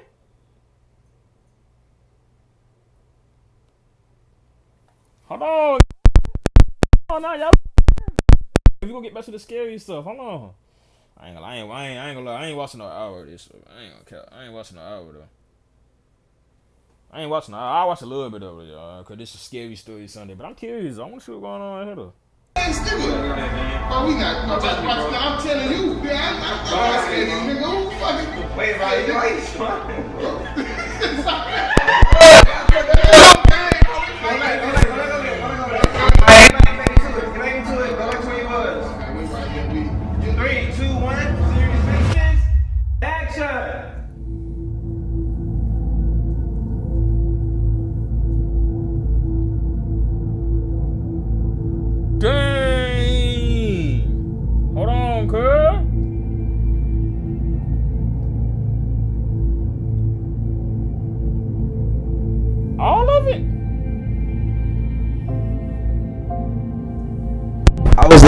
baby on the street, and my mama used to have everybody on the street watching us, literally. So this is a historic ass street, bro. Honestly, all the houses actually look the same, like over there and shit. None of this shit. All this shit new right here. Like, none of this shit was here, obviously, or whatever. I'm the mother of 7 kids. I have 4 girls, 3 boys. Jack is the youngest boy. That's good advertisement. Yeah, that's funny as hell. Nigga called the office is on the wall. You like, what the fuck? He think this bitch is gone. Yeah, he tripping. Mm-hmm. I met Jack when I was 11 years old, so we've been best friends for about 20 years now. We met the summer before my 7th grade year in middle school. We went to Hamilton Middle School together. Hey, look, boy, this shit nostalgic as fuck. This shit didn't change not one bit. Damn. Bro, everything is legit, like exactly the same as we left it. The basketball goals and everything. It's weird. It's kind of weird. We met at the big park in Studewood, Texas. And we just been close ever since. Then after high school, he went to the army. This time, place your weapon from safe to semi. Watch your lane. Left. He didn't like that too much, and I was happy about that. Growing up, doing things we had no business as kids. Hey, tell Ron and them what we used to do right here. Man, we used to throw hella shit right there. That was my most fun. Bro, it used to be hundreds of kids right here going to class and niggas be chunking shit in the air and just land on your head. Growing through life together, learning together.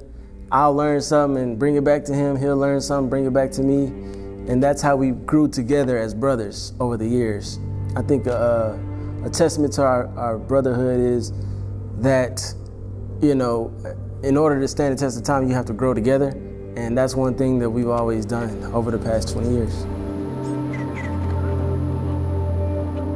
Jack has always been competitive. Since he was a little boy in elementary. He just was very just super competitive. Like he wanted to always be the best. Knock, knock.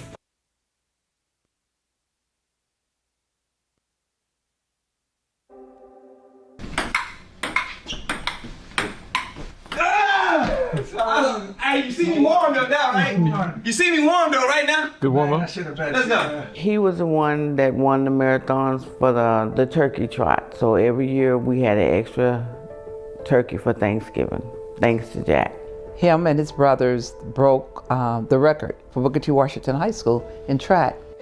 If he lost that video game, he may throw it. We had to tell Jack something. He had a temper. He did not like to lose. He be getting lucky, bro. Run that shit back. That's a warm up. Yeah, this man be getting lucky, dog. Run it back. Let's go. In real life, Jack is, he has a vibrant personality. I think one thing that you're telling Jack does. I hate that shit. I done told him I ride them goddamn motorcycles. I have to take a big ass policy out on him. So if something happened to him, all the needs and wants that he have supplied his family and his boys with, I'm gonna have to rise to the occasion. But it's gonna be with his death policy. I told him to get his ass on the bikes a long time ago.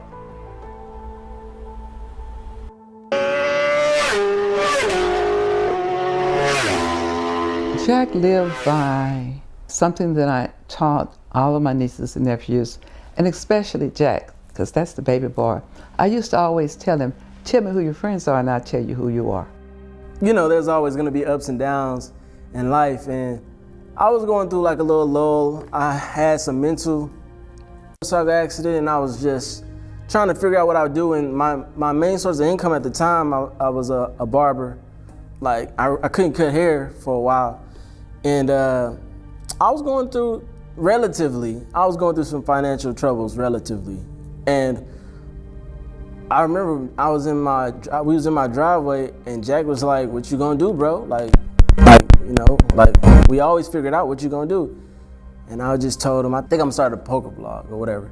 I started it and it took off pretty fast.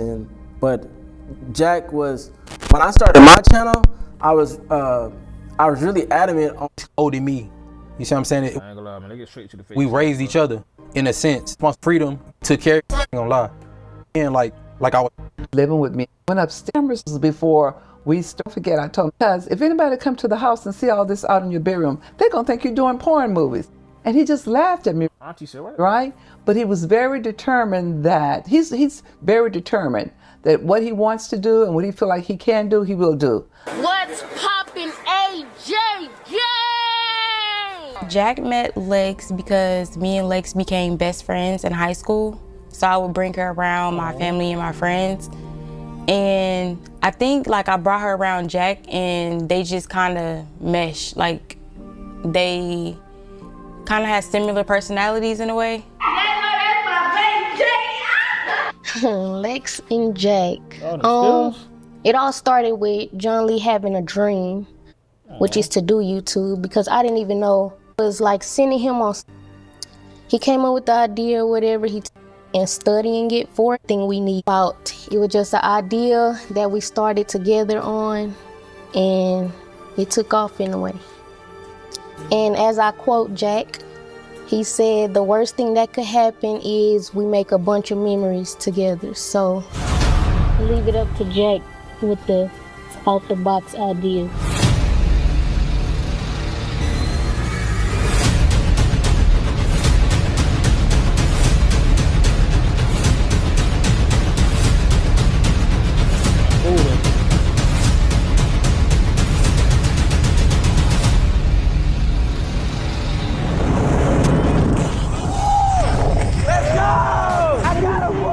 As far as I can remember, I think it was like 2017 with him and Lex. They had a channel called The Wavy Gang, I think. I think it was called The Wavy Gang, and it was like Team Jack, Team Lex, or whatever.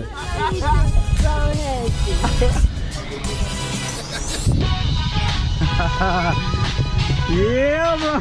Hey, two boys. Help, sir. Go. Oh my God. Two boys. I honestly think like, Dino. yeah, I honestly think like when they had kids, their work ethic like went through the roof. We were working together towards something that could, and like I can't. Like we really got closer like when he really started all together. We had started a channel called Crazy 8. And on Fridays, I'm going to Jack House on a weekend because we finna shoot some videos. So, and every video was fun or crazy and stuff like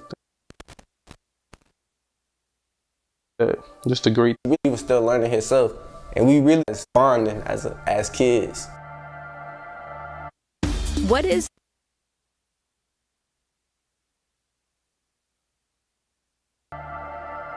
He's been just.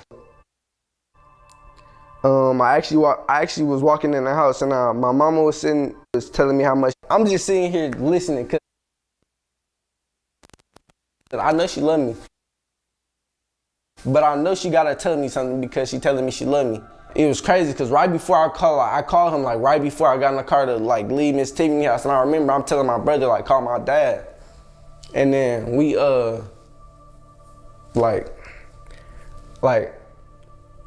once my mama started telling me like she loved me and stuff, she ended up like she had Jack actually tell me like Jack told me like my mama ain't even tell me like Jack is probably the closest person I'm close with. So Jack once Jack told me I really ain't know how to think about it for real. Like I couldn't even breathe. Like he told me my pops passed, but for him to even do that, like that's some real stuff because my mama couldn't tell me, but she was right there with me. But like to not to put that on somebody else and for them to be able to tell you, like that's when I felt like I could tell him anything. Jack put a like he had me big baby crying. You wear my drawers. I don't wear drawers. Off the wall. Te voy a decir, no te lo... Your ass over here. Vos pensaste, what's going on? We saw everything. Porque lo que te voy a decir no te lo vas a olvidar. Vos pensás que me podés cagar hacia mí. Look, I lied, okay? Obviously, your ass over here with another nigga in the car kissing us. Your best friend. Man, what's up? What the fuck you doing? Man, watch out. Watch out. What the fuck is you doing, bro? Bro, what is you doing? You look like a big ass mustard bottle. Get the fuck out the car, man. Get the camera on my face. 22, since then it's been up and it's been elevating. That's why you in the bed with my mama, bro. Excuse me. Hey, bro, man, I'll put this camera down and get with your ass, nigga. What you talking about? Bro. Yo. So you guys, Malik started to do a while. It did everything else. Porch. Bro, we can't do that shit no more. Matter of fact, you can have your shit. Your shit will be on the porch. Bro, we can't do that shit no more. Bro, we need security, bro. Thank you to everybody who reached out tonight. Y'all remember how last time I came in, got a little hectic, so I just want to make sure everything goes civilized this time or whatever. I'm basically about to ask Nicole's mom to give me my phone back, and if she don't give my phone back, then I'm just gonna have to call the police, bro, at this point. Appreciate it, bro. The reason why I brought Gabe along was because I knew for a fact that this was the perfect opportunity to integrate him after getting my phone took, and now I had like a little tussle with the guy that was in the video, so it was a perfect opportunity to start running security. And this is the first video Gabe was a part of.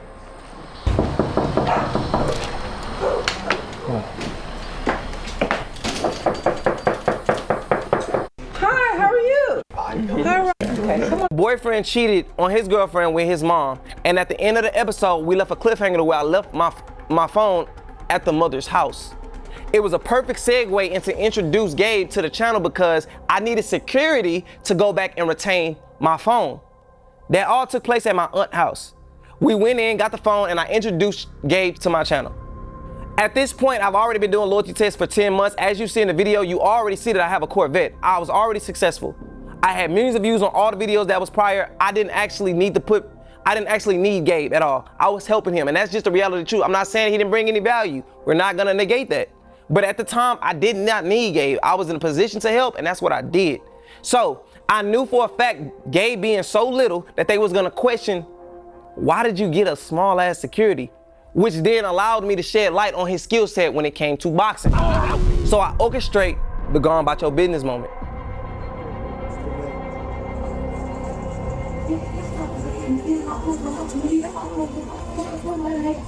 So we like, how could we implement the security in the channel? And Jack always been smart, like a mastermind, so he came up with it. We met at CVS, and Gabe brought the dude. He knew he was gonna fight the dude, and the dude knew he was getting paid. We told the dude what he had to do. We saw the guy coming, we pointed him out, we knew he was coming. And everything happened. We told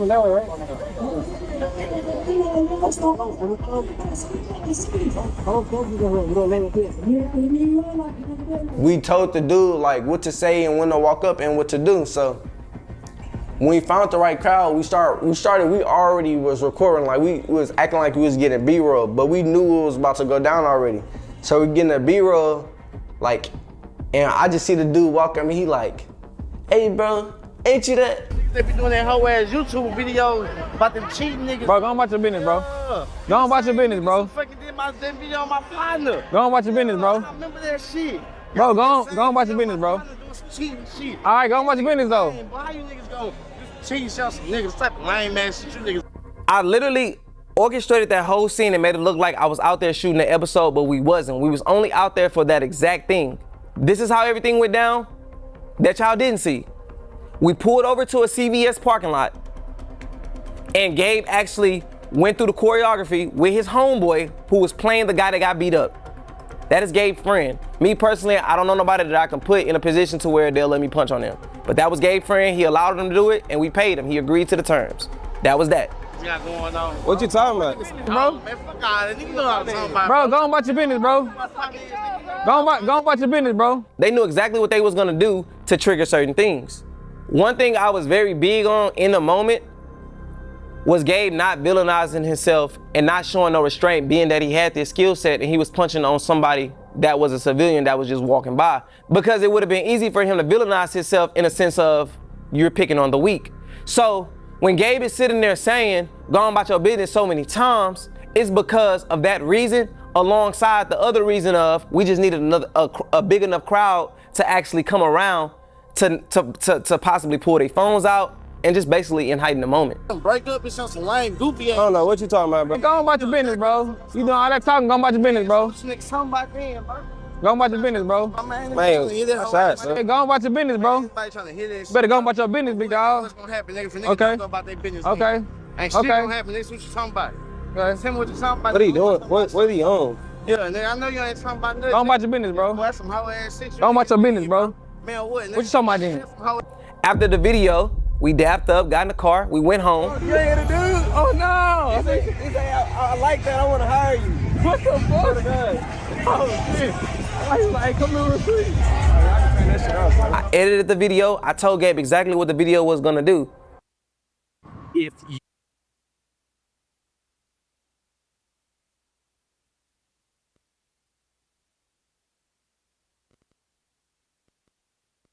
and I posted it. I was the first person to drop that video and it went crazy. The way Johnny was able to create an illusion of what he wanted to create for his platform, because he knew long term what he was gonna do. Number one, it was brilliant, it was strategic, because he knew, like, I'm gonna create you a character to make you important on my platform, because I'm going to build a narrative and a character for you that people are gonna wanna see over and over again. So when you think about it, it's like everything about what you're trying to create and portray to the world, break it back down to its lowest form. It's because Jack TV said differently. Johnny created that. So it's like, why are you going to video and saying, hey, let me tell you guys what it really is. Let's tell the world what it really is. You're only able to do this because somebody created a character for you that you happen to play. He's a content genius, and people are gonna find out after this, whatever route he decides to go, the cream gonna always rise to the top. That's what I told him. He did a lot, like building his platform for him, and making certain moments for him so that he can have a name for himself and so that he will be able to branch off and make his own money. Step out. For what? Bro, just cooperate. Bro, nah, for what? We doing our job. We ain't gotta step out for what? Step out the car. Bro, they doing too much, bro. I'm about to move it. You gotta open the door, bro. I got it. They doing too much, bro. All right. Come on, bro. So these are my camera guys. They gonna film just for our protection. And We got three, my man. What? Dang, we just doing our job, bro. Come bothering us. Bro, chill out, Gabe. Oh, they ain't bothering us, bro. I ain't gotta tell you nothing, bro. Like, what are you talking about? I ain't gotta tell you nothing, bro. We had an episode to where it took place at my father's house. And I actually hired real cops. Like, come on, bro. One being the chief of police. Like, y'all come over bothering us, bro. We ain't even doing nothing, bro. I ain't giving you nothing, bro. I'm telling, bro. Trust me, bro. Trust me, bro. Come on, bro. Get off me.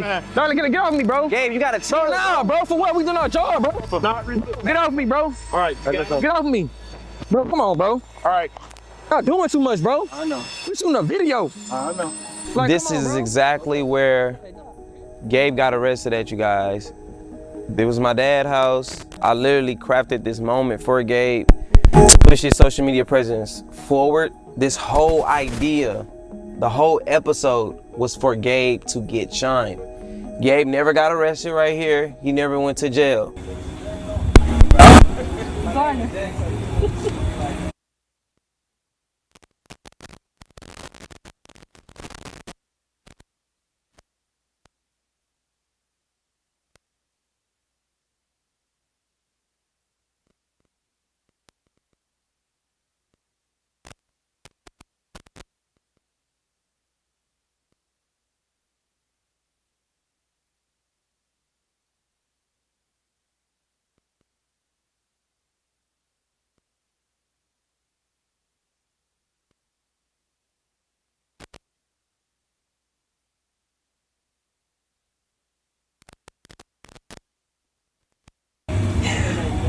Oh shit. Man, I know you ain't losing that key. I swear to God. What do you think I'm looking for?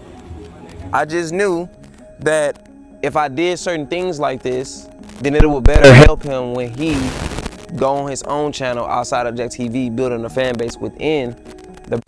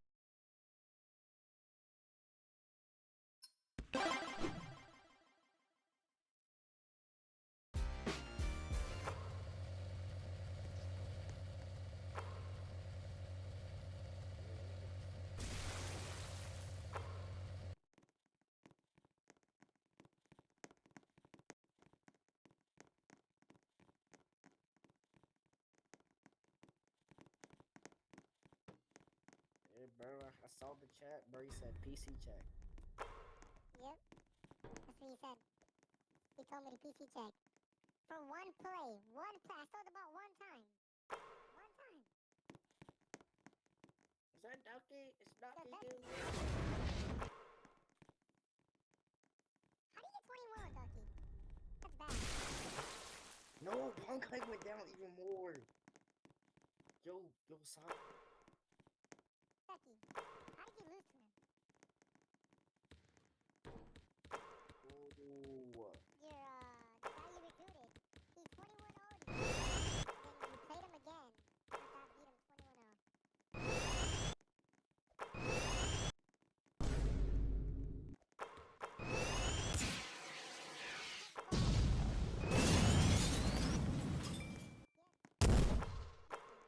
That's the only time.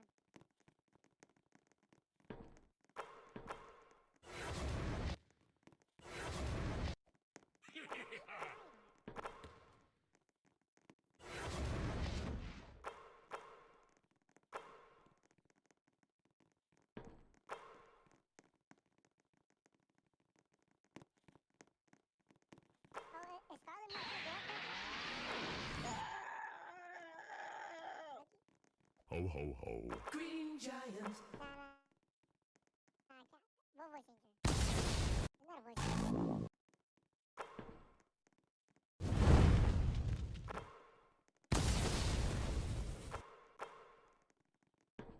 Out of all customs, ayo. Come on, bro. Ducky, when did you get AO? When did you get that? Ho ho ho. Green Giant. Did you ask AO? Did you tell AO to give me it? I give him Scarlet or something. Should I give him Scarlet? For AO? Ducky? Should I give him Scarlet for AO? Huh? You got Aurora?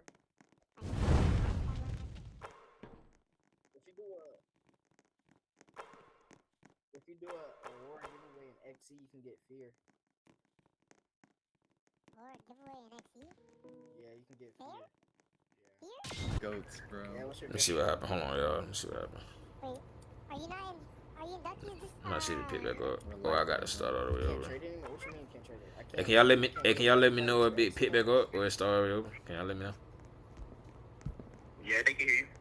I can hear you now. Can y'all hear me on stream though? Yeah. Yeah. Alright, bet. Alright, cool. Hey, did the live start over or it picked back up? I said, did the live start over or it picked back up? It picked back up. Oh, that's perfect. Well, I love the Mackie. I love the Mackie. Bro. I love the Mackie. Love the Mackie, man. I love the Mackie, bro. I ain't gonna lie, y'all. I just want to play basketball with my cousin, and we about to play some scary games the rest of the night, bro. I ain't gonna lie. Hey, on y'all think somebody come to the 3v3 court? We gotta play twos with Shine, bro. Oh, damn, I see somebody right here. He good? I don't know. About to find out. Hey, as long as y'all can hear me, I'm cool, bro. I got that boy Bjorn. Hey, that boy Q guard Mike. Yo, this live event should pop up on my thing again, bro. He made it? Bro, y'all see how many 99 overalls in the park, bro? Yeah. That's crazy, bro. Oh, yo, on that. Oh, my bad. I don't know why I'm doubling. I'm tripping. I don't even know why I'm tripping. You can't mess with a Snoop Dogg. Woo, woo, woo, woo. I don't even know why I'm tripping. Good shot, Q.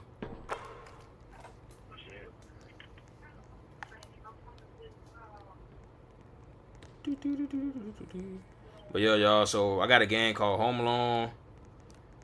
We gonna play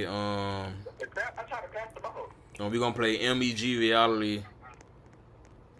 And we got a couple more games. But why I'm lagging so bad? But my ping is at 3,000. I just realized that, bro. But why I keep doing that? But yeah, y'all, we got some games, man. You know what I'm saying? If y'all hear my cousins on speakers, then y'all can hear them. Y'all probably can't hear them, though. My headphone kind of powerful.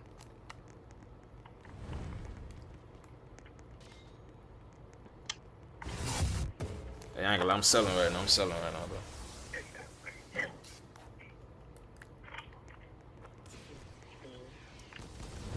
Bro, why does it keep doing that? You're good. You gotta be cool. He's so, I don't even know why he emoting. I don't know. I'm trying to set him a pick.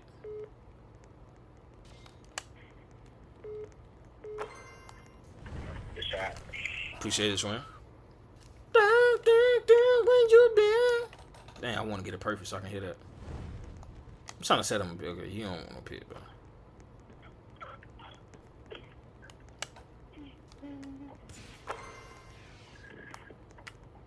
Hey, he a 9 now overall. I just realized that. Hey. Whoa. Hold on. Why my lives just froze like that, bro? I need this boy this game.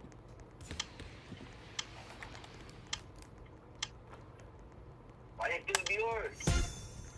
I didn't know he was gonna come back. My life froze, boy. I almost got PTSD. Man, he out here shooting me BS, bro.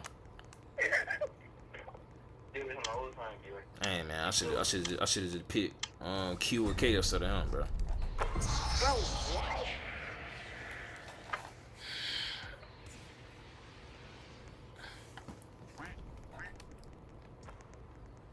That's not a steal? Oh my goodness.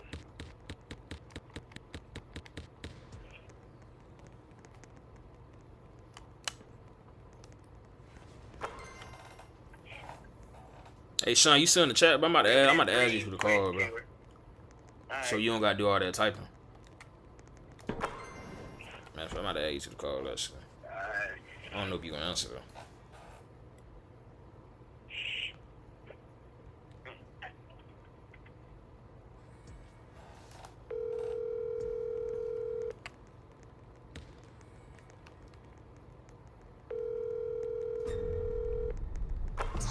I don't know if Sean gonna answer. I don't know what you're doing.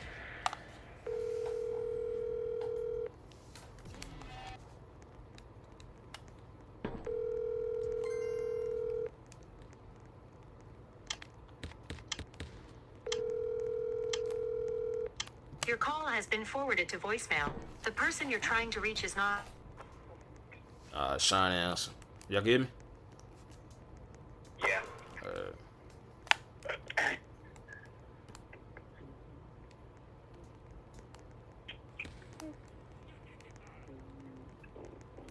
It's that way. Oh Lord, that boy Kale shot a good. You good? I got it. Hey, that boy doing a windmill. How you get a windmill? I don't know. Then he jumping high as free. He got it. That boy got to be cheating. Man. God, bro.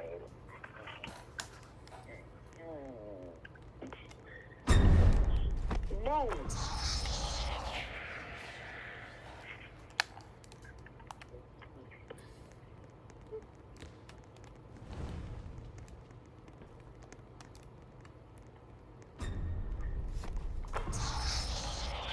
I swear, boy.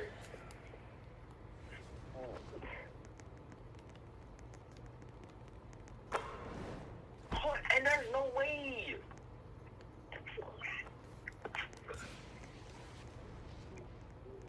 I ain't no okay. I'm low-key getting carried.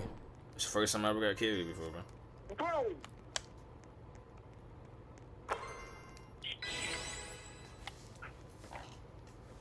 Yo, Sean, where you at, Sean? I try to add you to the car. Hey, bro, I ain't gonna lie, bro. I don't want to play with you ever again, bro. Yo.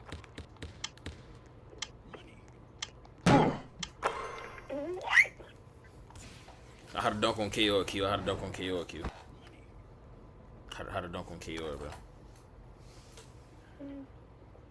Oh, Lex. She 0-5.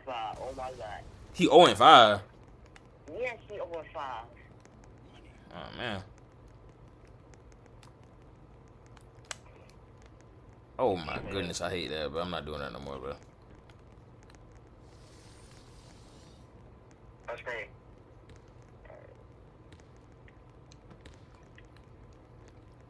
Yes, I can.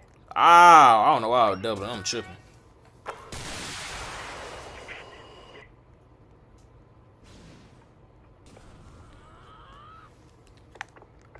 Come here, Mio. Shot.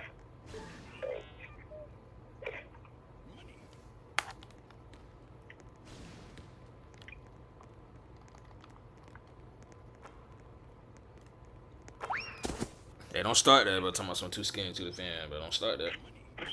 Bro, what? Don't start that, bro.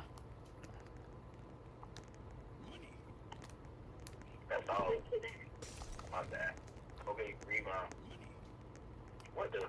Bro, I ain't a new kid how the ball, bro. I thought I had the ball. On the guys. Touch screen. On the guys.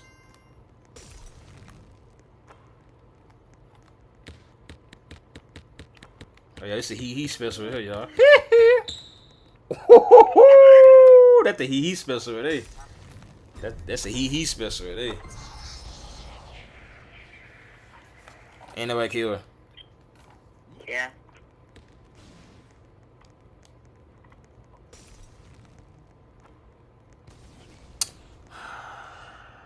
Stay with Kenny Ward. Not fault.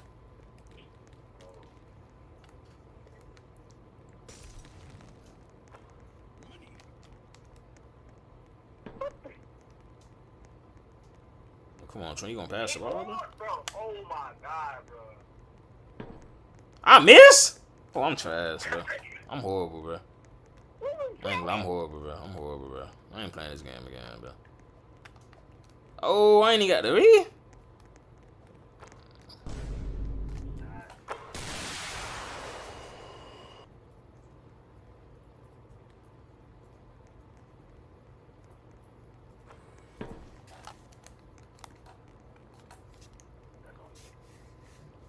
Hey, what you mean too skinny to shoot, bro?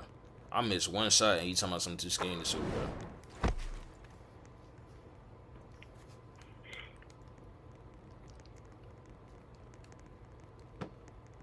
I'll go block you. You hear me? Yeah, appreciate it.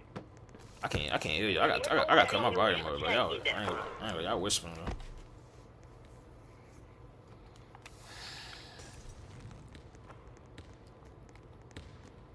Hey, switch. Oh my goodness, bro. Listen, man. Cold-blooded cheese. Oh my goodness. Oh my goodness.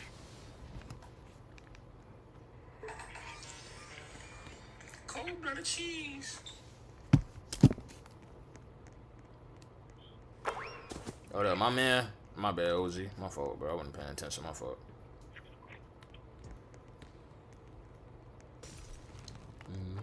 You telling me you falling out of love with me? You telling me you falling out of love with me? I passed the ball and he fielded it. Yeah, why you ain't pass the ball, gang? What you got going on, bro?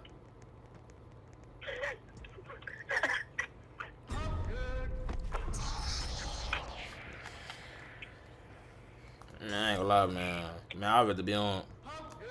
Man, I'd rather Mad Max be on my team versus him, bro. God, bro, he gonna shoot that dumb shot, bro.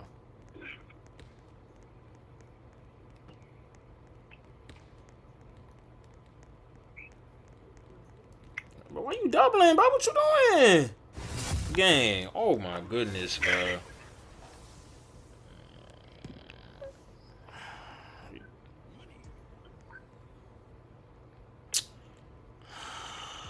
Yeah, go somewhere else, man. I don't even want to play no more, bro. I'm not playing with him again, bro. Quit. I'm not playing with Buddy again, bro. Man, it's trash, bro. I'm not playing with him no more, bro. Y'all might see if I can get somebody on threes, bro. I don't really think nobody here for real, bro. We might need to join a new server.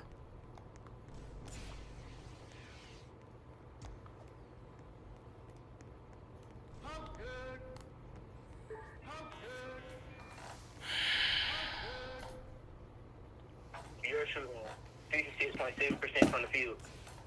You said what? You shooting 66.7 from the field. You said what, Q? I ain't heard you. You shooting 66.7 from the field. You shoot. You said I'm shooting 56. Yeah. Oh, I need to get that up. I'm glad you told me. Oh, you said 66. I don't know why I thought you said 46, bro. No, I said 66. I ain't gonna lie. Somebody, I ain't gonna lie again. Somebody's shooting 0%, bro. I ain't know that was possible. Bro, me and you got 17 points out the whole time playing this game. There's no way. No, kid. I think this just for I think this just for today. Yeah, hey, go to lifetime. Go to lifetime. Then you will see. Cause lifetime it said I got 595 and you got 211. 211. Yeah. I know I got more than that, bro. No way. Q, think about it, Q. You got another account, bro. Oh, true.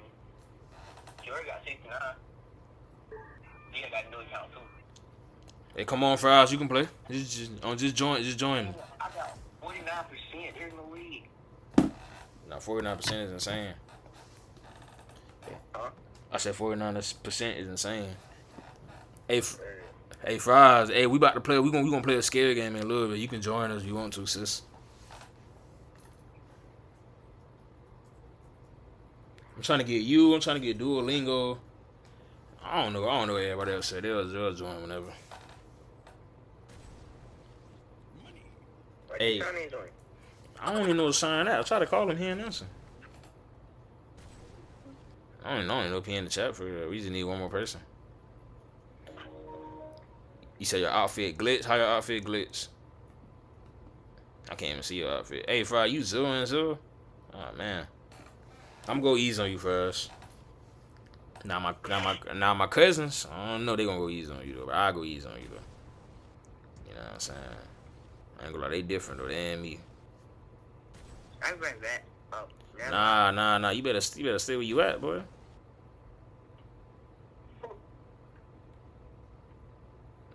Hey, if he don't get on, bro, me and her gonna have a problem. Me and her gonna have an issue. Hey, Q, tell Gang to get on, Q. I said, get your ass on.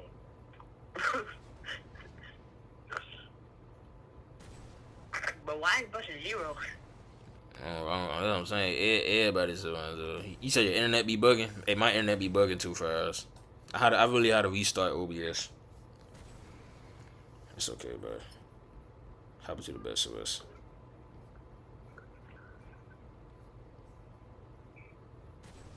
Alright, let me know the game start, bro. Cause I don't know what they got going on.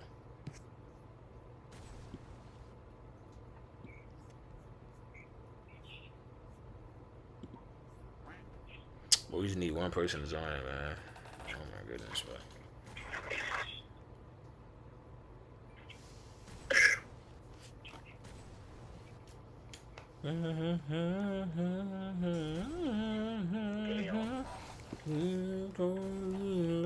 You're starting beer. Alright. Alright, Fry. You shoot with the right trigger. You shoot with the right trigger and you pass with the bumper and X. Alright, Fry. You gotta do a close up. Okay, Fries. Oh my lord, Fries. Fry, what kind of shot was that, Fry? What kind of shot was that, Fries? Oh, why are they here? Why ain't you took 3 beers? I ain't gonna lie, I just want to dunk. I ain't gonna lie to you, man.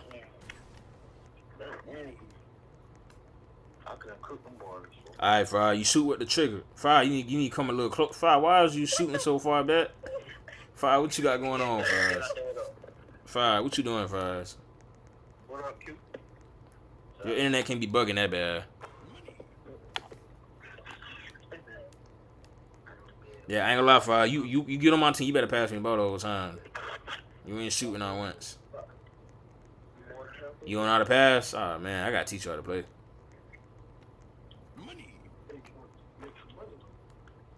Ho ho ho. Green Giant.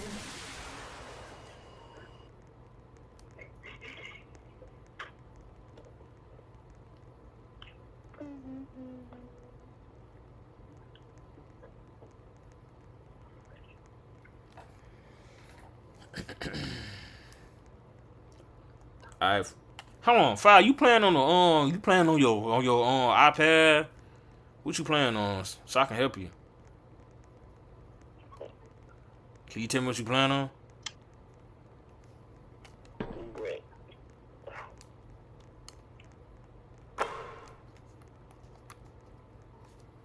You on PS5? Alright, bet. So look at my hands. Look at my hands.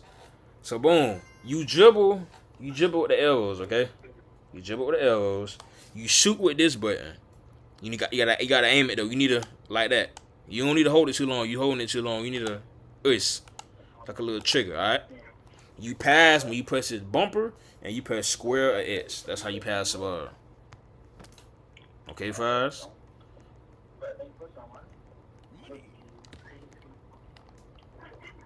I can't steal the ball. Yeah, I got you. I just want to help you. Cause if you be on my team, you do that to me. I ain't gonna lie. You getting. I ain't gonna lie. I'm kicking you out of class. I ain't playing. Your contract will be expired. I don't need you doing it on my team. I just want to teach you. You said what? Yo.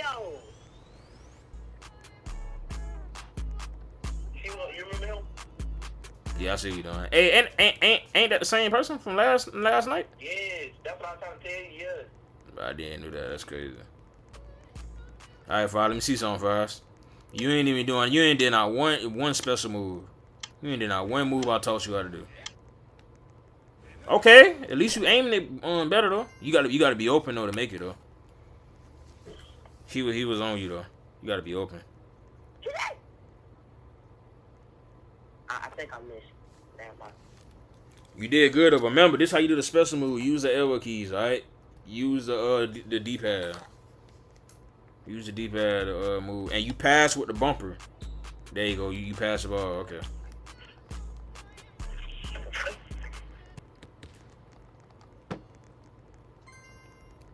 if this dude don't start stealing my steals. Bro, that my steal. What you talking about, bro? Nah, I stole that. But that my steal, bro. Chill, bro. That boy be capping. Why lie back? Am I throw you a oop? But how you throw a oop, bro? I don't know. You don't know? No. What the? Yo, Fries, come on now, Fries. How you gonna get it steal and throw that dumb shot up? You said it's a 2v3? Yeah, I understand that. It is a 2v3. That ain't fair. I ain't gonna lie. I gotta teach you how to play. I'll teach you how to play.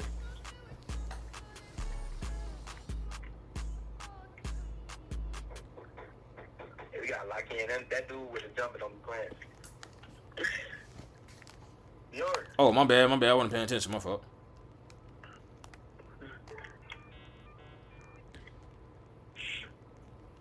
Shoot that K. Never mind. You took a little too long. It's okay. I don't know why you throw that, but it's okay. Don't worry about it. Keep your head up. Let's play defense. Yeah, I got Batman. Alright. I got oh my goodness. Okay. Hold on. Okay, everybody. All we gonna do is debrief. KO, you got the dude who guarding you with the tie. Right? You got the dude with the tie. Q got his man, and I got dude who shot the ball in your face, kill. The dude right here with the wicks, I got him. Alright. You gotta lock up on that. You said what? Bro, how did you say that? You good, KO? Just stay on. Oh Lord, he ain't making that though. Don't worry about it. Oh no, that's still. Hey, somebody get open. Who open? Dang, both of y'all. Dang, they guarding both of y'all. Oh my goodness, bro. Yeah, I'm on that. You ain't going over. I'm on that. He made that? That's a 0%? Alright, bro. Whatever, man. Whatever, bro. Shoot that Q. I see you. You said it's my 3rd week and I'm already failing one of my classes. Hey, Fries, you good? If I keep your head up, man, you gonna pass that class, sis. I promise you will. I know you will. I got faith in you. You are very smart. I don't know how you keep making them shots, but hey, KO, I got him, bro. Who shot that ball? I got him. All right. You get dude with the wits, bro.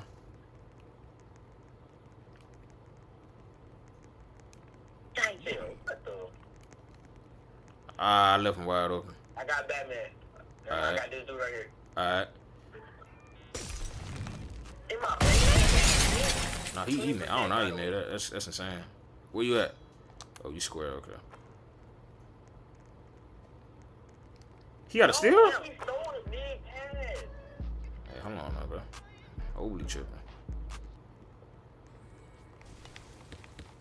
You said I'm cooking? Nah, I'm not cooking. I'm not gonna lie to you. You square. My bad, Q. I be forgetting, bro. My fault, bro.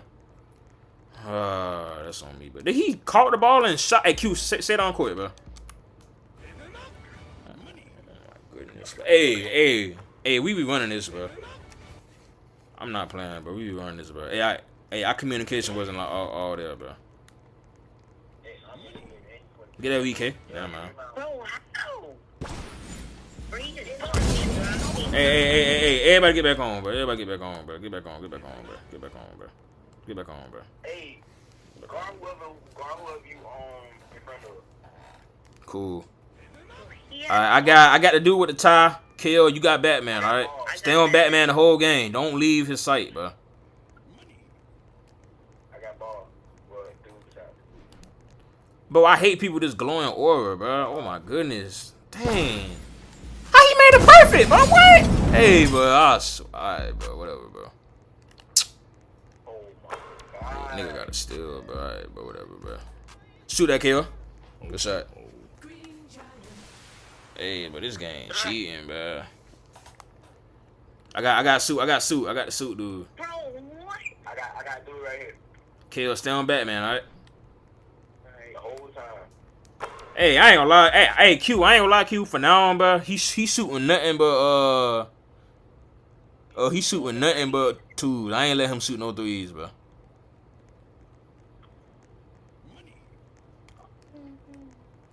Damn. You got him, Q. Brick. He ain't making that. Oh my, what, bro? Gang.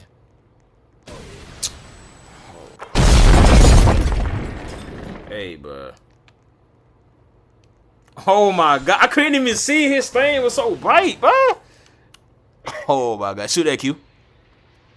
Hey, if I ain't gonna lie, y'all. This what I'm gonna do. When I take the ball out, y'all just run down court, bro. Bump it. That's the only thing we can hope for at this point, bro. Cause they cheating, bro.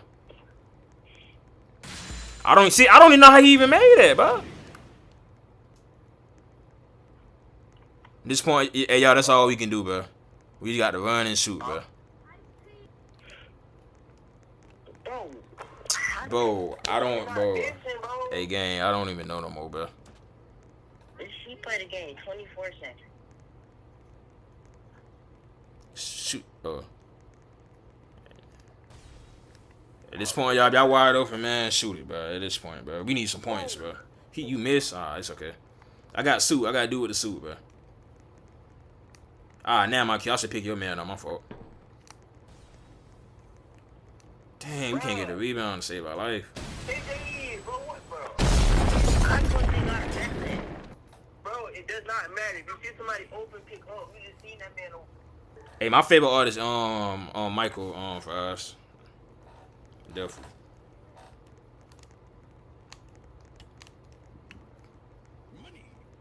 Kel, why you shot the ball, Kel? You was open.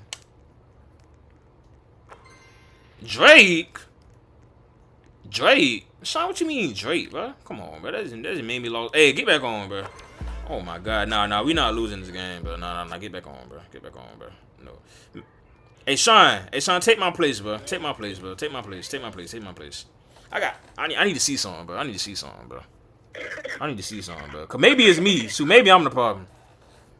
Bro. Maybe I'm the problem. You know what I'm saying? Maybe I'm the problem. Let me see something. Maybe y'all gonna win without me. Maybe it's me, bro. Maybe I'm trash.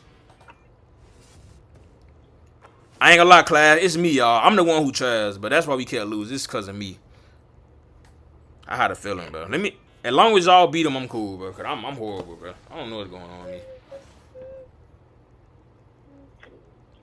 I'm horrible as I don't know where, bro. Bro, how are they jumping and shooting, bro?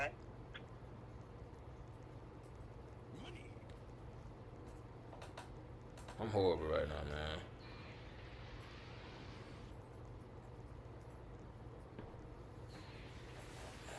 This nigga took it out the realm.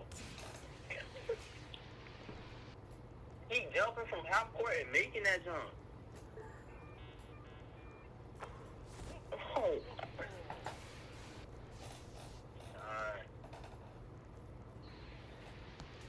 That boy said he'll do Kanye. Ain't nothing wrong with Drake. I just like Michael better than Drake, that's all. See, that's the problem. It was me. I was the problem. That's what it was, bro. My bad, y'all. Hey, Mike, you say your favorite artist, Bjork? Hey, I appreciate that, man. Hey, y'all know I'm the greatest artist of all time, man. You know what I'm saying? Me and Michael like 1-1, bro. Real talk, bro. You know what I'm saying?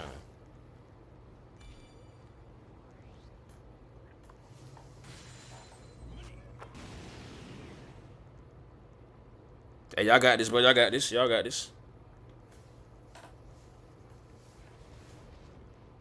Oh. Good shot, son. See that was the problem, Q. It was me, Q. I'm the one who tries, bro. That's the problem. You hear me?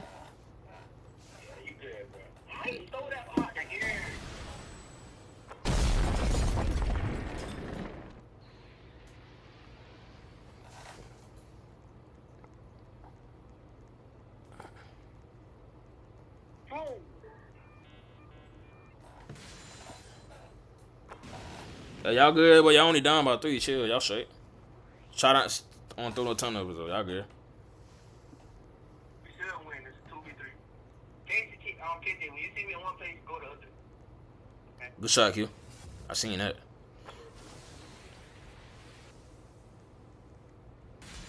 You say you're big bad hungry. What you about to eat, Fries? What you about to eat? Talk to me. You said your mom made food? Hey, tell your mom to get me a plate, man.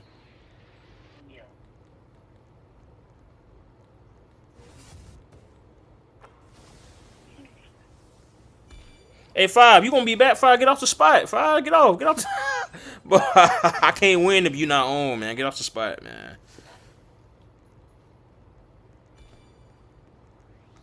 Yeah, there you go, there you go, there you go, there you go. Cause you gonna be AFK, so I'ma just play with them. When you come back, you can play with me though. Cause you gotta get some food, so.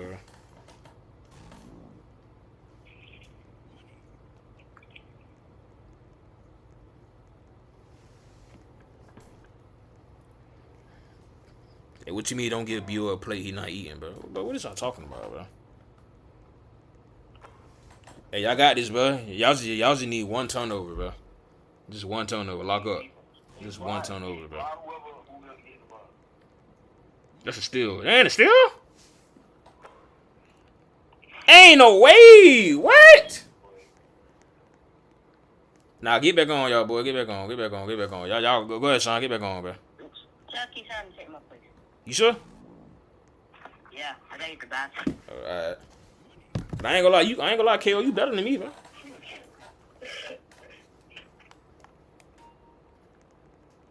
I got ball. I got top, bro.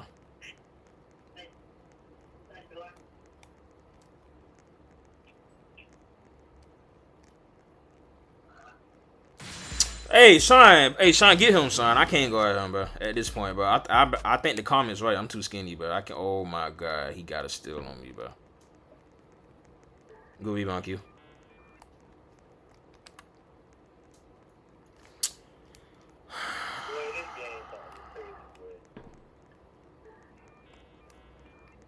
God, I despise this game with a passion, bro. Oh my goodness, bro. Ah, my bad, Q. I ain't meant to take it, man. That's on me. My fault. My fault. My fault. I see you, Sean. I see you down quick.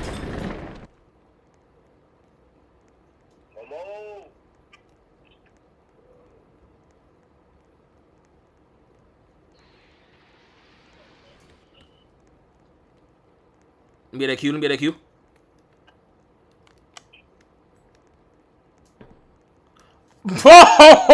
Hey, I'm about to get off, bro. Hey, you know what? I don't even want to play no more, gang. I don't even want to play no more. I don't even want to play no more. It's no way I miss, bro. It's no way I miss. It's literally no way I miss, bro. Gang, it's no way I miss, bro.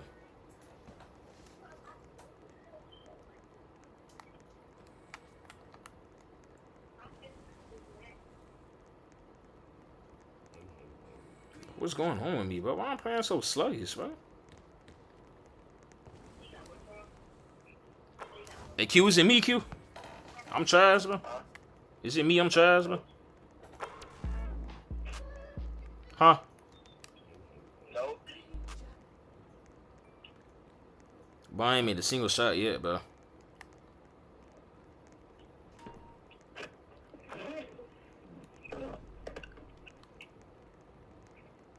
But still. Oh, son, I gotta add you to the call, son.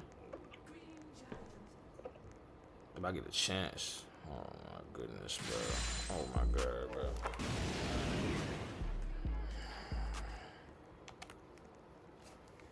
I'm about to add you to the call, son.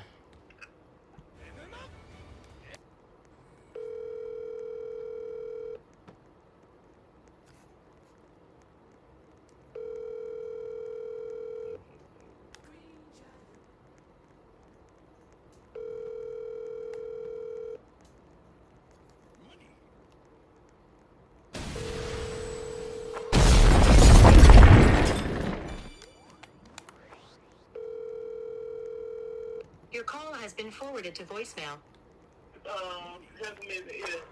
You seen it? Yeah. Oh, you good, son? Don't worry about it. Hey, I ain't gonna lie, Q. I don't even want to play no more, bro. You hear me, bro? Pick a different game. Hey, but I can't leave on no L though, gang. You right. I can't leave on no L, bro. You wash my hair? Yeah. You can wash everything, take a shower. I need you to help. You won't even help you wash your hair. Yes, I do.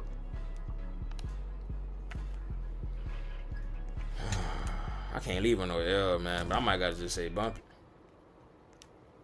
Yeah, but let's just play a fair game, bro.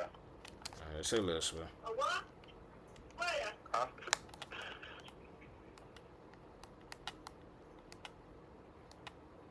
Alright, y'all. We got Home Alone and Sewer Screens. Which one y'all rather play, bro? Home Alone. Home Alone. Alright, I'm gonna see what everybody's in the chat say. That boy Sean said he ain't touch some grass. Now you right. What game y'all want to see me play? What game y'all want to see?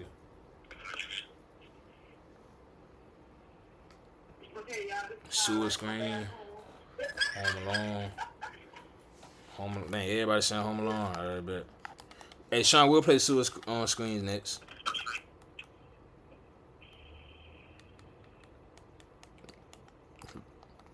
But what y'all mean? But what y'all mean? BO2 scheme to touch grass, bro? Man, boy, y'all something else, bro.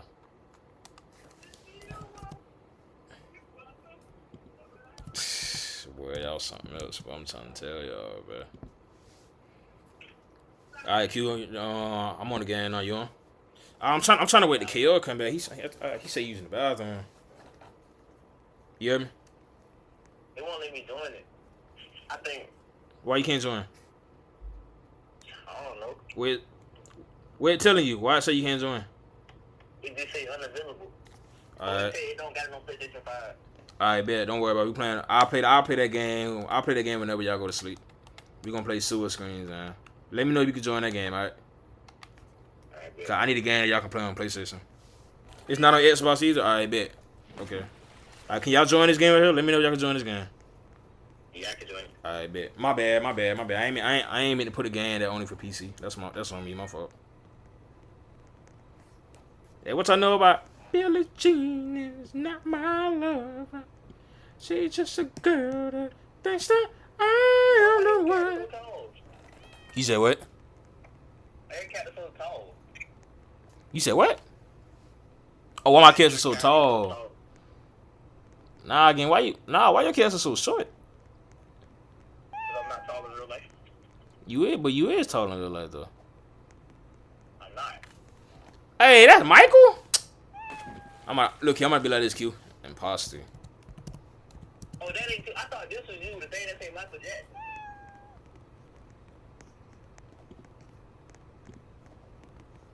You see how big does Michael Jackson dude is? You said what? You see how big does Michael Jackson dude is? Yeah, I don't know why he's so tall. That's crazy.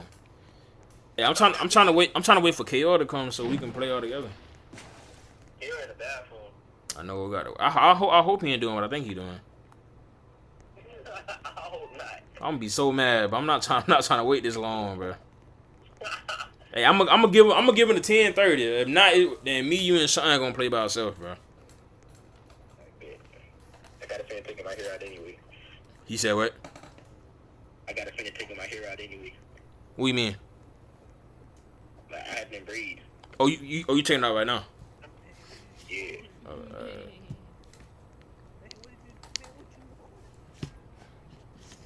Is he taking a dump? He text you that? No, he thought this shit in the chat said that. Hey, so you think we should start without him, bro? I think so, bro. And then whenever he joins, play a different scary game. Right, if we finish. Alright, bet. Hey, y'all come to the threes, man, bro. I don't want to play with nobody else but y'all, bro. Alright, bro. What's that fat line on your head? No. If it's another trash game, I don't know what they got going on, bro. Hey, Sapa say with y'all kings and queens. Oh, we already started the game. They ain't even show us how to play. Damn, but this don't look kind of scary, ain't it? Hey, hold on now. Yeah, hold on, bro. We ain't get an introduction.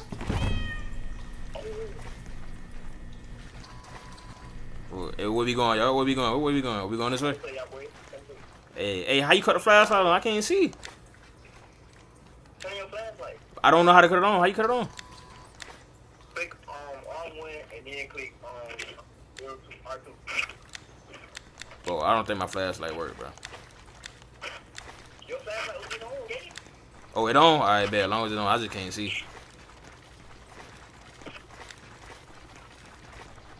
Bro, you sure my flashlight working, bro? Yeah, your flashlight working.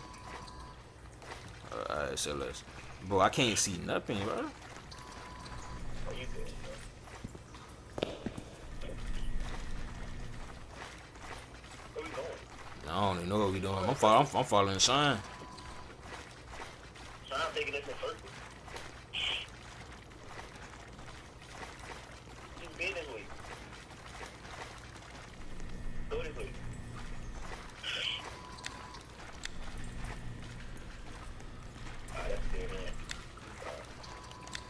Yo, my flashlight is not working, but I can't see nothing without y'all, bro. But why my flashlight won't stay on, bro? Bro, I need a new battery or something? Bro, I can't even see. Hey, can somebody come to me, bro? Oh, bro, my flashlight don't work, bro. Gang, how is your flashlight working, bro? Hold on, bro. I don't like this, bro. Click R1. You said what? Click R1.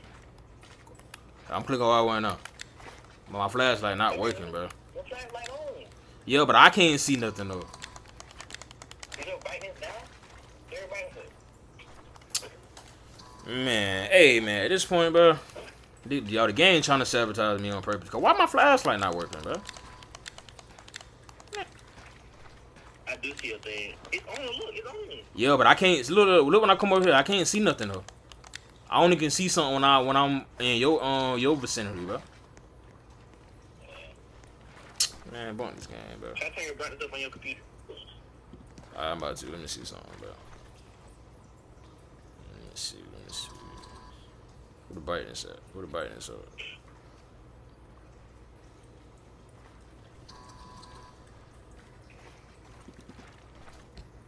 You know what? It don't even matter. But come on, y'all. I don't even care. It don't even, yeah, I'm on. It don't even matter. I ain't tripping. It's okay. I ain't tripping, bro. I'ma just stay with y'all, bro, cause I can't see.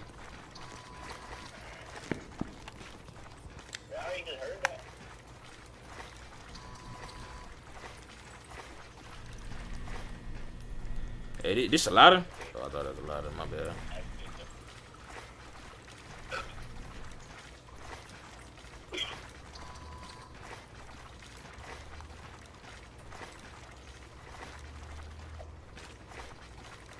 Are we going in circles, gang? I'm glad we going in circles.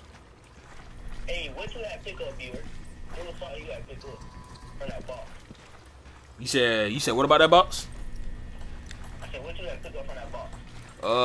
Something. It was something. I don't know if it was a tape or something. It was something though. Hey, come this way, Q. Come to the right, bro. Yeah, come to the right, cause I can't see. My flashlight cool. No, turn around, Q. Turn around. I can't see. Yeah.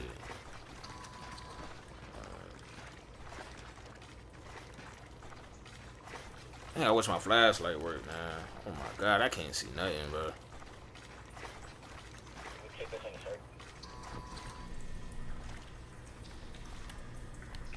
Like, my flashlight really don't work, bro. So what is this? What is what? This one dropped from me. I don't know what this is. I ain't gonna. Oh, something.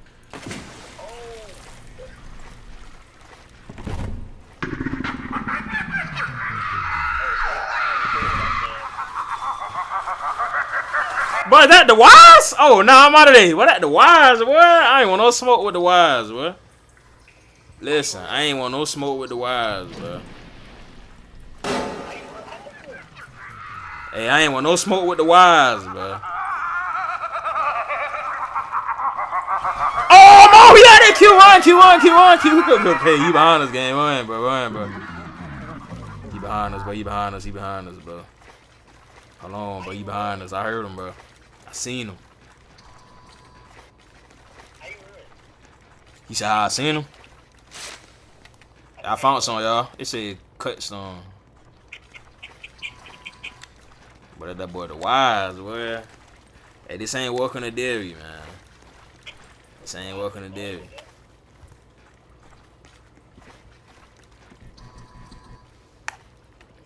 Oh, why my thing keep pausing? My bad, y'all. Bro, I can't even see, man. Oh my goodness, bro. Bro, it got to be a way I can cut this flashlight on, bro. I see you. Alright. Appreciate y'all for helping me, bro.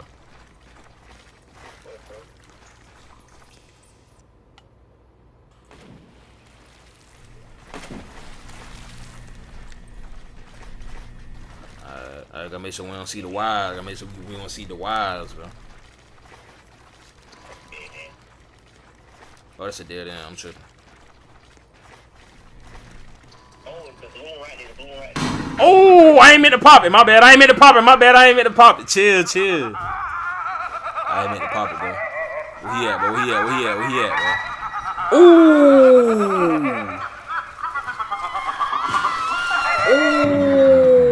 I juke him though. Okay. Bro, I'm so mad my flashlight don't work, y'all. I got to. That's some BS, bro. That boy the white. Come on, Q.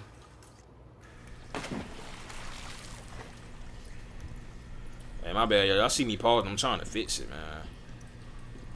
Dang, man.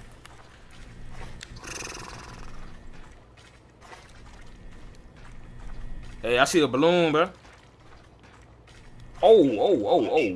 Whoa, chill. Hey, wise, chill, gang. I ain't want no smoke with you, bro. Oh, BRT. Q. Oh, Q. Nah, I'm out of here. Oh my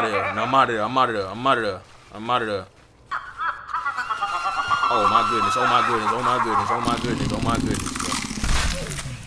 No! Hey, can we revive him, son?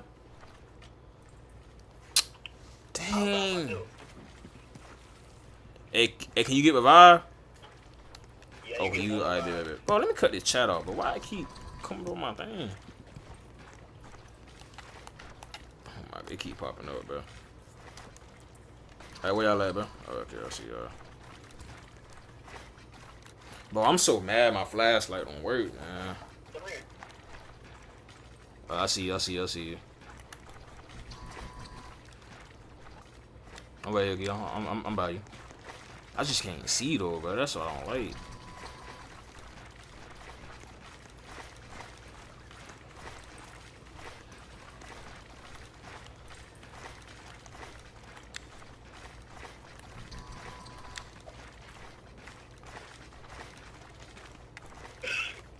Hey, so ain't no button I can click to cut my flashlight on, bro?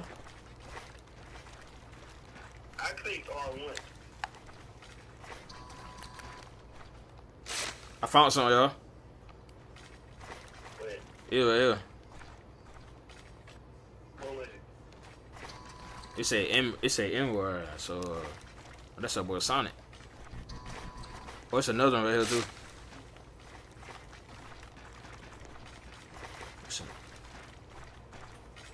You got all of them?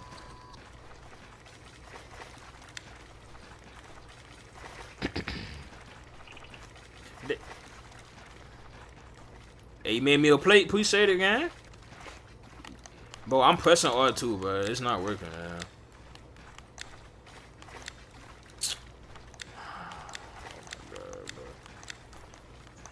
No, R1, not R2.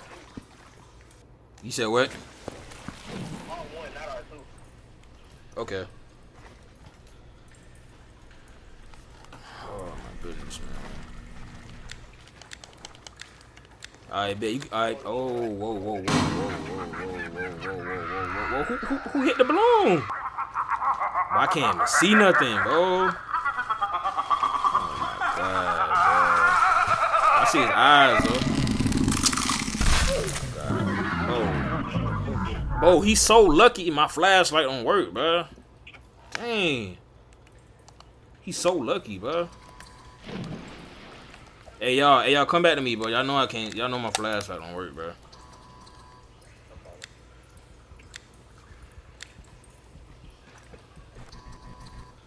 Yo, my flashlight really don't work. Yo, this is actually God, man.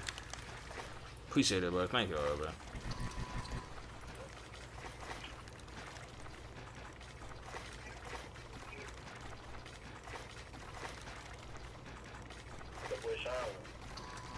Bro, why every time I play this game, it always me, bro?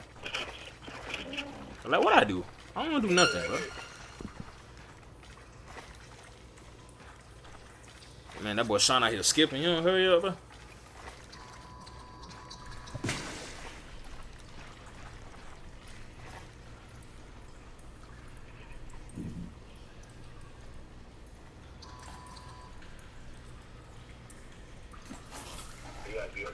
I'm coming.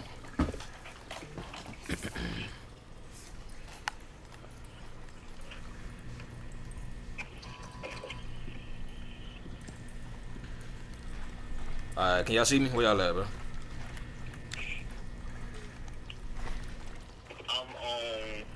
Oh, I see y'all. Hey, but somebody said too skinny to use a flashlight. Hey, Queen, you going to ISS, bro? You going to ISS, Queen? But I'm not playing with you, bro. You going to ISS, bro? To my some too skinny to use a flashlight, bro. You going to ISS, but I'm not playing with you, bro. I'm not playing with you. Whoa, what was that? No, I'm out of here, Q. I'm out of here, Q. I'm out of here, bro. Nope, I'm out of here. Nope. I'm out of here. Where y'all went? Oh, I'm over here about Shine. I keep pausing because I'm trying to see if I can find the controls how to cut this flashlight on, but I don't see nothing. Oh, whoa. I don't like that, bro.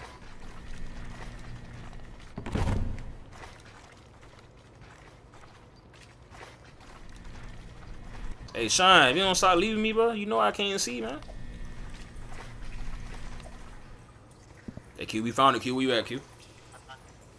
I see. There you go. All right.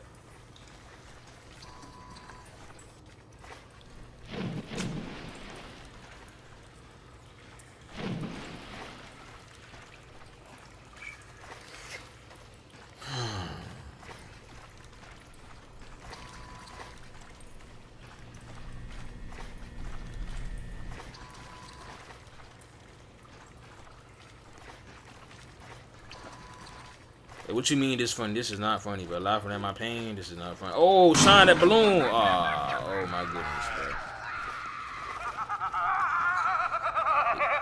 I'm following you, Q. I'm following you, Q. I'm following you, Q. He got me. Oh my god. Oh my god, bro. He got you, bro. Yes, he got me. I got the lead, bro. That's some BS, man. Oh my god, bro. Alright, where everybody else so we can play, bro?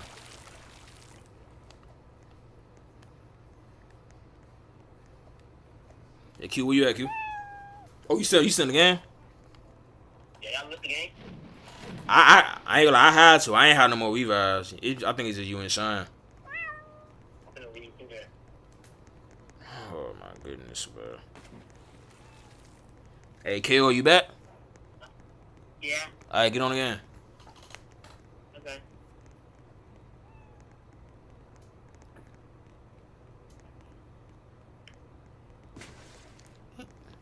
Billie Jean is not my love. She just a girl. They say I'm. Alright. Hey, come on, Q. So we can get on this 4v4 for somebody to take our spot, bro. Come over here, Q.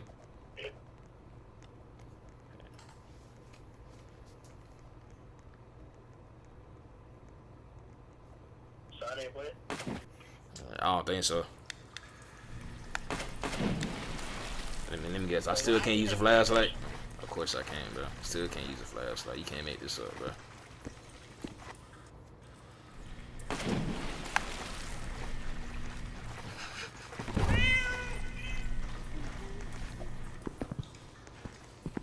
It's crazy, bro. It's insane, man.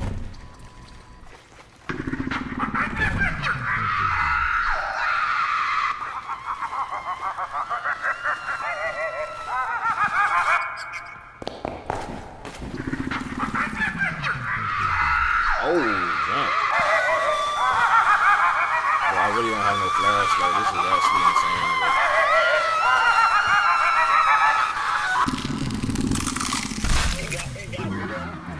bro. He ain't got me, but I can't see, man. Oh, you would get got and I can't see, bro. Oh my god, bro. My flashlight really don't work, man. I'm right here with you. Oh my goodness, bro. Like Q, I'm really mashing R2, but it's not working, bro.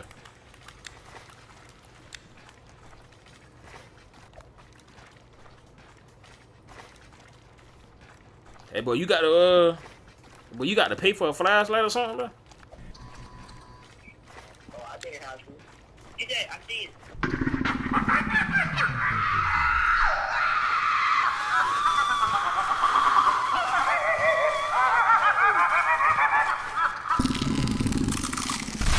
He ate somebody? Dang, Q. Oh, whoa, whoa. Hey, Q, how you use the flashlight? Press R2. Bro, I'm pressing R2. It ain't working though.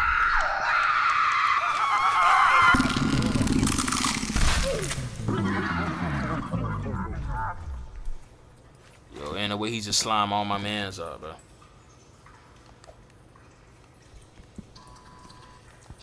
Oh my god, I can't. You said what? Yeah.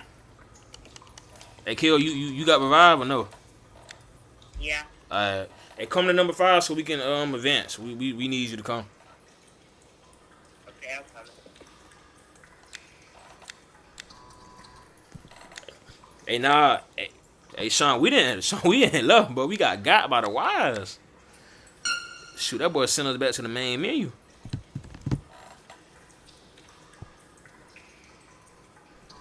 Okay, let me see if I can find you so you can come to me, bro.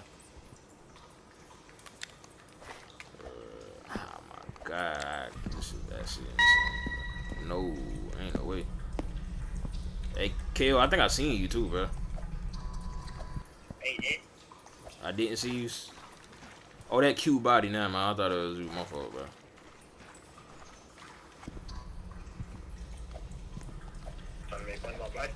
Nah, I ain't trying to be fun. I thought it was Kato.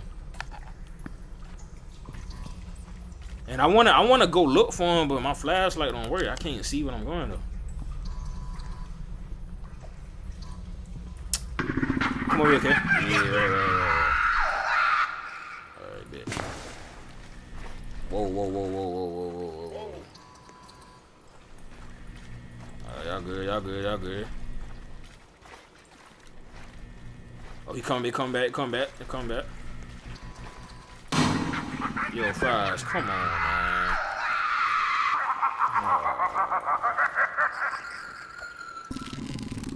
Oh, I can't even see, man. I gotta follow y'all. I can't see, bro.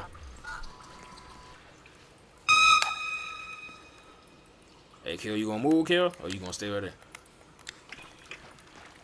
Hey, I am. I said, you wanna stay? You wanna camp? I'm cool with camping too. Now you know I hide, and I ain't tripping. For real, I ain't tripping on the guys.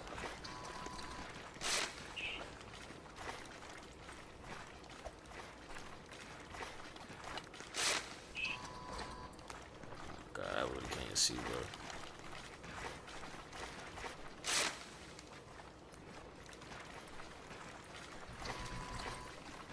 Oh, jump. Yo. Yeah, I seen that too. Oh, he right here.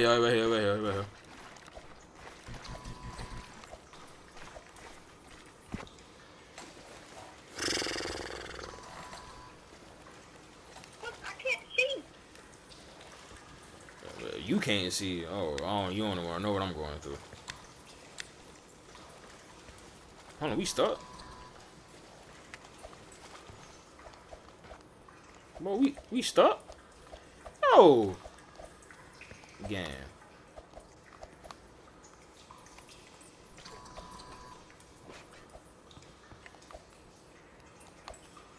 Yo, we stuck now?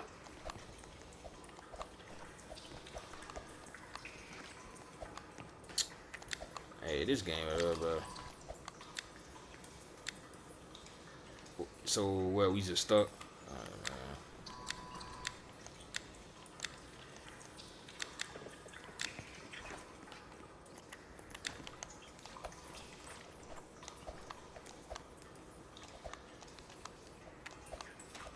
Alright, y'all good? But there's a whole lot of jumping, bro.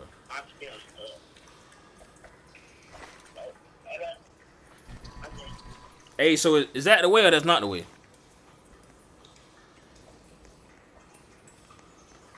Huh? Is that the way or not? That's probably not the way. We probably need to find number 7, huh?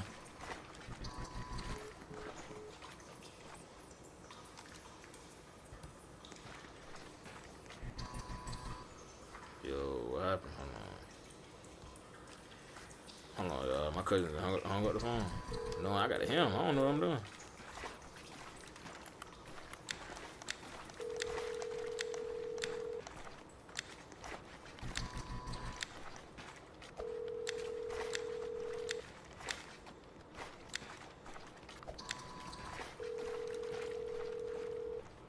Telephone number 8.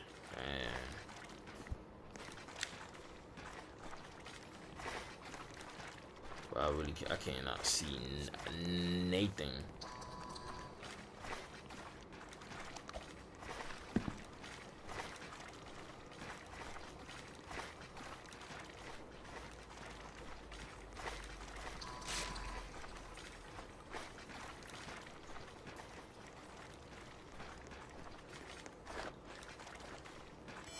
Oh, jump. Nope. Ain't no way.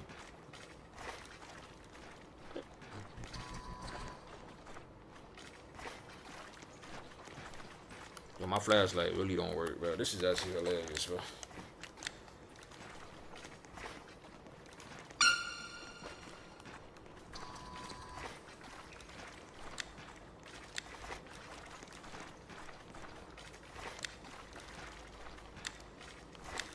Lord, y'all think Pennywise took my flashlight, bro.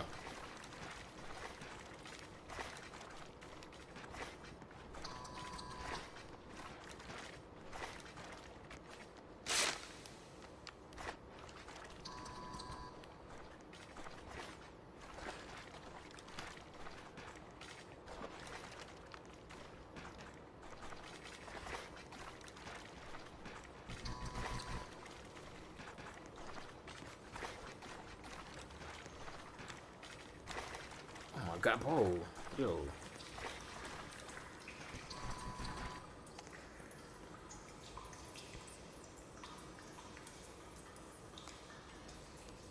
Oh, bro, I'm so confused, yo. Bro, I'm about to quit and come back, bro. I don't know no more, bro. Hold on, let me call my cousin so you can see. I don't know what's going on, bro. Hold on, y'all. I don't know if the games just bug out on me, bro. Hey, K, hey, just quit enjoying, bro. I think the game glitch on us, bro. Let me know you back in.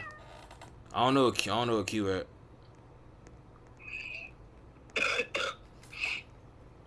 Oh my goodness. Y'all, Pennywise took my flashlight, bro.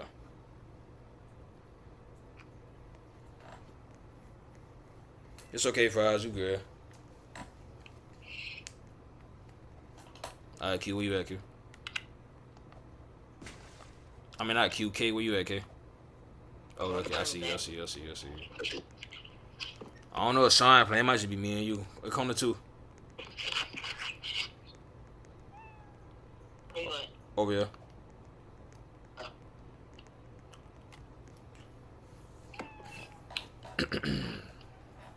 I don't know what Sean at.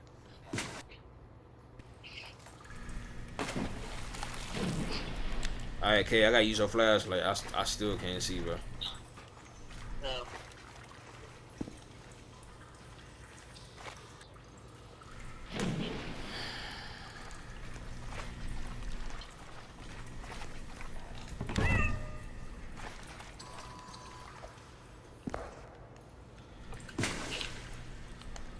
Hold on, let me try to find the controls, bro.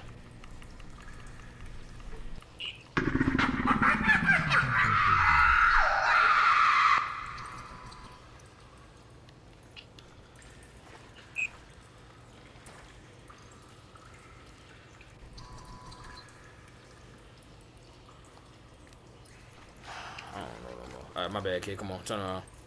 I gotta follow you. Cause I still can't see. How could you still moonwalking? You said my cat's a moonwalker? Yeah. I'm glad you know, man. I'm special like that, bro. You know that.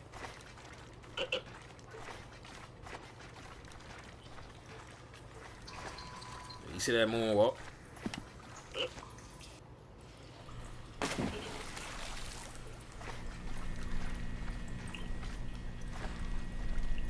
Alright, go ahead, K. Cause I still can't use my flashlight. I can't see.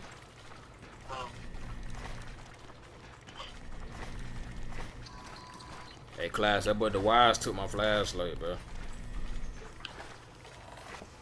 That boy the wires. Whoa. What happened? Oh, that's an eye, bro. I jump over him, K. I jump over him, K. You say, he would get you and I can't see. Oh my goodness. There you go. Alright, bet. I'm following you, K. Cause you the only source of light we got, bro. That's funny. You the only source of light we got, bro. Since I realized I ain't got no flashlight, bro. This it? Yeah.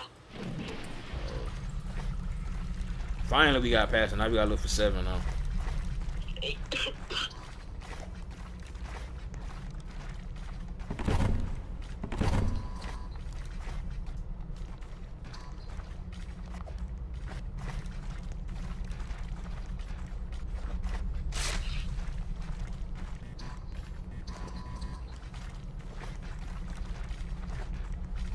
Alright, okay, I'm following you. Take your time.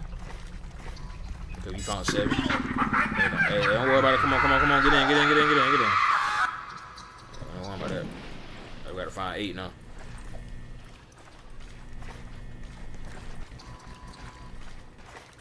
Let's see where 8 at.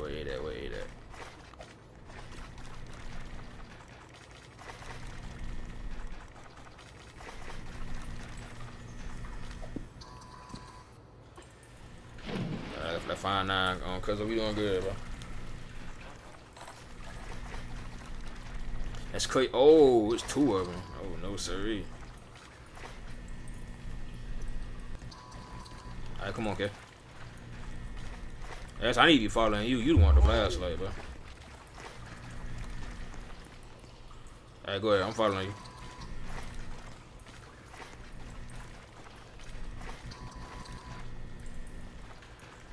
I'm coming, K. I'm coming. Alright, go ahead. I'm coming to you.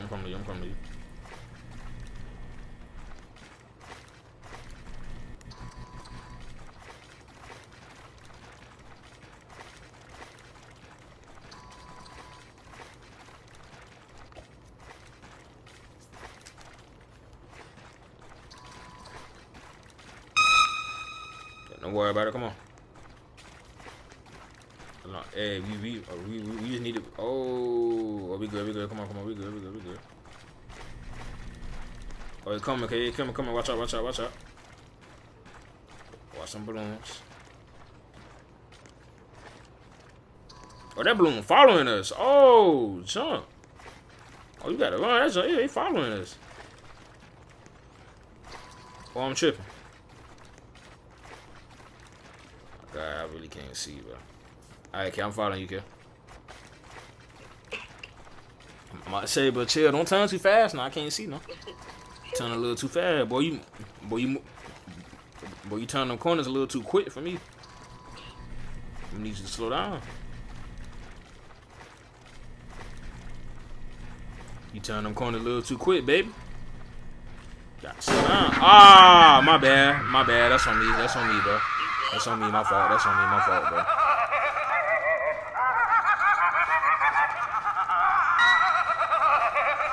He coming, K. Get ready to jump. Damn, he got me, K. Oh my God, he got me, bro. Hey, you survive? Yeah. Alright, cool. Hey, just whenever you can, try to find me, bro. You know my flashlight don't work, so. Okay.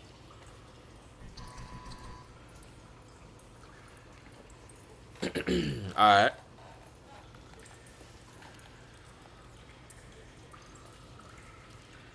BJ, I see you. Alright, bet.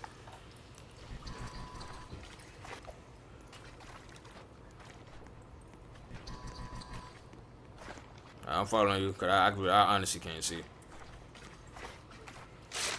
Hold on, kid. I found something. Okay, I got it.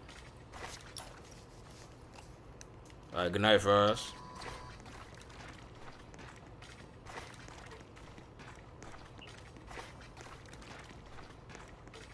Oh, that's it right there. Okay, we good.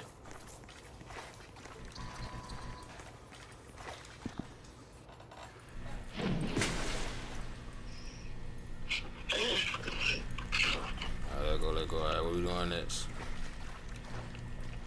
I'll let you go straight. Hey, we looking for 10, right? Yeah. Alright, bet. Oh, jump.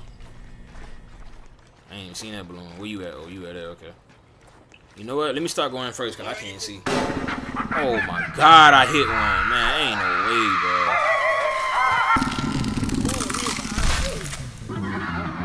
Oh, he got you and I can't see, man. Oh my goodness, bro. He would get you and I can't see. Hey, can you revive or you cook? I'll cook. Oh my goodness, bro. I ain't gonna be able to, I can't even use my flashlight. I can't do nothing. Oh, John, he pop up on me, y'all. I'm scared.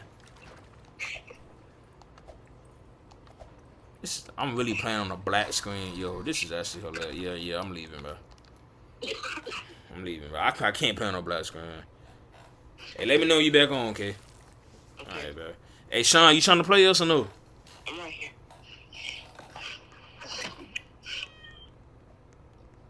trying to see the Shine trying to play. Okay. Man, hey man, I ain't gonna lie. Like I'm trying to figure out why my flashlight don't work, bro. How my flashlight really don't work? All right, come on. All right, come on, get on. Hello. That boy said MJ. Hello. I'm about to be like. Hello. Hello. You're gonna play with me?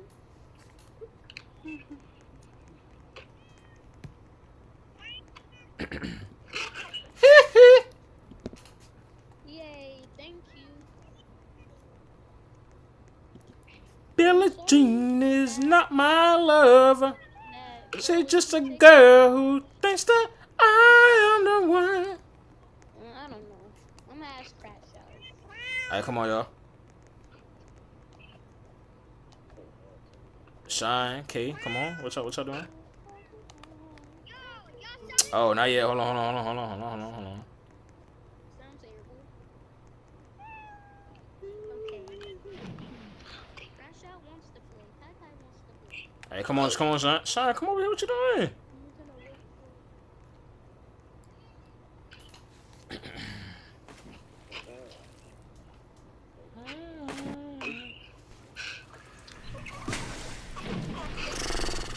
This game is something else, man. My flashlight still don't work, man. Can't need this up, bro.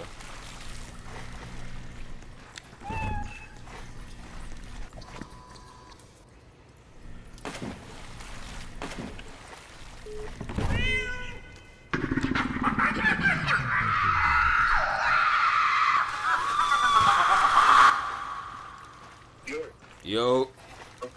My bad, I was getting my hair washed. Nah, you good, gang. It's me, you, and K. You can play next whenever we get finished. I bet. Bro, my flashlight still don't work, gang. Yes, bro. Oh my god, I didn't mean to hit the balloon, bro. Oh my goodness, bro. And he bit me, bro. Oh my goodness, bro. I despise this game with a passion, bro. Ducky's on the way. Bro, I can't even see where I'm at, man. Oh my god, this flashlight, bro. Like, bro, do I got to hold the button for the flashlight to work or something, bro? Gang, my screen really black, bro. Oh my goodness, bro. I ain't gonna lie, y'all. This really upsetting me and my homegirl because if you can't use a flashlight, then how you gonna beat the game? I see y'all, but I think I just lost her.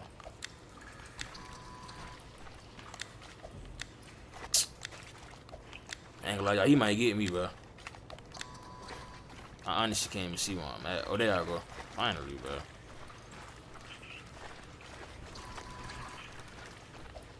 Oh, I just lost all again. Yo. Oh, my God, bro.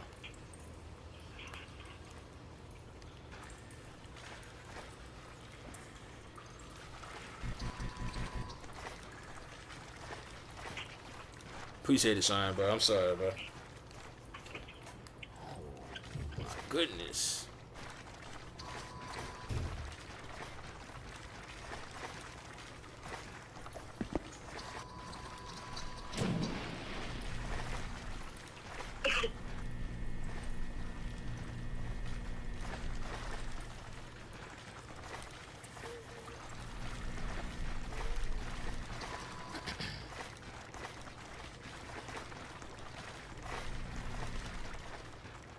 Oh my good, bro.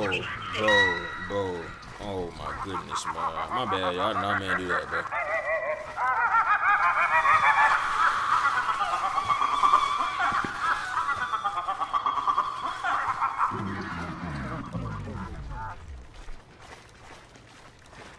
My bad, y'all. Nah, man, do that, bro.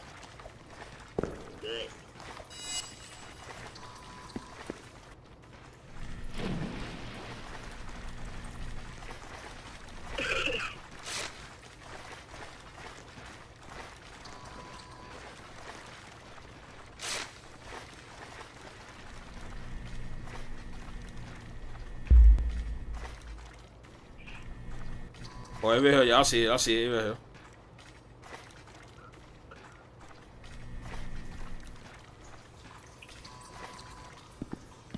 Oh, I thought y'all behind me this whole time. Oh Lord, I found it though.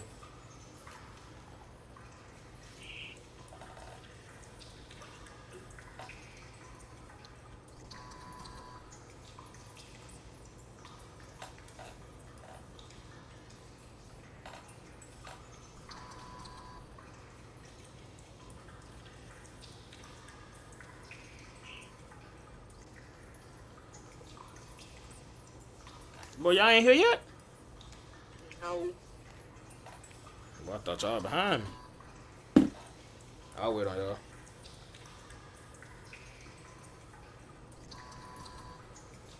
Now we are.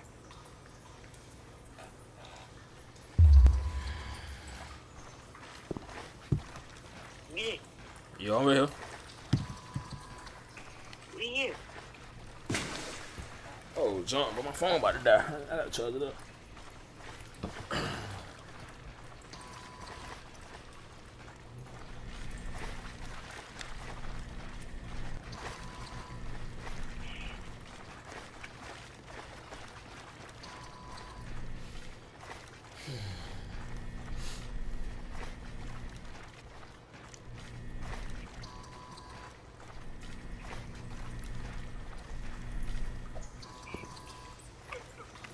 Sean, where you at, Sean? Oh, there you go. Got scared. Oh, I thought we lost him.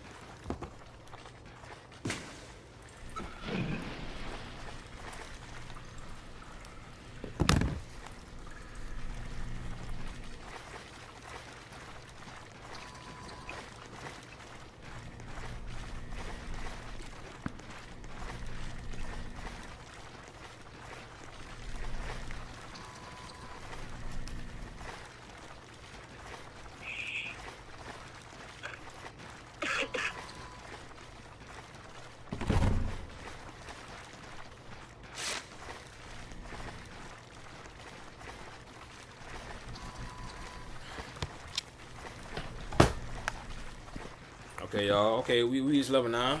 We going crazy.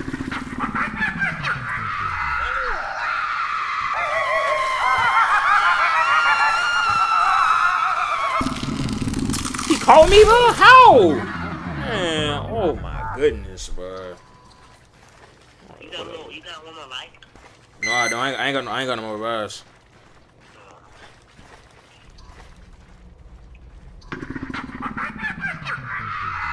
But I wish you could spectate. I'll spectate y'all, but they won't let me spectate y'all, bro.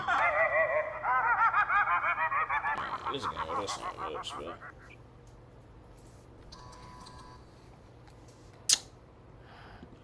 Oh my god, bro. I died again, man.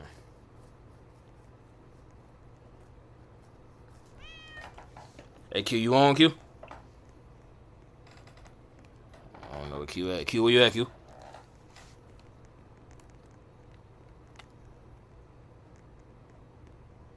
Oh my god.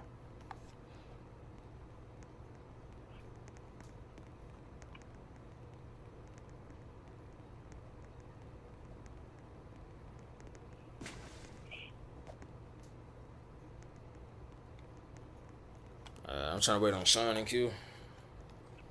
I'm right here. You said what? I'm right here. No, I said Sean and Q. I know where you at. Oh. I don't know where they at though. Hey Q, where you at? Q, you in the car? But Q done went silent on me. Hey Sean, where you at, Sean?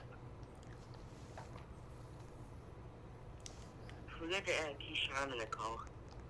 He said you can't talk. That's why he in there.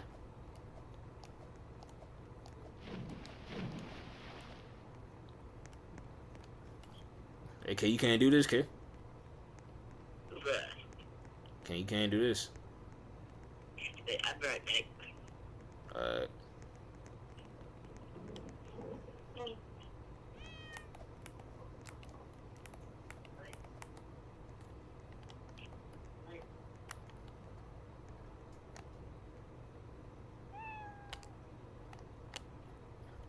But how you email on command, bro?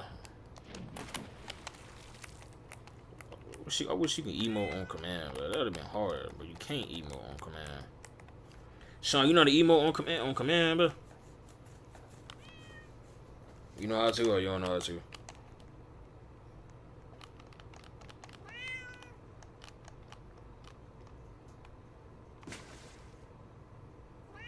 The emote is hard, though. Sean's just out here emoting. I don't know how to emote at all. Man, you know that, bro.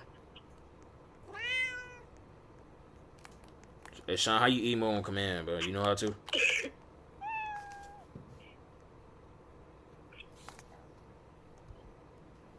Oh. Hey, look here. Huh?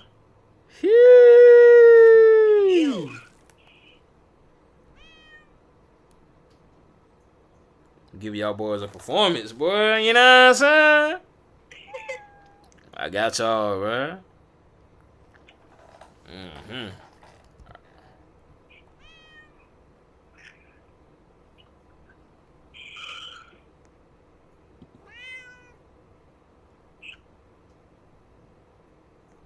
Come on, man. It's the best emote. Y'all, it's the best emote right here, bro. Come on now. Boom, boom, boom, boom. All right, come on, y'all. What the fuck are you doing? Hey, I'm moonwalking up the ladder? Bro, hold on. That boy, I'm special, boy. Y'all can't do that, bro. Yeah. Yeah, we waiting on you, gang. Bro, Q, join the game, bro. Hey, but look what I can do, bro. You hear me? Yeah. Hey, Kill, do that, Kill. Let me see you do that, Kill. Bro, I can't do that. Yes, you can, bro. If I can do it, you can do it, bro.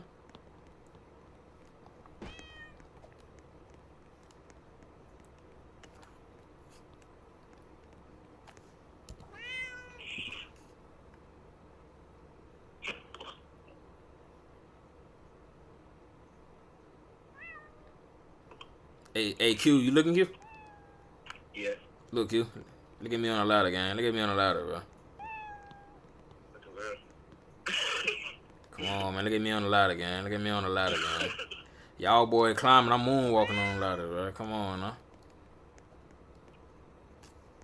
Hold on, y'all. Look at that moonwalk one more time before we play the game, bro.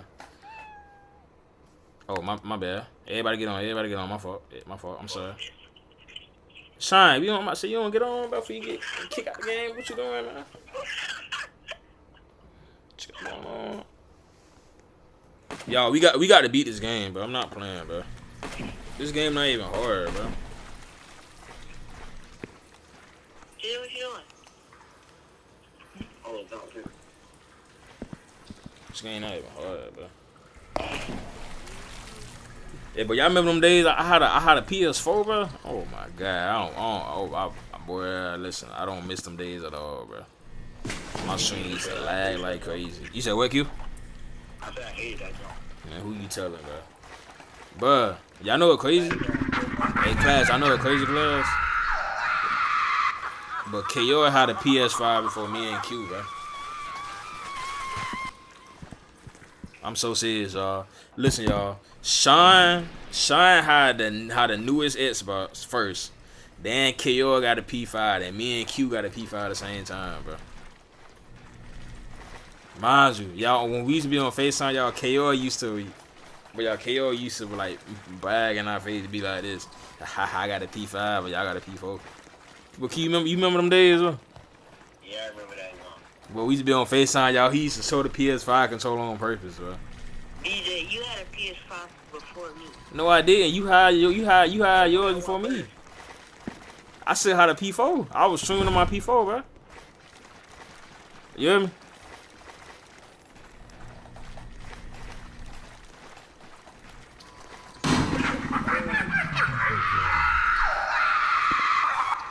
My bad. I ain't meant to hit that balloon, y'all. My fault.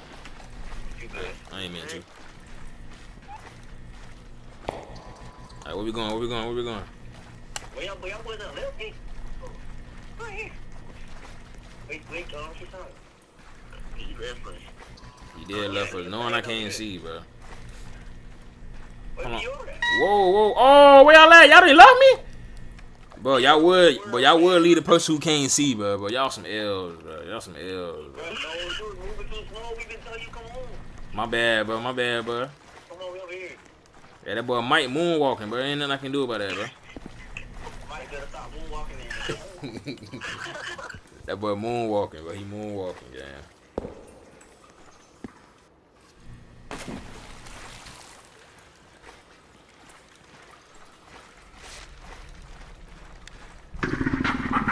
Oh, jump.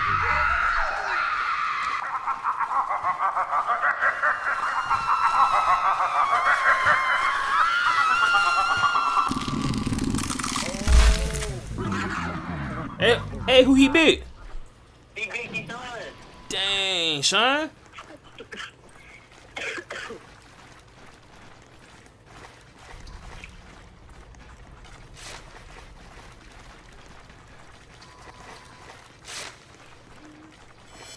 Oh, jump. I don't like that. Bro, I'm so mad my flashlight don't work, bro. Who got a Christmas present? Who just stole my girl? Keyshawn. That was you, kid. You was the only one. No, it was not.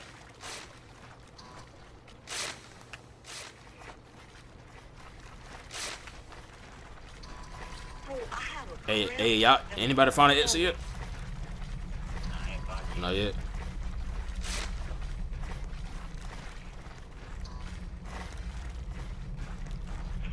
Oh, whoa. I see his eyes, but he right there, y'all. He behind us, y'all. Don't look back. Don't look back, bro. Don't look, bro. Don't look.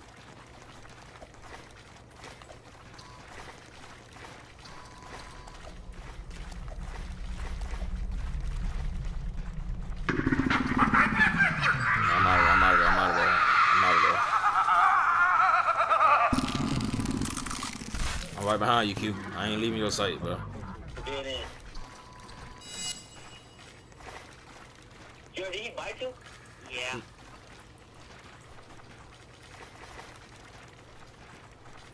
That boy showing. I don't even know what's showing at, bro. I wish he could join the call. Oh, he said he found it. We got to look for him though. Boom. Free.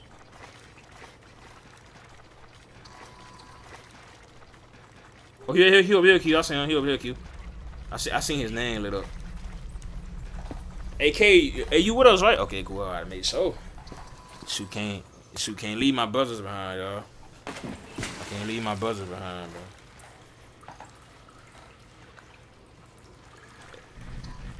Hey, let me tell y'all about my brother though. Hey, Q, I ain't gonna lie, you moving a little too fast for me, bro. But you know I'm moonwalking, bro. You got to chill. Why you moonwalking? You don't let you walk regular? Nah, but I'm Bill Jackson. We don't walk regular, but we moonwalk everywhere we go. You said Bill Jackson, I speed it up. I got you, bro. Hey, let me stop walking so fast, cause last time me and K played by ourselves, I hit like 10 balloons, bro. I'm so serious, bro. I'm not doing that no more. Listen, y'all, I'm not hitting no balloons, bro. I'm not hitting no balloons, bro.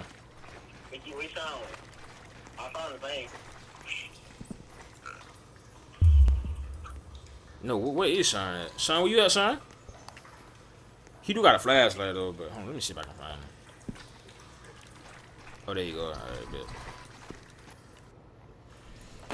All right, y'all. I'm not hitting no balloons, bro. I'm not hitting no balloons, bro. You said that last time. You right? I did say that last time. I hit 10 of them.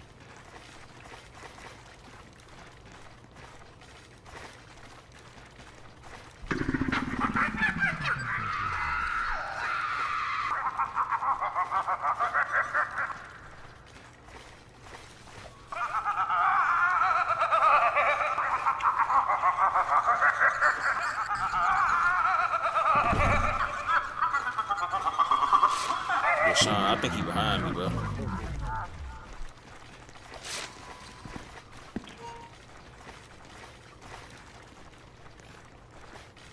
I ain't gonna lie, y'all boy moving a little too fast for me, bro.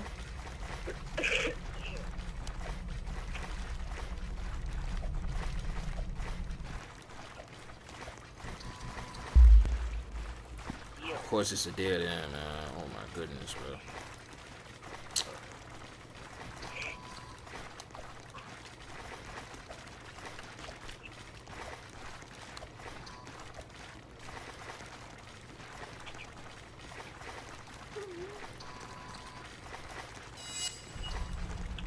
What was that? Oh, shoot. Yo, I'm out of there. We out of there. We out of there. We out of there. We out of there, but he ain't getting us.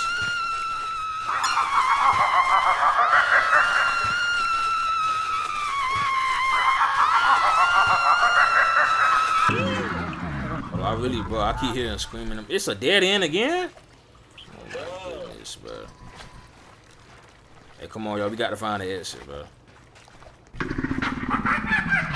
Oh, he read AQ. He read AQ. Turn around, Q.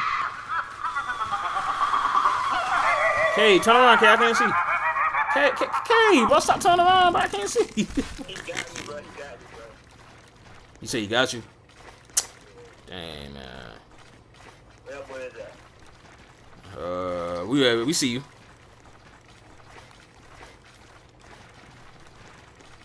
That's crazy. Everybody got a flashlight except me, bro. Hey, Q, the wires took my but he took my light, bro, and he took my pipe, bro. I think he robbed me, bro. But he took my 9 and my light, bro. It's crazy, bro. The wires, man. That boy ruthless, bro. I'm trying to tell y'all.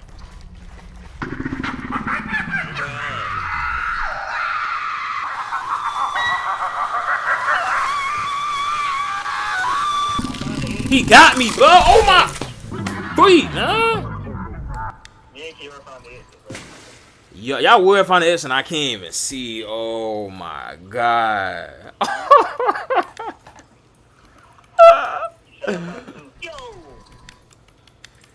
Yo, y'all really found the exit and I can't see, bro. Oh my goodness, bro. Yo, my flash. Yo, this is some BS, bro. Oh my god. Oh my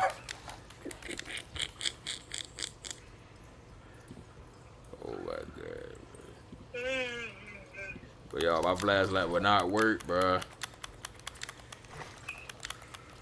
Bro, but they gave me this janky flashlight, bro. I'm clicking my mouse pad, it still won't work, bro. Yo.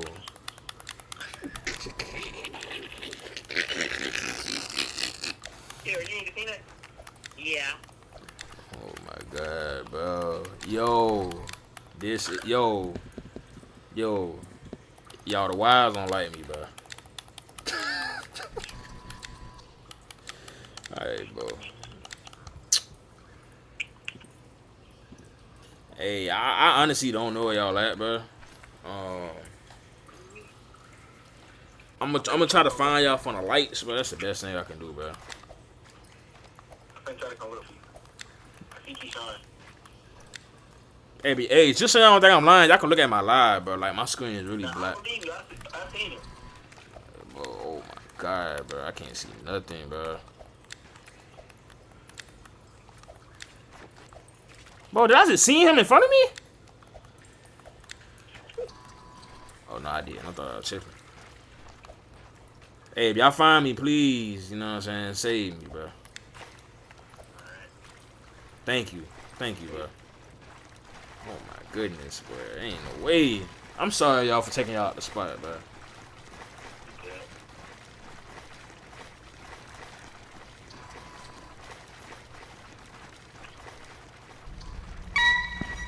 Yo. He over there? Oh, turn around. You ain't tell me twice.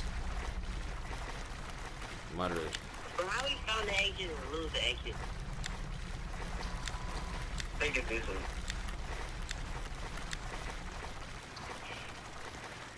Hey, y'all know the incident?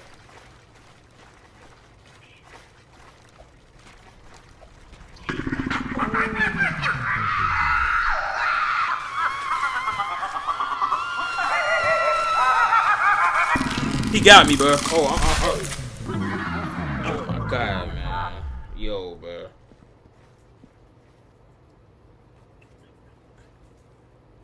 Hey, I ain't gonna lie. I ain't gonna lie, y'all. I'm done with this game, bro. I'm done with this game, bro. I ain't gonna lie, y'all. I'm done with this game, bro. I'm done with this game, bro. You won. I ain't gonna lie, y'all. I'm done with this game, bro. Real talk, bro. I'm done, bro. I'm done, bro. Nope, I'm not. Yeah, I'm done with this game, bro. I'm not playing this game no more, bro. Hey, yo, you find another horror game. I'm not playing that game no more, bro. But my flashlight don't work. My character too skinny, bro. He can't run. I'm moonwalking. You know what, bro? I don't even want to play no more, bro. I'm not playing no more, bro. I ain't gonna lie. Y'all listen. We either can play Backrooms or we can play Meg Reality. Which one y'all want to play, bro?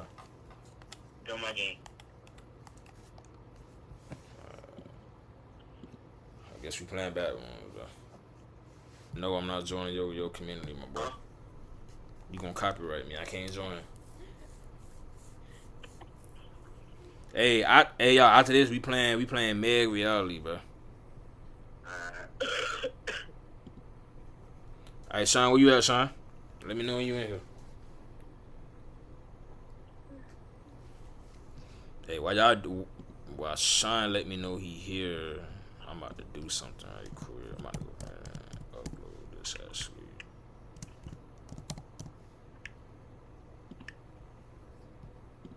Hey, Sean, let me know when you in, Sean.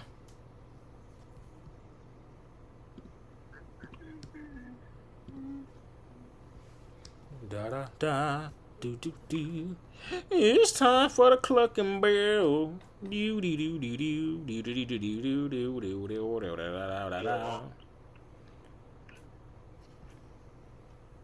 Alright, bet. Take your time. Let me know when you want to get out the bathroom, bro. As long as you don't do what KO did and you don't take a dump, bro. I'm cool. Shit, that boy KO was taking like 30 minutes to come back, bro. I think he slipped. You said you were what? I was taking a shower. You were taking a shower. I hear you, bro. That's what they all say.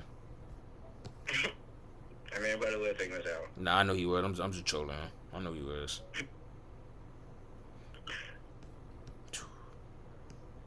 Somebody in chat said Bureau too skinny to take showers. You said what? Bro, what? Somebody said Bureau too skinny to take showers. Ain't nobody said that. You said that, bro. Nah, chat did say that, bro. Bro, you said that, bro. Chat said that, bro. Bro, you said that, bro.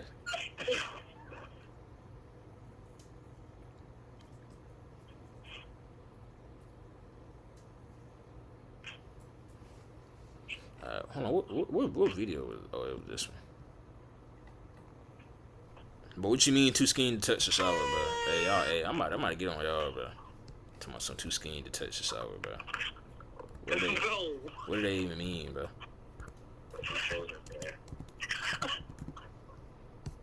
The wives. Hey, y'all, we really had to fight the wives, bro. Hey, who came up with that name, bro? What name? The wives. Said too skinny to use the light. Oh shoot. Hey, like you remember they were calling him the wives on TikTok, bro. Yeah.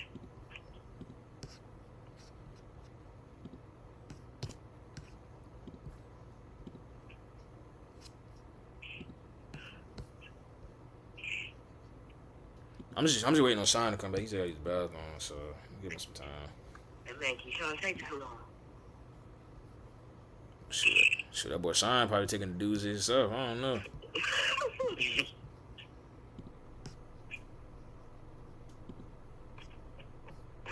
And who won't smoke?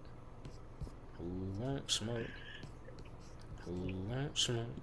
No, I wonder.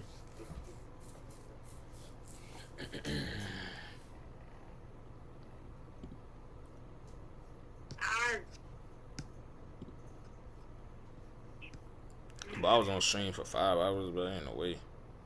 Where y'all boys going? Huh? Where y'all boys going? You said where we at? Oh, I'm here. But I was on stream for 5. Hey, I'm playing one more game. I'm going to sleep, bro. Hold on. I ain't know I was on live for 5 hours. That's insane, bro.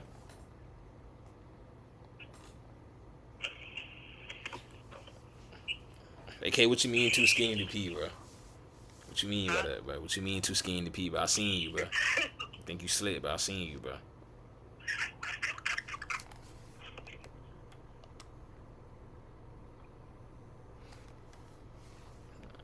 I ain't gonna lie, I do gotta use the bathroom. I ain't gonna lie to you, but I'll be back, y'all. Oh, so.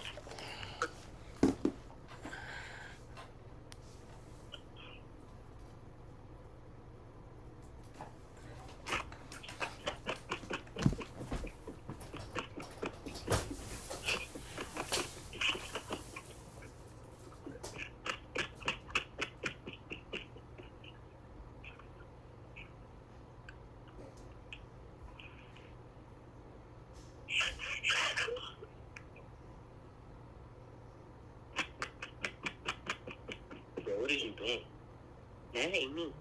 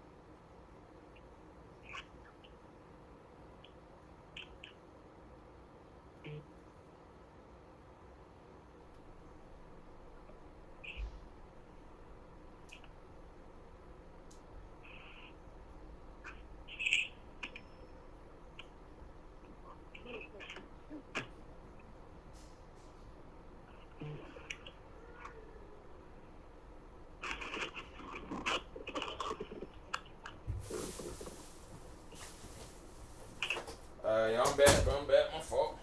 My fault. My bad. My bad. I'm back. My bad, OGs. My bad, OGs.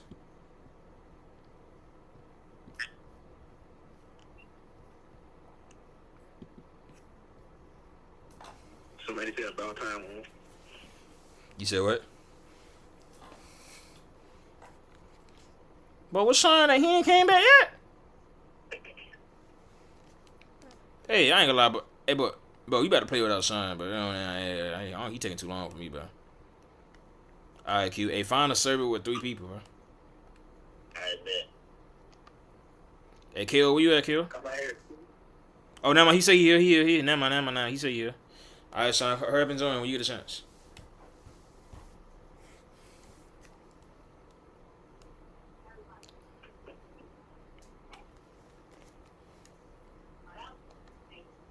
Oh, y'all let me know when y'all see Sean, bro, because I cannot find him. There's too many people in here.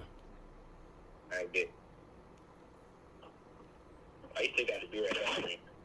Hey, Q, look, Q. You want to see my moonwalk? Look, look at my moonwalk, Q.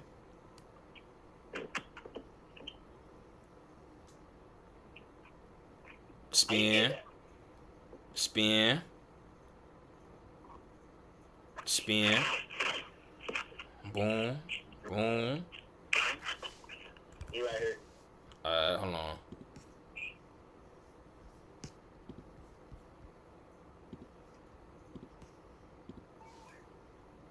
Alright, hold on, y'all. I got y'all, bro. Billie Jean is not my lover. She just a girl who thinks that I am the one. But that kid is not my son. No, no. Oh, no. Oh, no. Alright, come on, y'all. Let's go.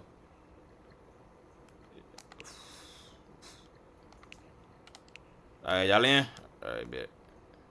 Everybody? Random person going with us. It don't even matter. I accidentally put it at 5. It's okay. Hey, what his name is? Well, his name said P.O. Pay. Boy, what, hey, that's a unique name. I like that. But why y'all laughing at why y'all laughing at my man's name, bro? Why y'all laughing at my man's name, bro? I ain't gonna lie, y'all. I don't know how to play this game. So Q, you gotta teach me how you play, Q. I don't know how to play either. What you mean you don't know how to play? So you pick a game you don't know how to play? I mean, don't you always do that? You right. We do. Hey, hold on. Can I moonwalk? I thought I could moonwalk. Nah, man.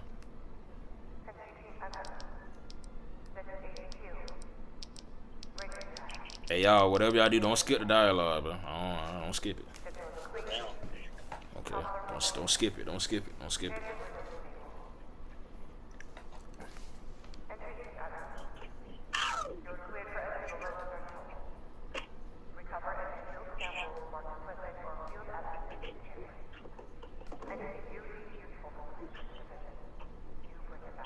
Hey, y'all, my live still good, right?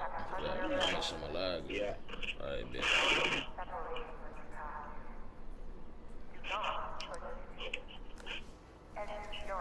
We can't kill this, bro. Said do not exceed your time window. Be advised that the portable stability is not granted once you are down the condition degrade. Turn around and end the mission. Tell what you can. Return to headquarters.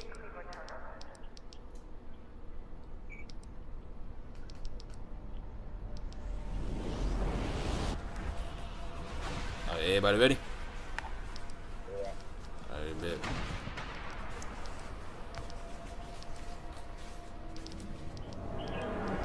Appreciate it, Mario. What's going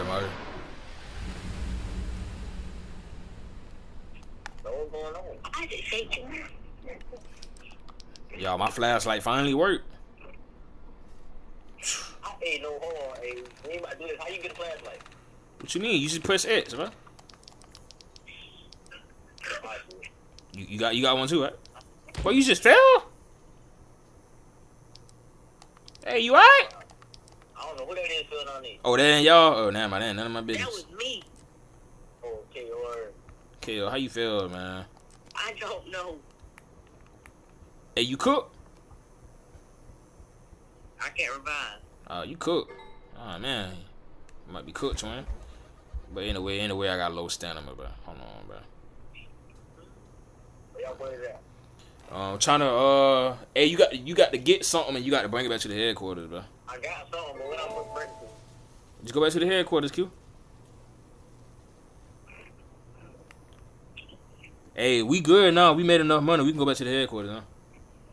I'm here right now. Everybody in? Alright, cool.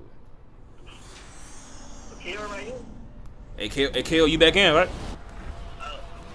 Alright, bet. I was just making sure.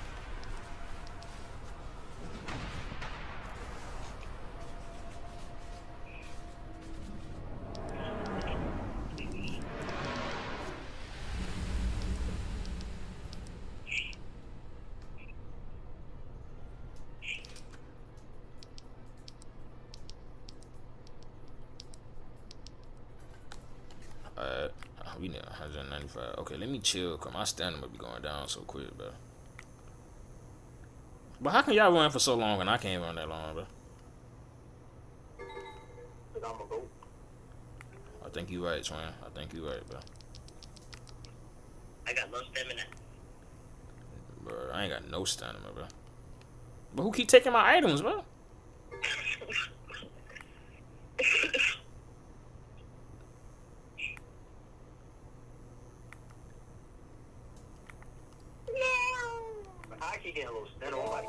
Oh, we got enough money. I'm going back. See, y'all, I'm getting carried, y'all. I like this. I'm getting carried. Question my stamina low. I'm getting carried. I like this, but I'm getting carried. I hate this low stamina though. Who you telling, bro? Hey, y'all send my face card, eat. Appreciate it, man. Yeah. Hey, y'all making me blush, man. Y'all making me blush, bro. Bro, what? Well, that crazy, bro. Y'all went from insulting me to calling me cute, man. Y'all hilarious, bro. I love it.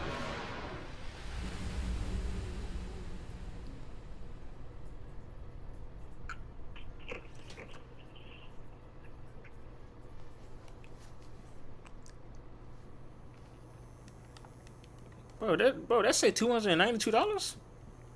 Listen, man. Hey, listen, coach. You ain't getting that money, coach. Yeah, I ain't gonna lie. We keeping that for ourselves.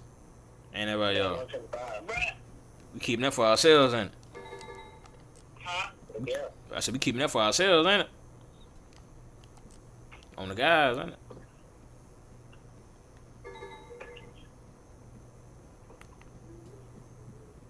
Need a couple more dollars. Yeah, I see that. See if I can find one more thing. I got to chill. My stamina going down. My stamina.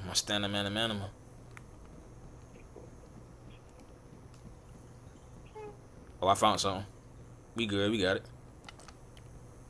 I lied. We don't got it. My fault, y'all boys. Oh, we do got it.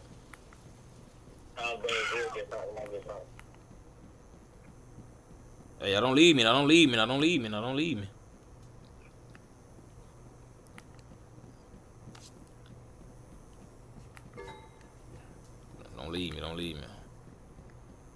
Alright.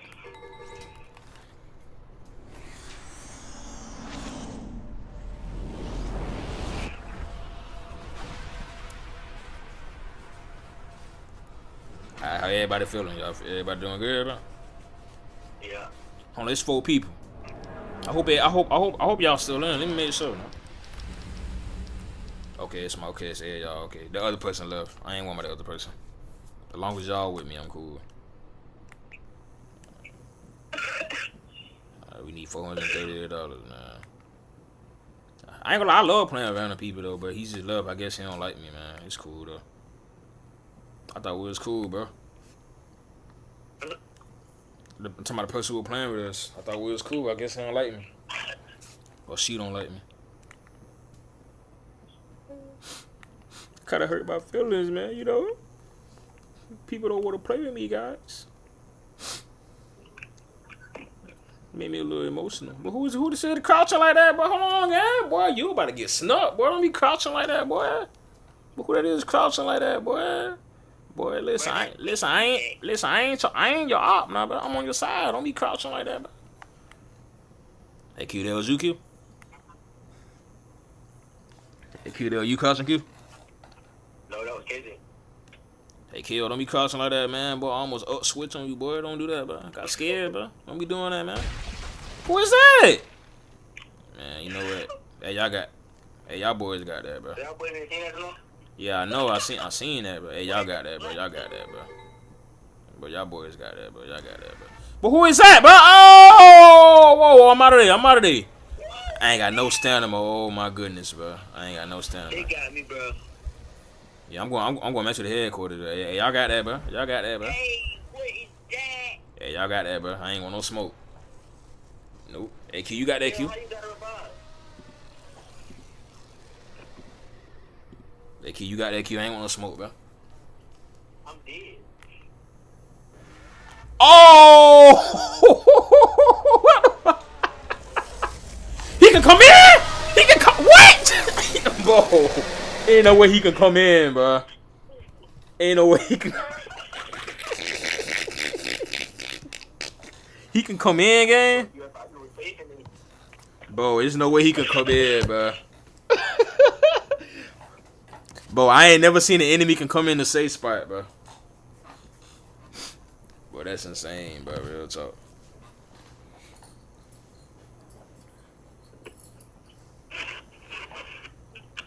That's insane, bro. I'm not gonna lie to y'all, bro.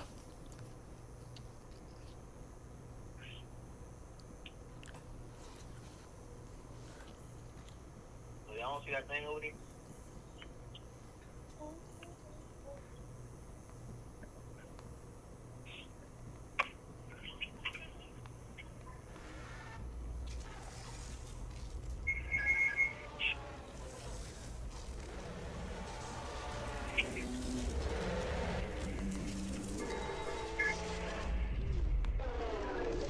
But look at my catch on his back, bro. Look at my catch on his back, bro.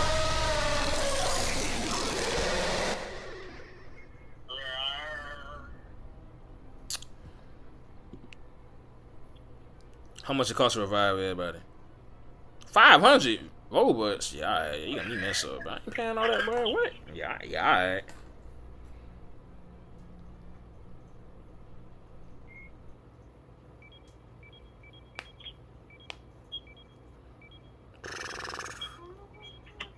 Hey y'all, listen, bro. Wait, how we got $1,000 and we only took home 900, bro? Boy, them boys out here taxing, boy. Them boys out here, boy. No, I don't like that. You said what? Yeah. I thought it was just me. No, it was me too. Wait, say it again. I ain't heard so. What happened? Some pop-ups made me close out. It made you close out. Oh, John. Hey, let me know when y'all back on. I'm back on. Alright. Hold on, listen, y'all. You want to play the other game? Billie Jean is not my lover. She's just a girl who thinks that I am the one. But the kid is not my son. Woo! People always told me, be careful what you do. Don't go around breaking young girls' heart. Ooh. Alright, come on, let's go ahead and start, bro. Where everybody at? Hey, KO, where you at, KO? I'm coming. Hey, Q, come here, Q. Come here, Q. Yeah, but you know what KO had his outfit right here, bro? With the green. You know he's out his outfit, bro? Yeah. Alright, where everybody at, bro? Y'all come over here so I can create this game, bro. Oh, go ahead, Q. Go ahead and create it. Okay, go ahead and create it, K. K, why would you put on 3 people, man? That's what I be talking about. But what is you? K, no. I'm doing. I do it, bro. But why would you put 3 people, bro? My bad, Bro, what you got going on, bro? You don't want me to you don't want me to play or something, bro? My bad. I ain't. But Q, I don't think K like me, bro. Bro, I never said that. That boy put 3 people. He said, "Hey Q, that boy K said bump Bior." That boy K said bump Bior. I want to play with Sean and Q. Bump Bior.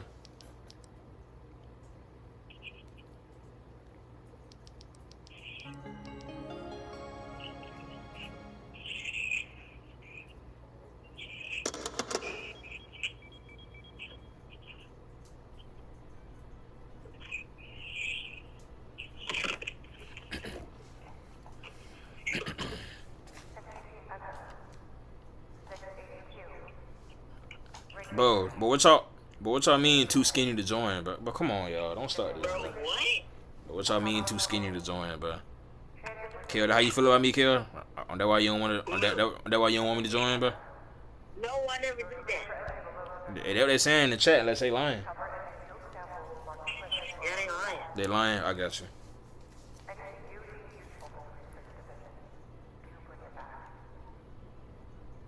Oh my bad, y'all. Y'all should have told me to skip it. My fault.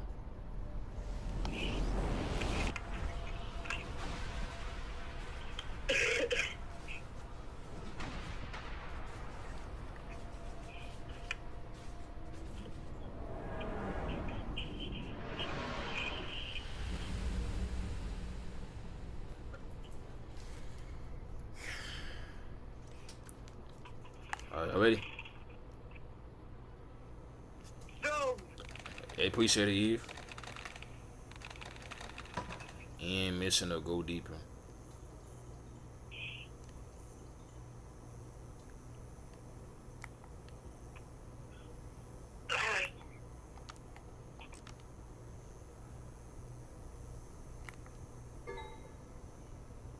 I'm not a stamina already. Man, who you telling, bro?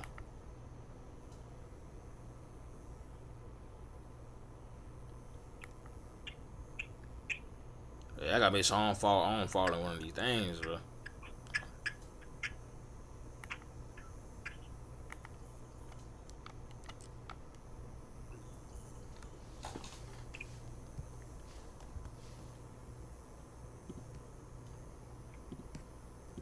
My bad, y'all gotta make sure I don't. Make sure.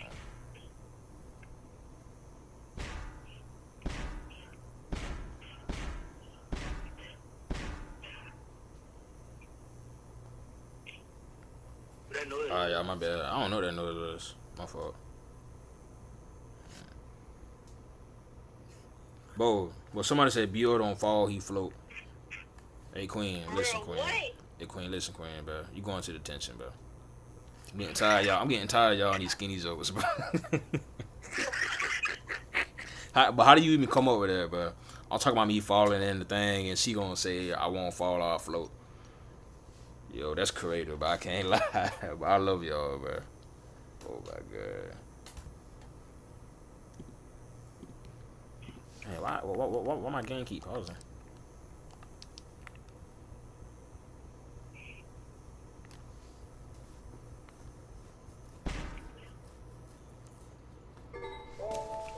Alright, we got enough. Alright, everybody get in. Every time.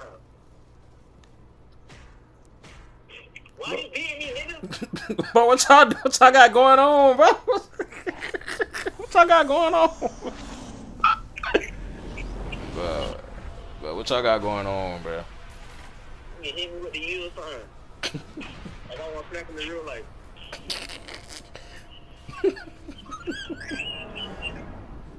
But y'all got to be doing that on purpose, bro.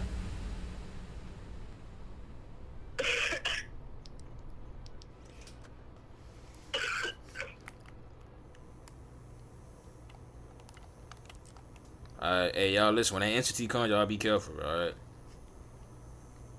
Y'all boys be careful, bro. I still can't believe that somebody said I won't fall through the hole, I'll float, bro. That's the most hilarious thing I've seen, bro. Oh, it's coming. It coming. Oh, you ain't gotta tell me, Stress. I'm out of there.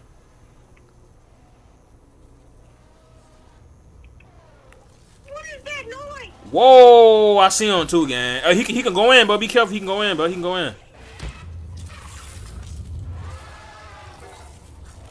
He can go in, y'all. Be careful. He can go in, bro. He got me. What? Oh my god, bro. God, I'm reviving now, bro.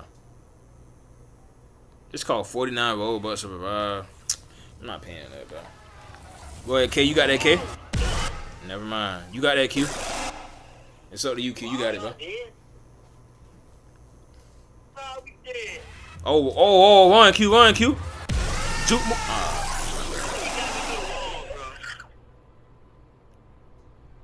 Hey, I ain't gonna lie, y'all. I ain't gonna lie, bro. Y'all, this game got one more time out of me, bro. If we all lose again, bro, I'm getting off, bro. One more time, gang. One more time. Yeah, we gonna play it next. One more time, bro.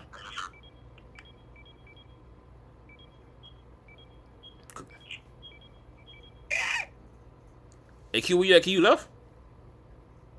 You left? Alright, bet. Y'all, I ain't gonna lie, man. I ain't gonna lie, y'all. This game making this game. I can't even talk, but that's how frustrated this game got me, bro.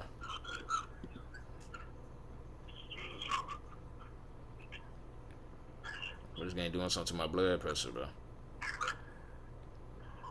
Alright, where everybody here? Oh, I just see Q. I don't see K or and Q and Shine. Oh, there you go. Shine, come on, Shine. What you doing, bro? Yo, he emoting, bro. What you doing? Shine. What is Shine doing, bro? He out here scratching his head, but he don't want to follow us, so, bro. I don't think he trying to play. You know what? Let me hit a moonwalk. Let me hit a Billie Jean is not my lover. She's just a girl. Thinks that I am the one. But the kid is not my son. You know what, y'all? Alright, y'all. We ain't playing without Shine. I don't know what Shine doing, bro.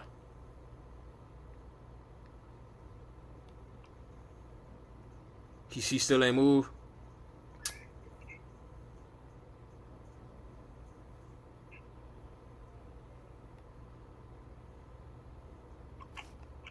He still ain't moved.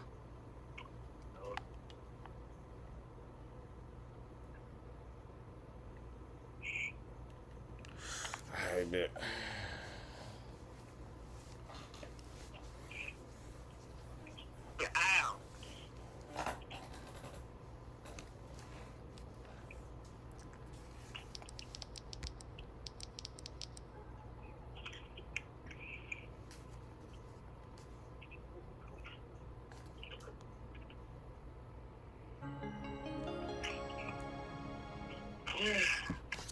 What is that? Hey, y'all would not believe this. It's a very big spider in my room, bro. Nah, I can't. I'm gonna let the spider bite me so I can get Spider-Man powers, bro. Bring that spider over here. You said what? Bring the spider over here. Nah, I ain't bringing it to you, bro. I'm getting the powers, not you.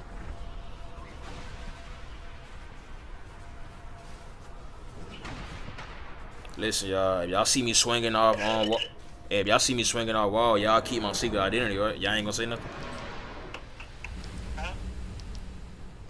I said, if y'all see me swinging from building to building, climbing on wall, y'all ain't gonna tell nobody, will y'all? Alright, bet.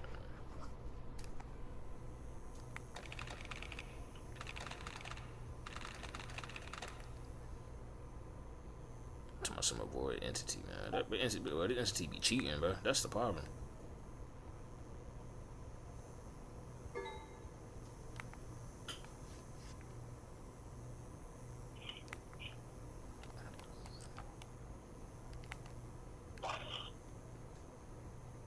Bro, and the thing is, but the entity so fast, you can't even juke them out, bro. The game be cheating, bro, on the guys, man.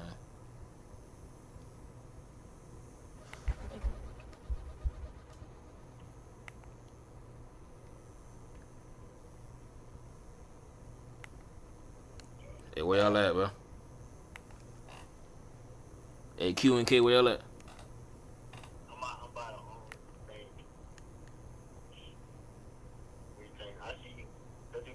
Oh, I see you.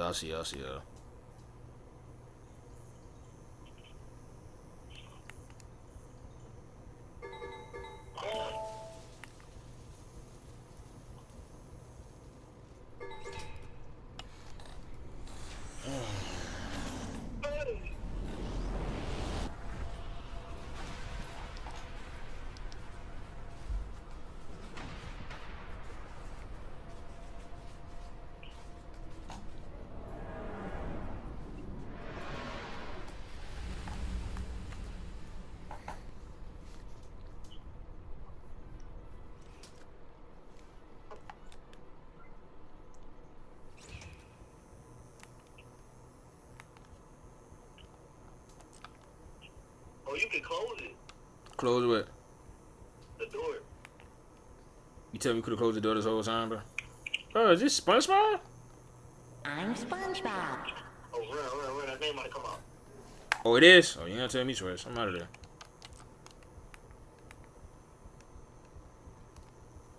You ain't gonna tell me twice. Hey, where the door at?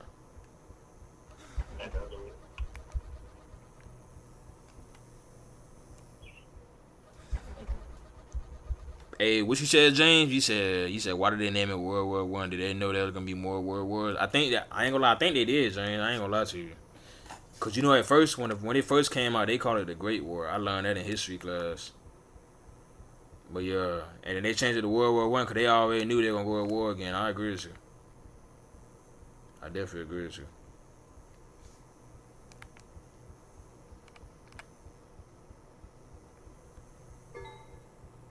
Oh, there you go. I was looking for it, bro.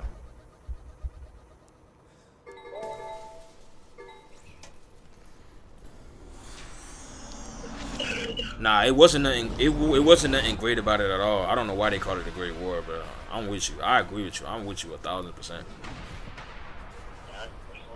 They definitely shouldn't call it a Great War. I agree with you. I don't know why they called it that.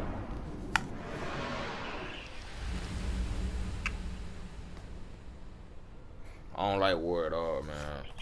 Like y'all, I have an uncle, bro, who was in the Vietnam War. He got mad PTSD from that, bro.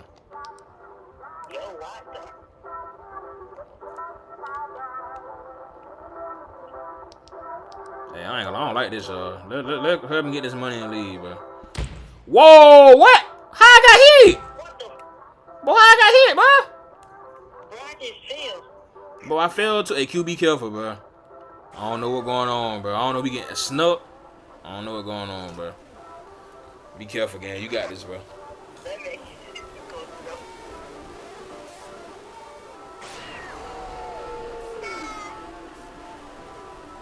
You got this, Q. Yeah, that's what I'm saying. It is messed up how they call it the big bad war. Y'all don't like that, bro. We should have never hired that war in the first place. I agree with you, James.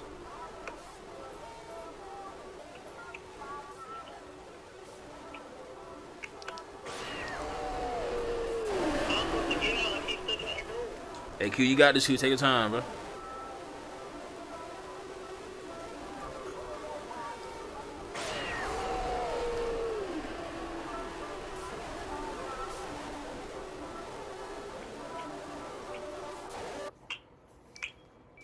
Let's go, boy. I see. Look at you. Look at you, nah.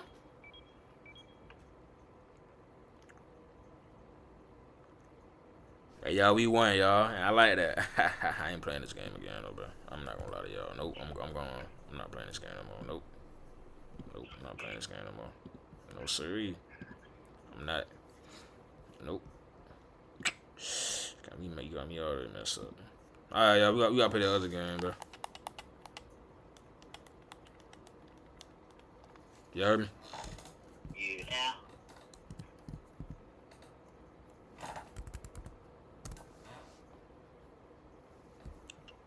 That's the game I was talking about. You said 4 billion people perish in World War I? I ain't knew that many people. Of course you can. Hey, add me on Roblox, James. Of course you can play with us.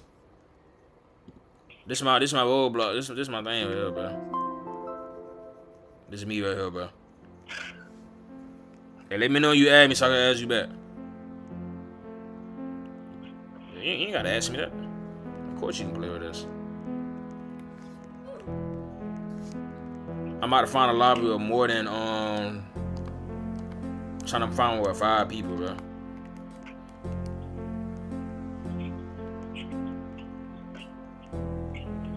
Who is this? I don't know who that is. Hey, oh, I see Q. Hey, Q, come over here, Q. I see you. Come over here, yeah. Come over here. All right, come on, K. Come over here, 2K. Alright. Hey, Jane, you sent me a friend request so I can accept you. So we all can play. I don't know what Shine is. I don't know if he playing no more. Hey, yeah, of course, but I never use AI scamming, man. When I play Roblox, bro. But I really play with my family and my subscribers, bro. I don't do all that fake stuff, bro. I'll sub it.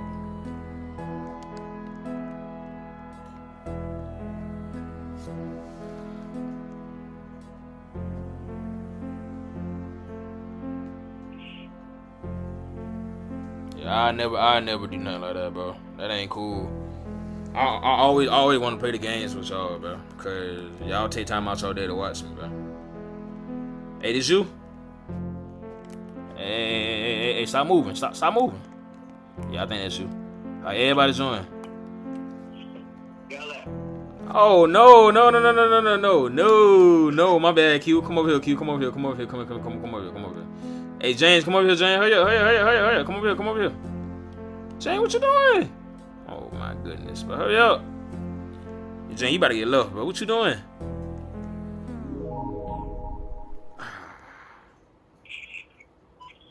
Yo, James, you win, bro? You said you the chemistry teacher? Okay, that's you. Okay, as long as you win, I'm cool. As long as you win, I don't care about it. I had to leave because my cousin was in there. I gotta make sure I play with my cousins. Okay, we all good. Who is this? The Scissor? Oh, we playing with Scissor, y'all like that? Hello, and welcome to the main. I ain't gonna lie, I ain't about to skip that tutorial. Everybody know how to play, I'm pretty sure. I'm gonna skip that tutorial. You know what I'm saying?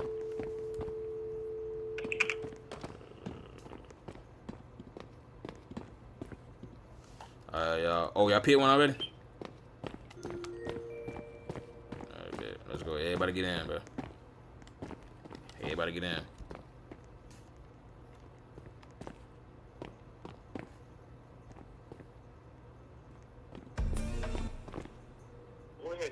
Bro, so nobody gonna get in? Okay.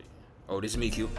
Hey, hey, hey, hey, hey, hey, hey, hey, ho, on, hey, hey. Everybody turn up, okay?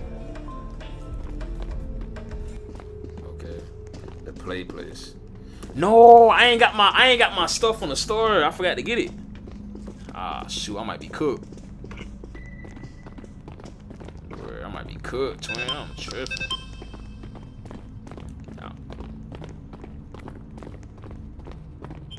I might be cooked on the guys, man. On the guys.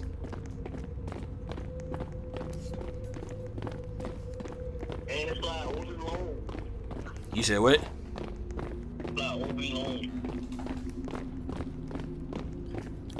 You said we got the wrong room.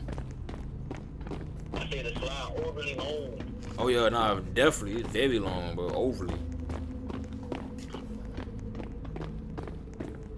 Overly long on the guys, bro. How you crouch? I think. Hold on, what button is it on, Kill? L2. L2. Oh, I found some.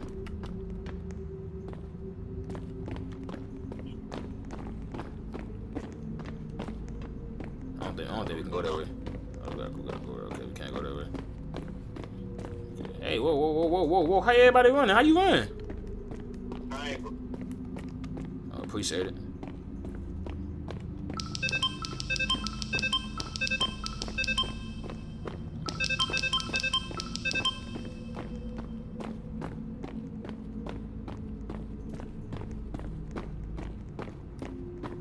Boy, that boy's a little fast, ain't it?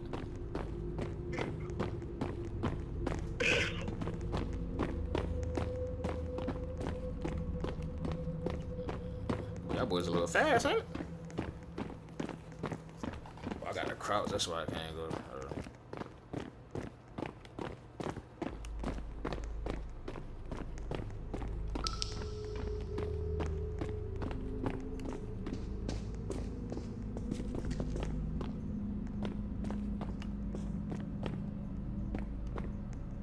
Wait. Why? Yeah, why is we back in the elevator, bro? We ain't even complete the task, bro. What's the task? It say place and rotate cameras. We got to do 4 of them.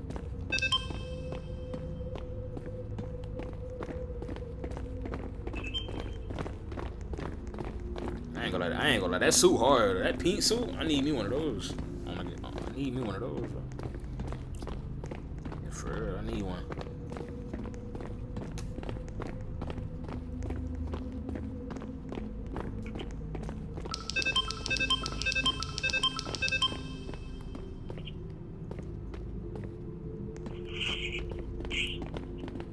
I gotta get off. You say you found one? So you gotta get off. Oh, alright, Kill. Alright.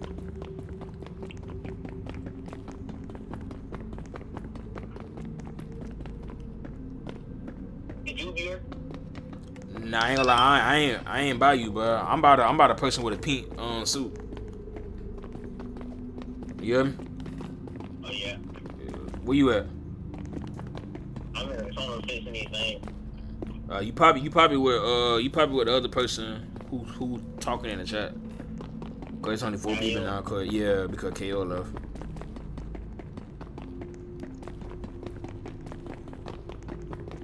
Hey, that's you right there running? Huh? I said, that's you running? Yeah, I'm about to see you with a pink suit. Oh, so it's you right here. Okay, that's you. I see you.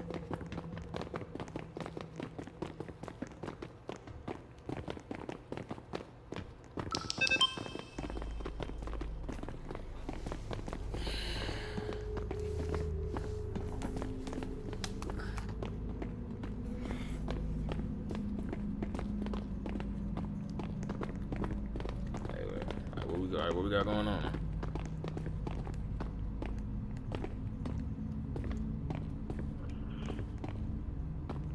say you lost, bro. I'm lost in the slide too. I ain't gonna lie to you, bro.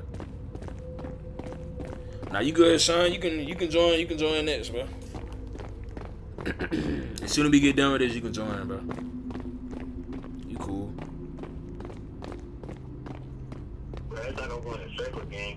Yeah, I think so too, bro. I'm not gonna lie to you, bro. The time about over anyways. Out here.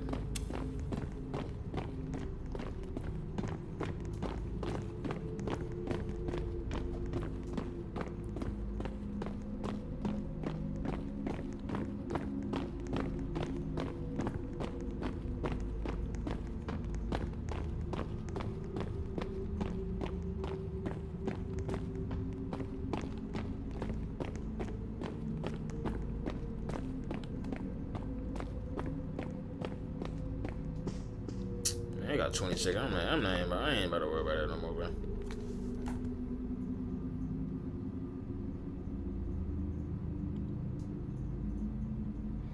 Hey Sean, you gonna be ready, bro? I'm gonna leave and I'm gonna do it again.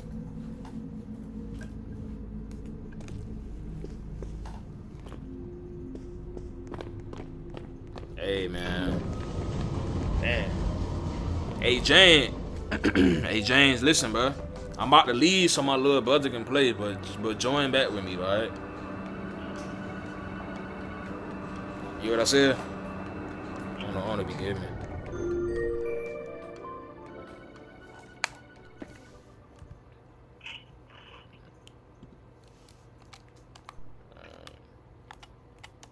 You hear what I said? Alright, that's good. Okay, cool. I had to make sure you heard me. That's Alright, Sean, you ready, Sean?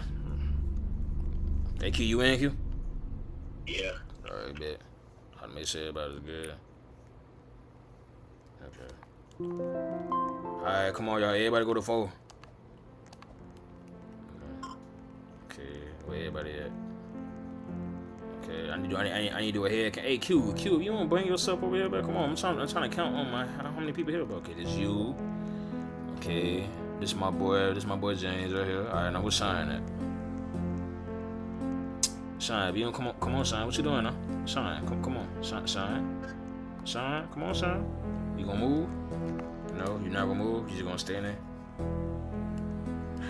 Boy, I swear I always Shine, bro. Shine, what you doing? Shine, come on, man. What you doing? All right, come on, y'all. Everybody, let go.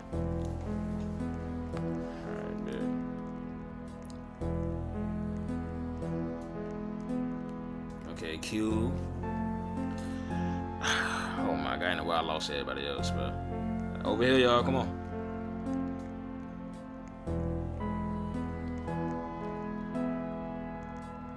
Q, don't do that, Q, why would you do that? Oh my God.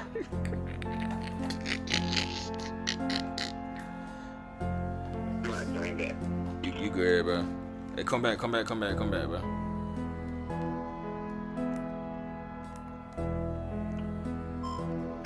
Let me know you're here so we all can play. I'm in. Alright, we gonna wait till this timer reset, alright? Don't go in yet, bro, okay? Alright, now come in. Now everybody come in, bro. There you go. Okay. Okay, we good now, bro.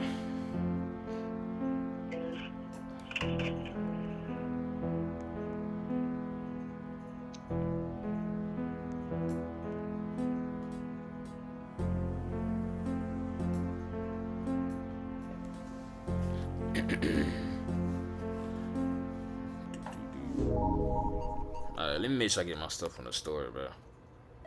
I mess up doing that. I mess up. I ain't did it last time.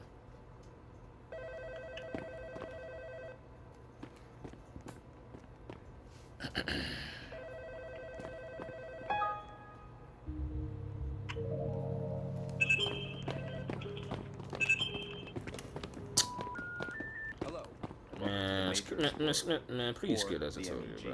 If you are hearing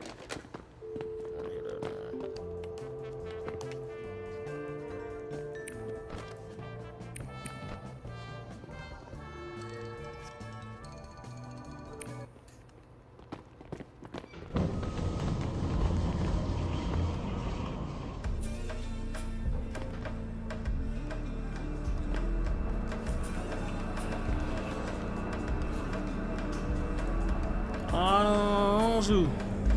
I want all money.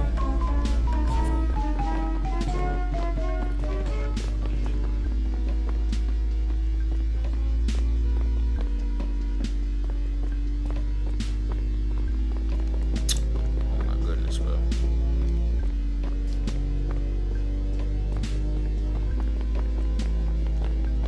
Alright, y'all, we got the clean, what it say? Party goer.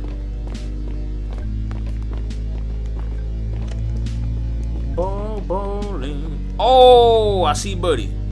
Oh, I'm getting chased. Oh, I'm out of here. I'm out of here. Hey Q, I ain't gonna lie, Q. I'm cooked, Q. I'm cooked, Q. I got 3 of them chasing me, bro. Q, I need you to save me, bro. Where you at? I don't even know where I'm at, bro. Bro, they chasing me, Q. I'm cooked, bro.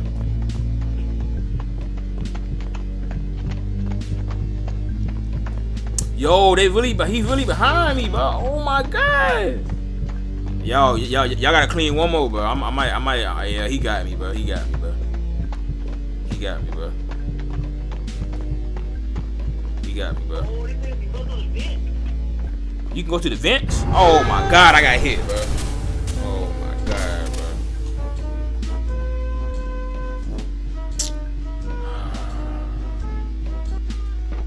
I'm spectating you, Q. Let me see something, bro. Hey, go ahead, James. Let me see you, James. Okay, let me see you, Sean. Okay, Julie. Okay, Q. Dang, Q, your health on 20, my boy.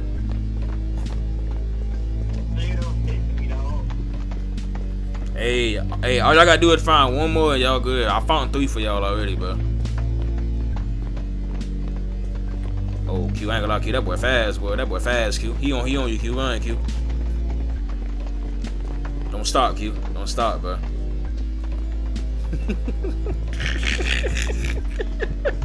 Run, Q. Run, Q. Run, Q. No.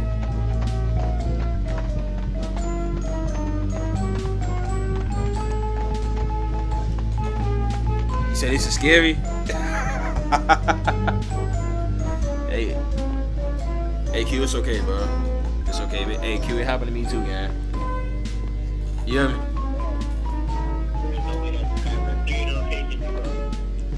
It happened to the best of us, man. You got your son right here looking at me. He trying to revive you, twin? See? Oh, never mind. I thought he revived you. But he threw you in the elevator? Do that. You know, tell him where my body is, though. I'm not sure how much it costs to revive, bro. Let me see. 30? I'm not buying that, bro. I say it cost 30 Robux to revive. I'm not paying that.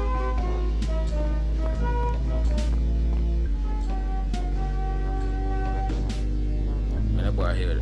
Hey, that boy out here. Oh, you thought it was gonna do something? I thought it was too. Hey, you got it, Sean. You got 2 minutes, bro.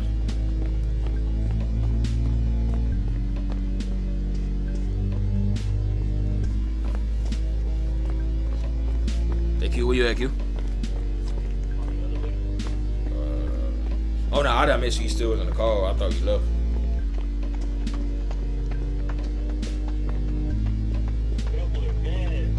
I'm telling you, but they fat, but look at them hawking sign down, but they hawking sign down, bro. It's crazy, bro. Hey, I ain't gonna lie, he weave it though. Oh no, he did. He did not weave it. But that thing take 20% of your health, bro. You know how big that is, bro?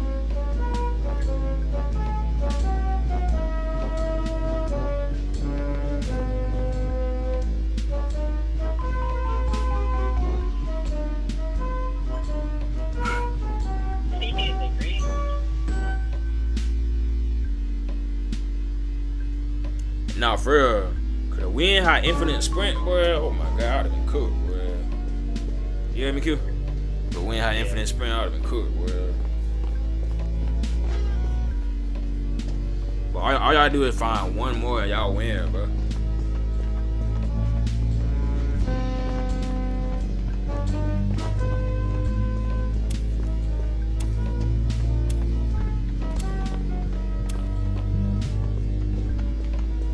that boy Shauna here goody and that boy funny.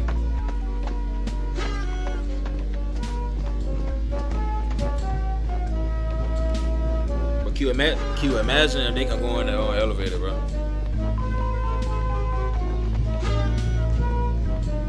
Yo, that thing hit Sean through the elevator, bro. You seen it? What the freak, man.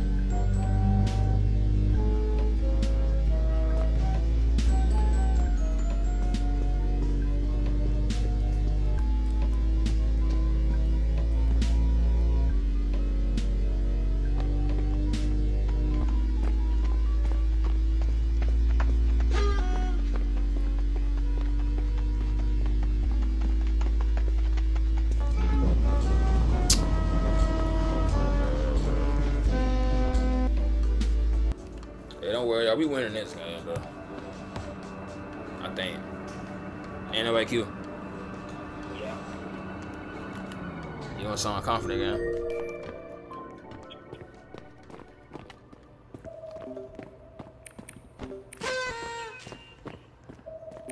What level y'all on?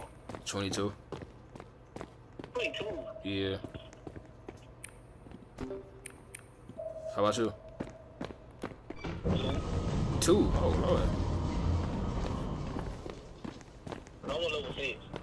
Huh? I'm on level 6. Oh, 6, that's good. Oh, Sean said he on level 2. Damn.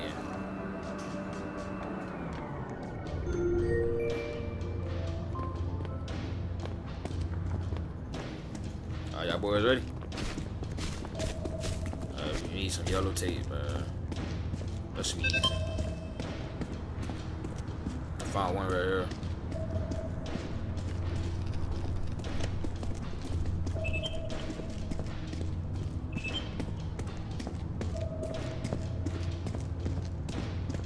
Hey, I ain't gonna lie, Q. Hey, I ain't gonna lie, Q. This tablet I got in my hand, this the best thing about it, bro. You hear me? I got to check on the shop. You probably can get it though. It probably like 200 maybe.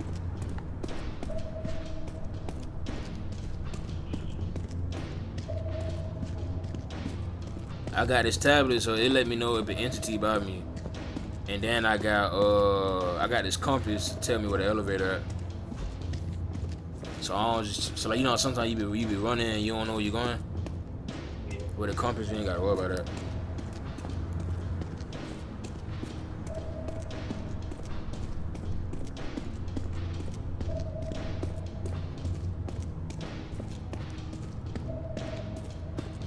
Oh, I found another one. We gotta find one more and we're gonna win.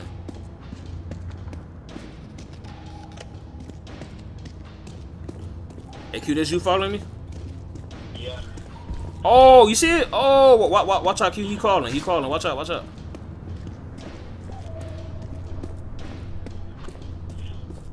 Hey, Q, gotta find one more tape and we good, bro.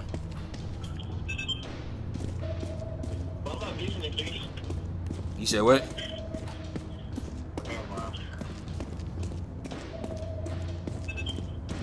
Yeah, if you find some yellow tape, let me know. Hey James, that's something called a dollar, bro. That way it's called a dollar, or however you pronounce that. It run on all fours, bro. You gotta be careful, bro.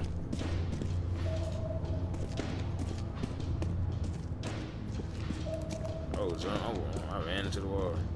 My bad, Q. I ain't meant to do that, bro. Hey, Q, is you in front of me? Yeah. Alright.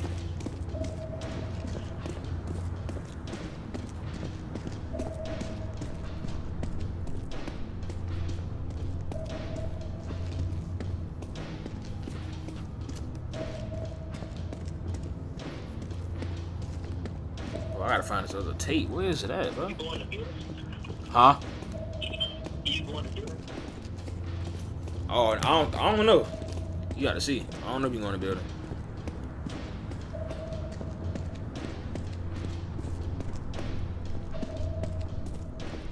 Can you go in the building or no? No. Of course you can.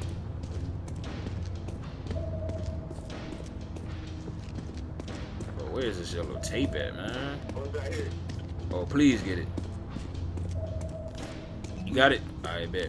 Now where the elevator at, bro? Elevator over here. I'm going straight to it. Where you at? Huh? Wait, what? Wait, where you at? You see me? Oh, nah, somebody already found it.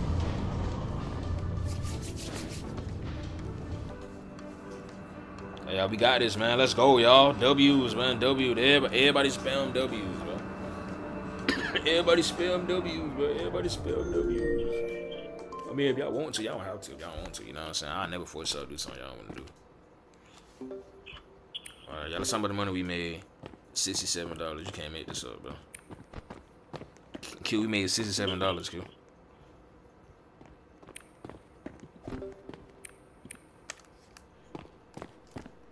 But what do you mean too skinny for a W, bro? Yo, what you what y'all mean too skinny for a W, bro?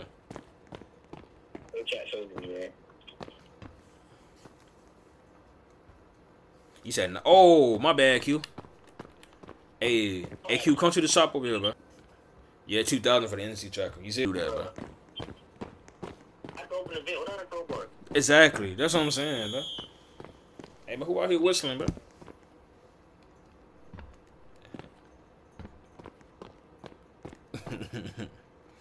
Alright, everybody do their shopping, bro. Everybody do their shopping, bro. The boy Sean about to get him a whistle.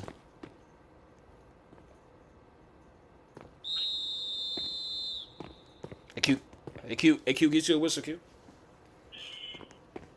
Where's that? Yeah, the shop. I think it costs $100.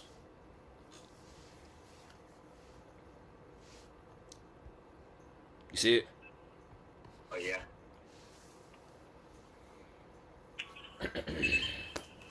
Hey, Q, they got the bat ones at Apple TV, bro.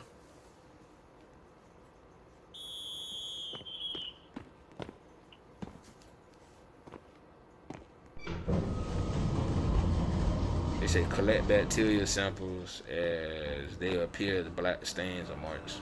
Yo, that's the most nasty thing ever. So we out here cleaning doo-doo, bro. That's insane, bro. Bro, I'm not cleaning no doo-doo, bro.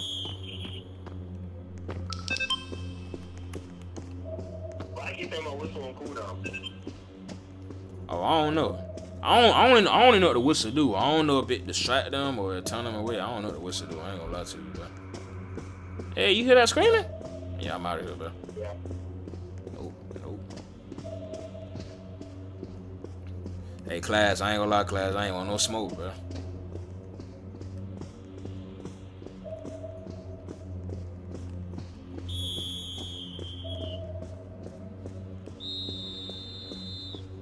Oh, I found one. I gotta find 2 more, Q.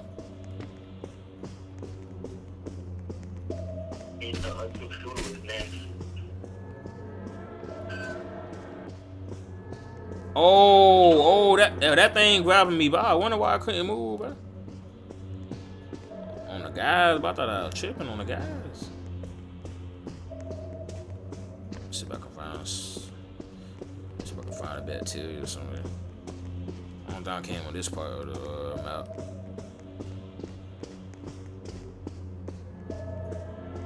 Hey, Q, stop going to that window, Q. You hear me? Yeah.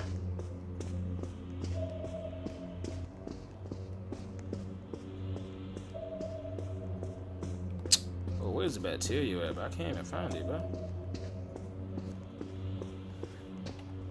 Oh, it tell others a location. Okay, that's smart. The whistle, it'll tell me where you at. So I'm actually glad you bought it. Q, this you behind me? Yeah. Alright.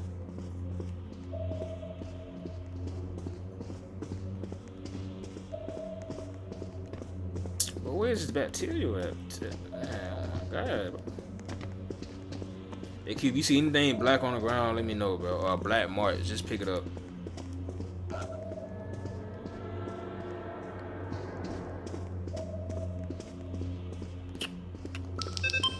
bro. Boy, y'all funny blowing that whistle, bro.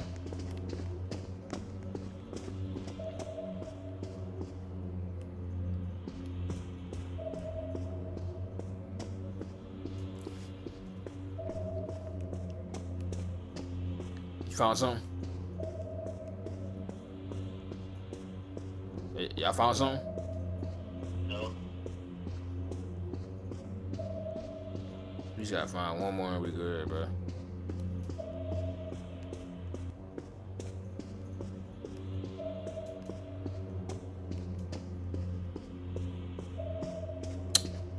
Twin. You found it? Yeah. Alright, bet. Please use it, bro. Thank you, bro. Where the elevator at? Oh, yeah. Hey, y'all boys going crazy, bro. Y'all boys going crazy.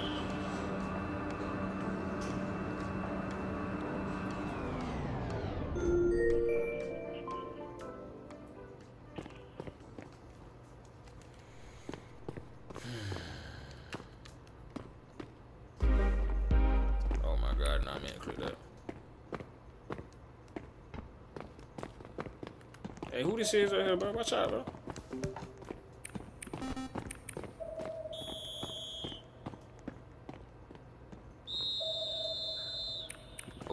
Oh, that what I want to do?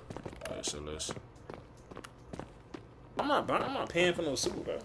Bro, Q, that suit costs $1,000, bro. You said what? Yellow thing is by green line. I think that's your level. Like when you increase it, that's how you level up. You talking about that yellow thing under the health bar? Yeah, that's how you level up.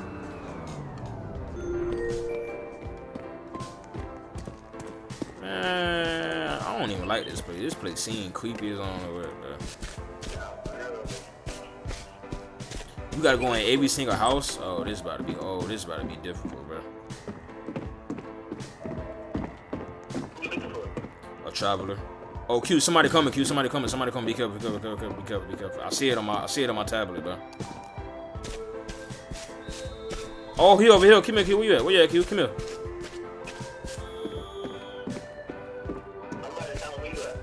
Look, Q. Look, you see them people walking? Yeah, stay away from them, bro. Actually, they probably not harmful. Let me see. Okay. So we need help and find the traveler. That we need to do. Let's see if we can.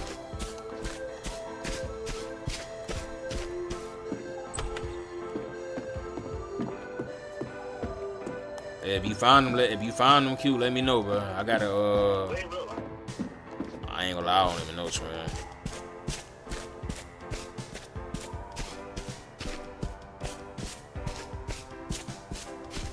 I ain't gonna lie, this place is so creepy, bro. I actually don't want to be here no more, bro.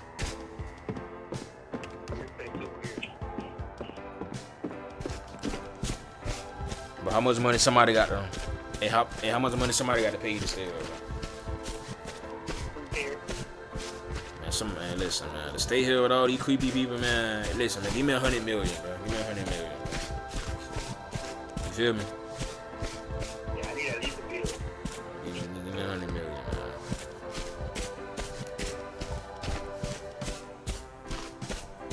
How about y'all, class? What y'all think? Hey, how much somebody got to pay y'all to stay here, bro? But somebody said no pay. Hey, I ain't mad at you, Eve. I'm not mad at you, bro. I'm not mad at you, bro.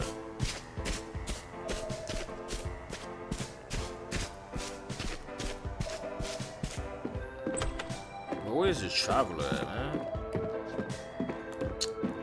He must be hiding, bro.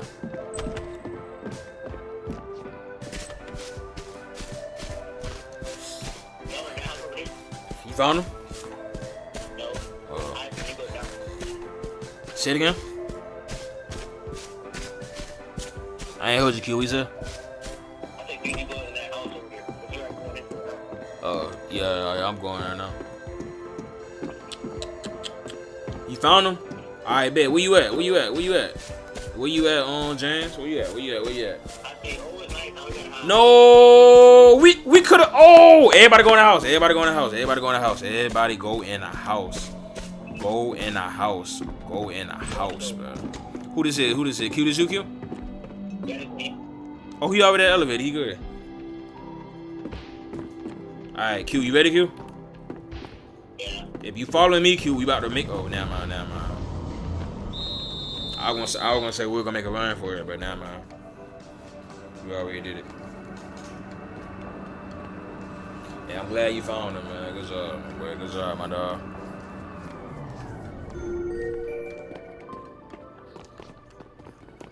Alright, somebody pick a place, man. I'm about to customize. Tell me what you want to get, bro. I can afford any of them. Just go ahead. Go to and tell me whatever one you want.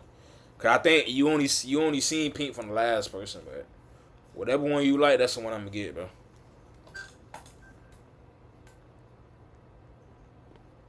Whatever one you like, that's what I'm getting.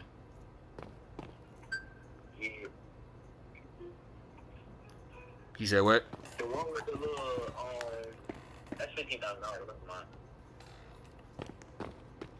That's not hard.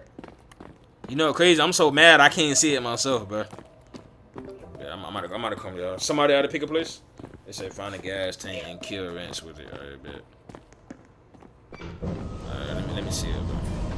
Whoa, hold on, huh? Hold on, huh?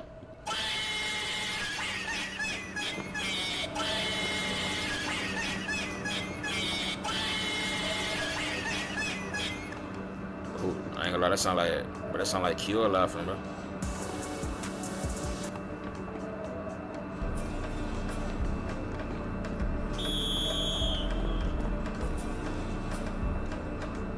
Nah, this suit is hard, Q. You ain't lying, bro.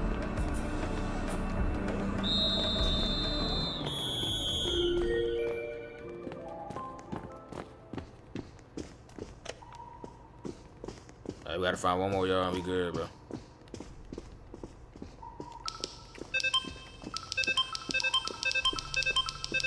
Oh, Q, a bacteria coming. Q, run, Q, run, Q, run, Q.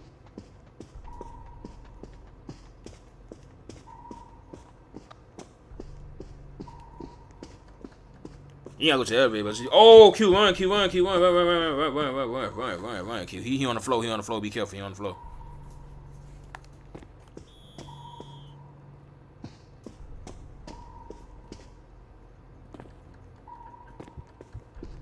Y'all see him? Okay, yeah, y'all see him. Yeah, be careful, bro.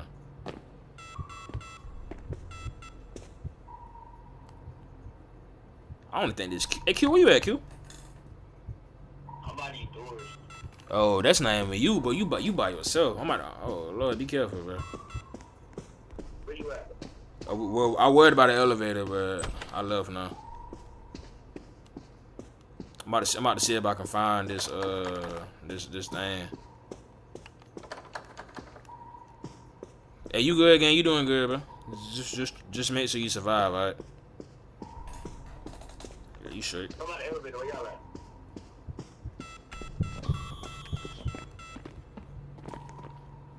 Are you sure?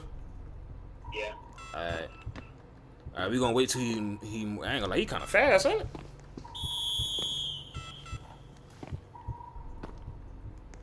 Alright, you ready? You trying to run for it? You trying to run for it? Talk to what you trying to do. Yeah, he kinda slow now, man, bro.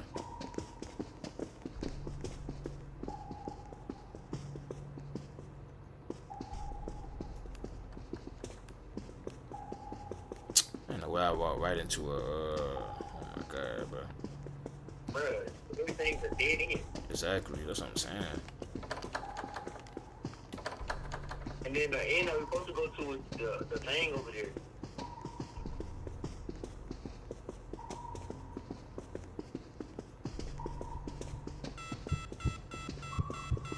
Oh, I ain't even seen him. Oh, jump, man. Man, I ain't scared of you, bro. What's up, bro? But who closed the door, man? Oh my god, y'all unchop him, bro. Y'all boys something else, bro. Y'all boys some ops, bro. But y'all don't see him right there?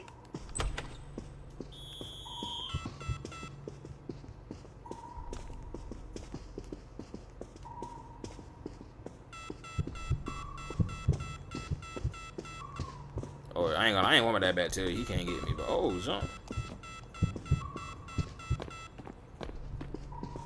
Bro, I don't even know where I'm going, bro. I can't even find it. Oh, what is that, bro? Bro, you see that person, Q? No, what is that? Bro. Wait. Oh, it's right here. It's right here. I got to do this. Oh, this what we supposed to get. Yeah, we good now. Alright, we straight. Alright, elevator right here. We good.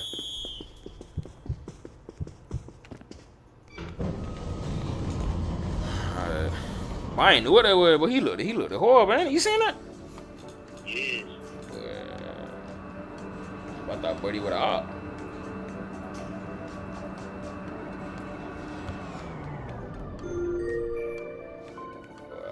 I thought Buddy was a op for real.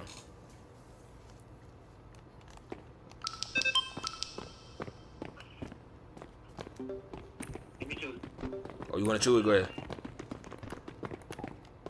I gotta get the shades, bro. Hey, holla up with the shades, bro. Holla up with the shades, bro.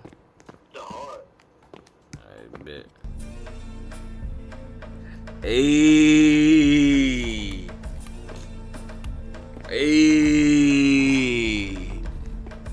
Look at the shades, bro.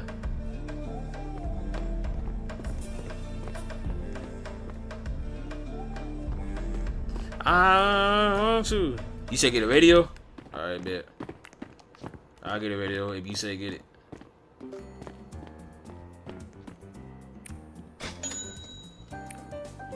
I got a radio. Alright, everybody in? Oh, my bad.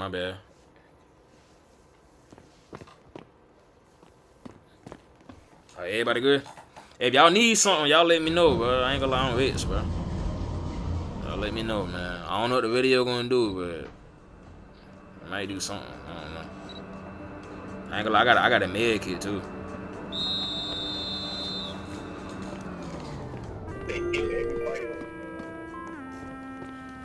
Hey Q, you the one picking.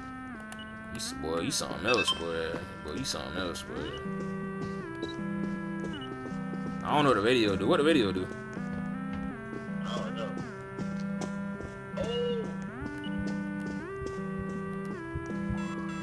Wait, so who we got to kill?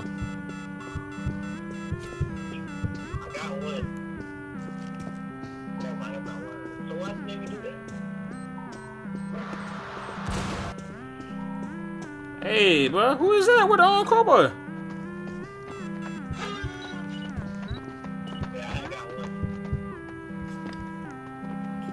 Hey Q, so who we looking for to kill, bro? It's a cake thing. You gotta stab it. I bet. I'm glad you said that. Hey, bro, nobody's scared of you, gang. I don't know why you just sitting at the door, bro. But you really acting like I won't just walk past you, bro. Man, get out of the way, man. Nobody worrying about you, bro. You know even good, bro. You said a cake Q? I bet.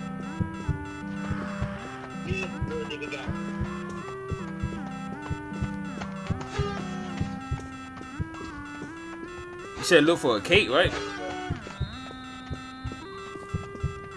Yeah. I got one. Oh, you gotta do it 2 times. You gotta stab it twice. I'm glad you told me. Yo, who just got me, bro? Yo, you seen that little mask thing, bro?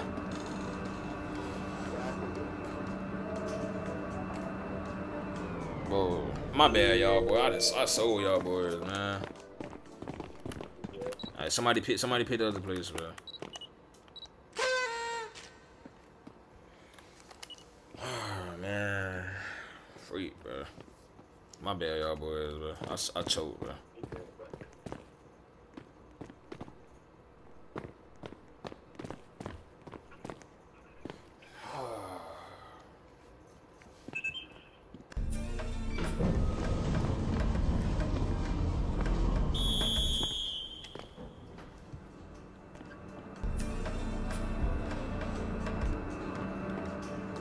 Nah, but I got the shades on, but you can't tell me nothing, bro.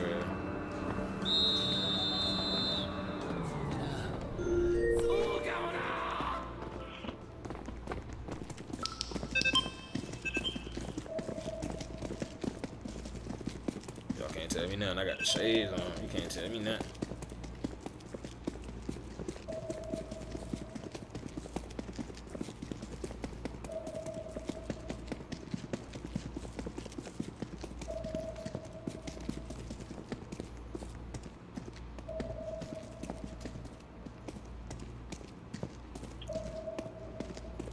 So we gotta find a red phonograph. Ain't no telling where that though. Oh, what is that? Oh, that is a.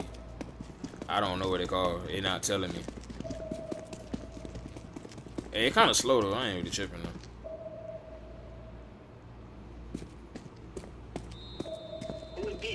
I don't know what it called. It won't tell me what it called though. It still say no signal. Hey, come on, y'all go to the elevator, bro.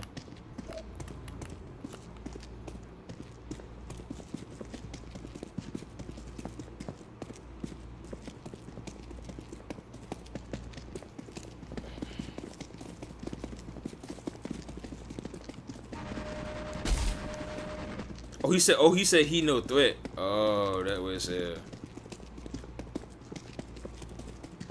Bro, gang, where's the elevator at, bro? Oh, there you go.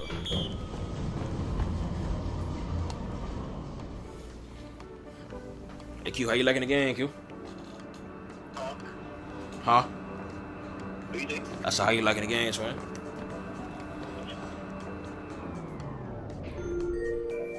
You hear me? Yeah, I'm going with it. That boy Sean said he did not want to see giant leaks or a blur worm. Hey, who you telling, bro? I ain't want to see that either. I don't really want that, bro. Hey, y'all pick a place. Hey, bit. Restore power by finding power box around the level. Alright, let's see this.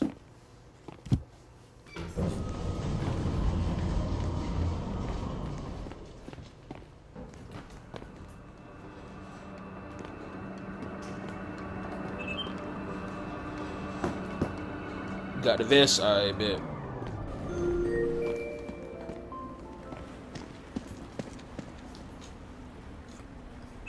Yeah, if I was you, I'd buy elevator companies. It come in clutch. I love that, bro. I'm not gonna lie to you.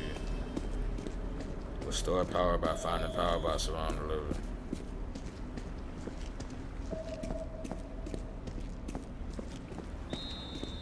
Hey Q, how much money you got, Q? You said what? 329. Okay. Hey, if I was Zuba, the entity tracker is low-key good. You know what I'm saying? It'll let you know if an entity by you. The elevator comp is good too. So like, let's say you complete everything, you don't know the elevator, you can get it. Everything else, I don't think it's really worth buying for. Like, I look, you regret buying this radio. I don't even know what the radio purpose is. I'm not gonna lie to you. It's not telling me nothing.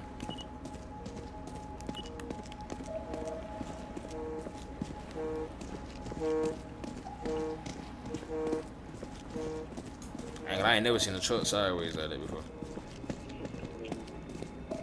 Like, if I see that in real life, I don't know how to feel, bro. Cause if you can knock a truck over, I don't even know what it can do to me. You feel me?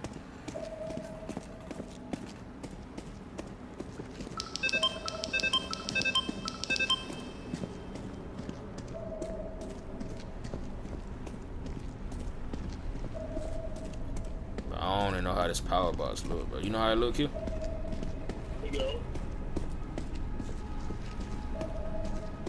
Oh, that's a dead end. We can't go that way. My fault.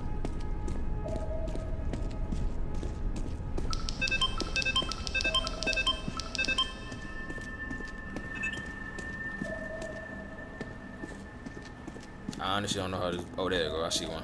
Oh, somebody already fixed it. I'm tripping. Oh, yeah, I did it already. Let's say less. Oh, say less.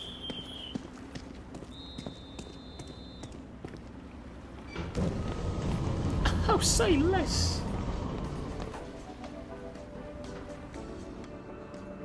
Hey, y'all boys going crazy. Y'all don't need me.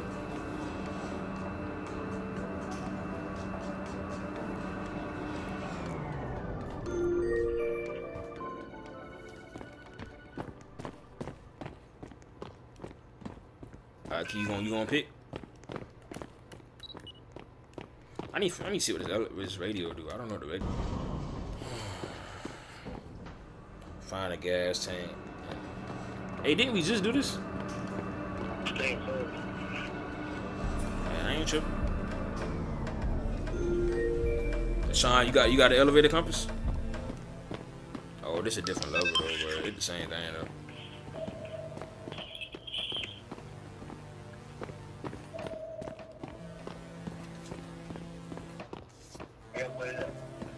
Oh, I'm at B3. Where you at? Oh, ain't one of them coming towards me. I ain't lying even by you, twin. I'm about to come to you. I'm in B4. Oh, it say something called. Oh, he chasing you, twin. Oh, jump. But you getting chased by a man in a suit, what? The man in black.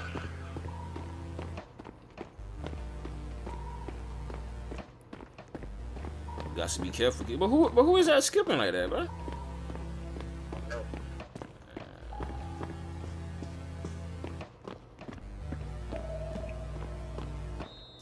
Bro, can you see game skipping, bro? Yeah. Bro, that's crazy. I don't even know if that's one of us or that's somebody who imitating us, bro.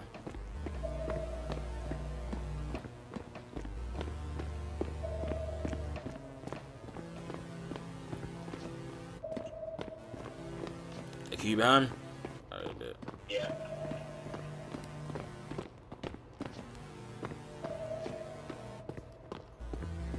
I cannot find nothing, bro. Oh my god. What are you looking for? I'm trying to find a gas tank. I'm gonna see if it's down. No, I'm gonna see if it's over here somewhere.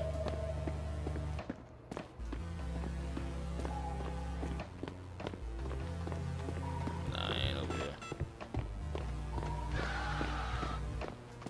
But ain't no way I just hear somebody yelling like that. Oh yeah, it's time to go. That's the thing in the black.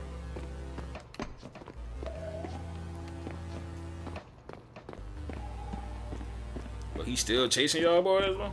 That's crazy. Me personally, I wouldn't tolerate that. That's just me though. But who that is he chasing? Who went down that on escalator? That's you, Q?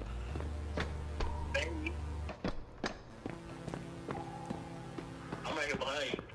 Oh, alright. We just gotta find one more gas tank. Shine found one. He said he got you, James? Dang, that was you he was chasing? I had a feeling. It was one of y'all, bro.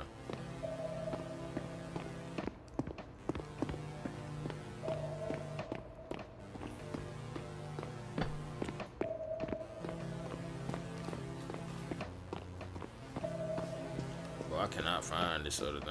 Hey, Q, you been to C4 or D1? Which one, bro? I've been at D. Alright, go to C then, bro. Oh, be careful, Q. He in here, bro. My thing going crazy.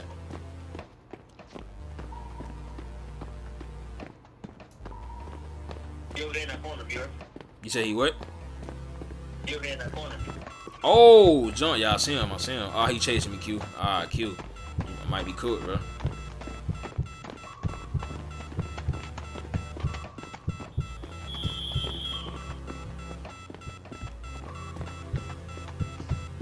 I'm coming again. You alright? Oh, wow, why did I turn around? He got me, Q. I'm cooked, bro. He got me, bro. I'm cooked, bro. You good? I see you.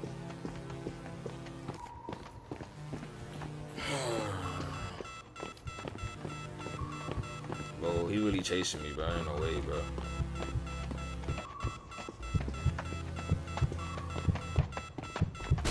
Bro, why he so close to me, bro? Yo. Hey, but somebody found the ranch, man. He about to get me, bro. Matter of fact, listen, y'all go crazy. I'm about to distract him, bro. I'm gonna do that, bro. How about that? I'm gonna just distract him for y'all, bro.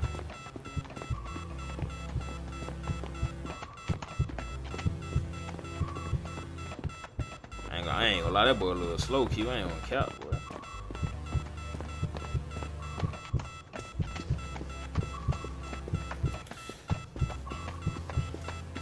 I'm taking him in circles, but it's hilarious, bro.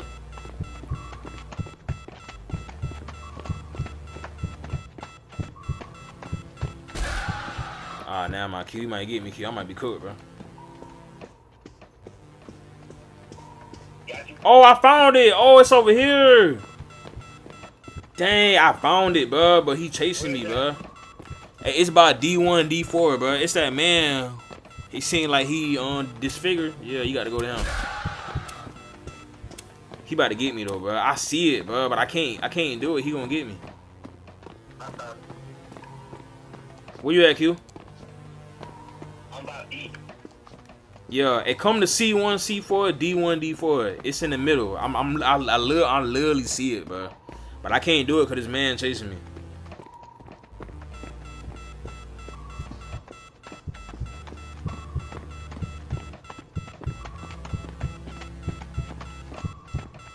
Where you at, Q? I'm right here, but I see you. Alright, yeah, I know you see me. Now you will see the man over there, bro. Don't hey, don't turn to D1, D4, C1, C4. Go past him. You will see the man, bro. You see him? You see him? Yeah, go to him and hold square. Oh my god. Dang, Q. I see you were close by him. He was like sitting down. He was like between C1, C4, D1, D4. I was looking at him the whole time, but I couldn't get him because I was getting chased. Nah, you was right there by him though, but it's hard to see. Like on he the dude who we thought was an entity, but he was a real person, and we had to clean him up. Yeah, that was you good. Don't worry about it though.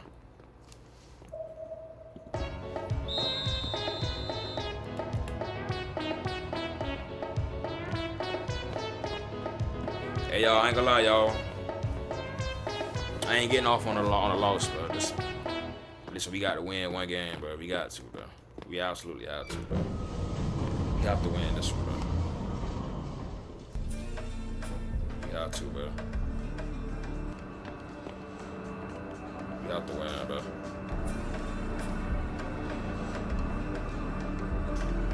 We'll say 5 to 5.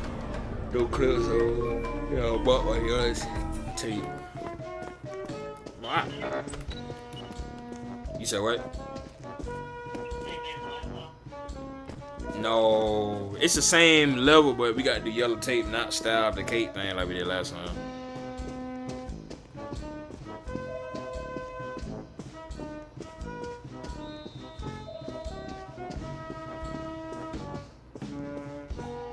So if you find some yellow tape, we got to clear it out, alright?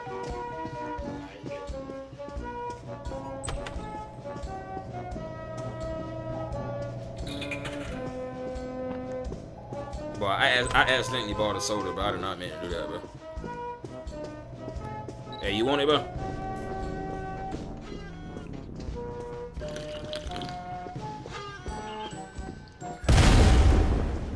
Yo, Q, I jumped, bro. I jumped it and but it almost killed me, bro. Bro, what, bro? Oh my goodness, bro. I jumped something and it almost killed me, bro. That's actually hilarious, bro. Oh my goodness, bro. He see me, bro. Oh, I found one of them, y'all.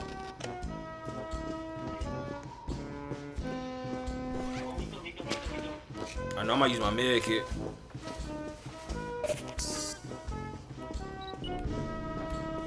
Bro, Q, I accidentally jumped that spicy joint, bro. It took all my health, bro. You said what?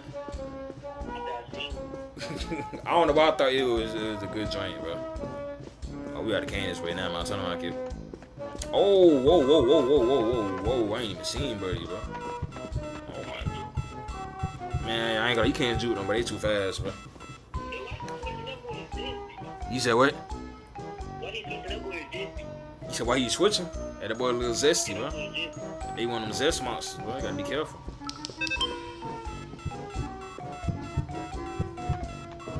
Hey, why you think he chasing us, bro? Think about it, bro. See? You ain't even put 2 and 2 together, bro. Yeah, I know he is. The boys.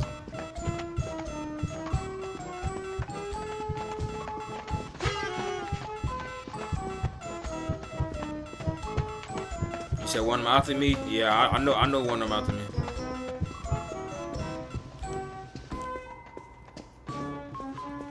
Where's this other yellow tape at, man?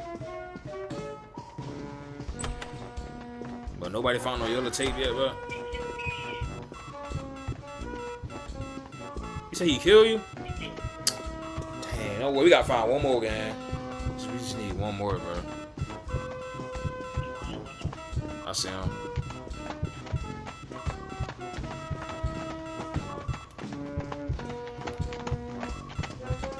Run, gang, run. Whoever you is, run, bro. Oh my God, they hit me, bro. Bro, they hit me, bro. Yes, go back to the elevator. Please go to the elevator, bro. God, what you say? You hit me through the elevator, bro?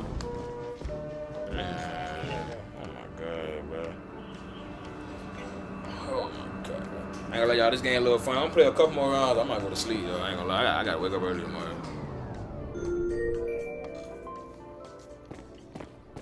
I might have paid one this time, bro. Get this over. It's cool. $78. Ooh, they got the Matrix. I gotta do that. That caught my attention. The Matrix. What you know about the Matrix? Yeah. That's what you know about the Matrix, man. I gotta teach you. Yeah.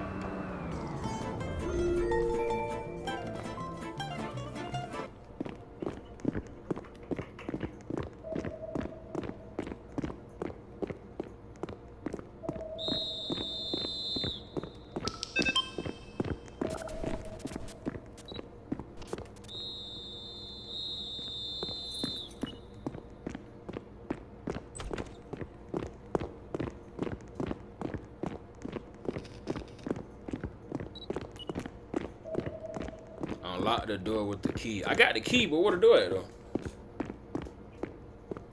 If y'all find a door, let me know, bro.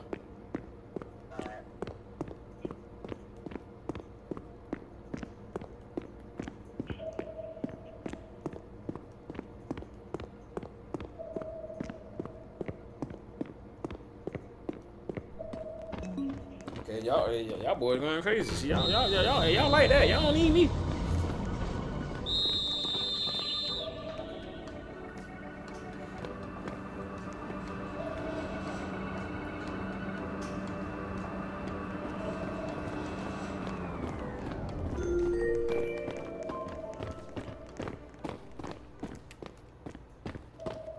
Alright, y'all, we need a good one, man. To end the stream, we need a good one, bro. We need a good one. You doing good right now, bro. And I'm not ending on no loss, bro. We need a good one, though.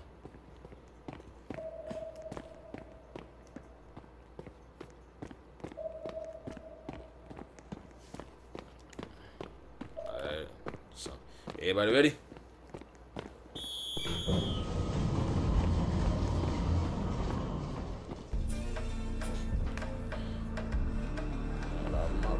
My back looking hurt, man.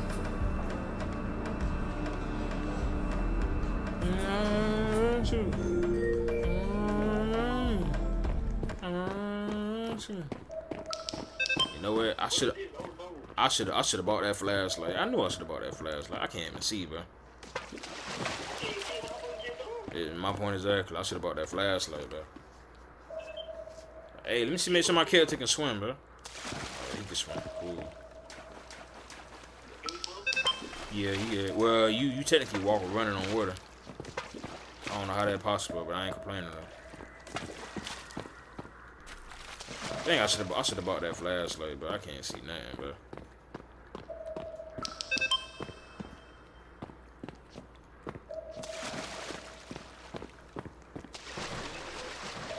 Briefcase.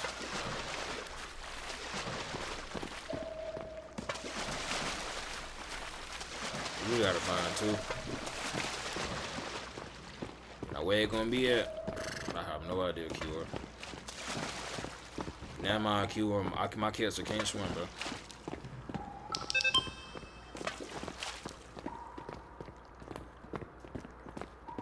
Oh, what kind of dog is that, bro? Man, I'm about to hound, bro. I'm getting chased by a cheetah, bro. Q, I'm getting chased by a cheetah, gang. Q, I'm getting chased by a cheetah, Q. Q, I'm getting chased by a cheetah, Q. Q, I'm cool, Q. It got me, bro. Q, it got me. Q, it got me. Q, it got me, Q. Q, it got me, Q. Q, it got me, bro. Can I hide on the water from it, bro? I was just seeing if I can hide on the water from it, that's Alright, I'm about to come to you, bro. Where you at, bro? It can go underwater. Q ain't away. Q, it can go underwater. Q, it can go underwater. Q, it can go underwater. Q, I'm cooked. Q, I'm cooked, bro. I'm cooked, bro. I'm cooked, bro. Q, I'm Q. I don't know how to lead, bro. Oh my God, I can't see, bro. Okay, there you go. I see it. I see this. I might leave that cheetah alone. I ain't want no smoke, bro. You said where I'm at? I'm trying not to die to the cheetah, bro. Where you at, bro? I ain't gonna lie, it's so dark in here, bro. I don't even know where you at, bro. I knew I should have bought that flashlight, that UV, or the night vision. But he said the hound can't see, so I got to be careful.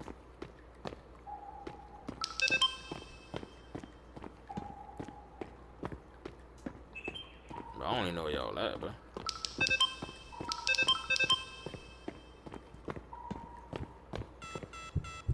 Oh my God, he found me again, bro. He found me again, bro. Yes, man. He can swim too, bro. Run, game, run, game, run. Whoever this is in front of me, bro, run, bro.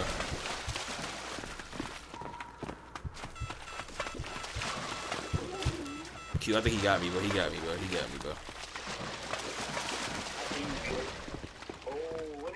Bro, that's a dog. I was trying to tell you, bro. Gang, oh my God, he bit me again, bro. Hey, where you at? This you following me?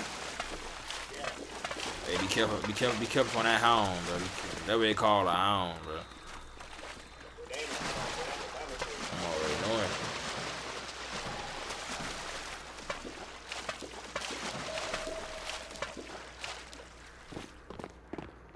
Boy, it's so dark in here, bro. I can't see nothing, bro. Alright, Q, I'm following you, man. What we do, bro?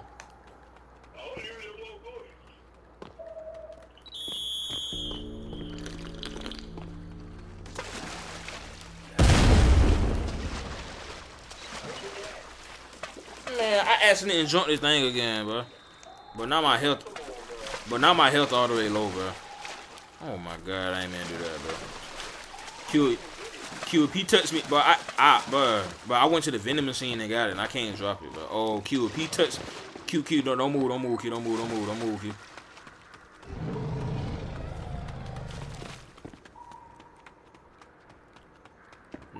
Nah, so I don't want to make it. You good, bro? Keep it for yourself, bro.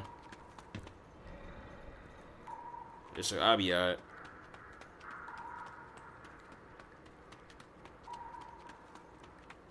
Yeah, and Q, I think he blind, bro.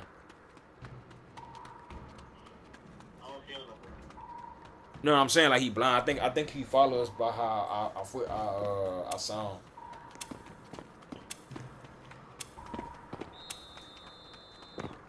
Man, y'all boys still blowing the whistle, man. Y'all tripping.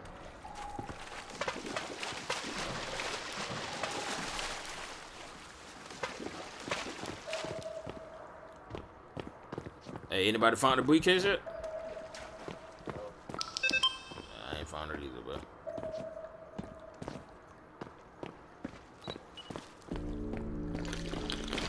Oh my God, I ain't meant to drink it again, Q. Oh my God. Okay, cool. Chill, but I didn't meant to. My bad, bro. But no, I'm not, bro. I try to use the radio, bro. Chill, not too much on me, bro. I ain't gonna lie, this map pretty dark, bro. I'm scared to move again. He might find me, bro.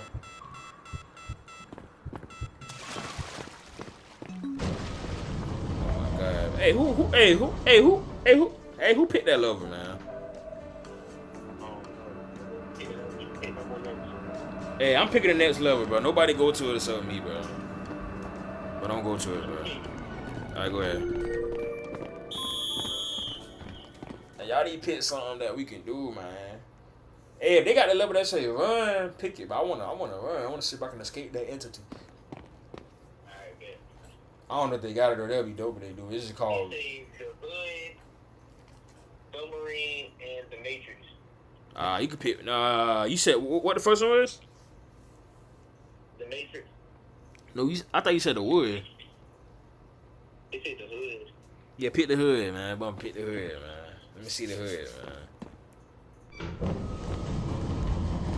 Wait, what is that? Hold on. We moving products? I like that. Hey, Q, I like that, Q. Hey, Sean, you ain't picking no more levels, man. Tell me something you chose, bro. Hey, we in the slums, Q. We in the slums, Q. How you feeling, Q? Hey, Q, how you? Hey, if you scared, should stay over behind that home. I'm about to go home, then. I ain't gonna lie to you, this is not the Hood, bro. Boy, this is a suburb. Hey, Q, they got somebody called Twin. It's an entity called Twin, bro. I'm so serious. Hey, look at my live, bro. You see it? Yeah, they called oh, he at AQ. Oh, run, gang. Oh, he behind you, bro. Them red people, bro. Twin, I ain't want no smoke, Twin. Chill, Twin. I ain't want no smoke, Twin. Chill. Twin, chill. Twin, I ain't want no smoke. Chill.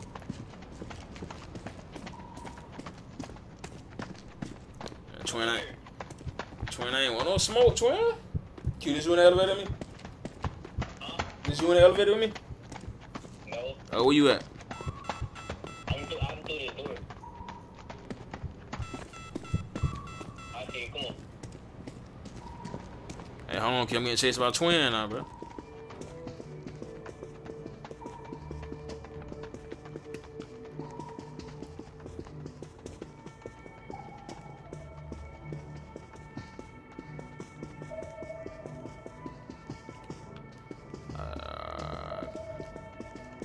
Found something?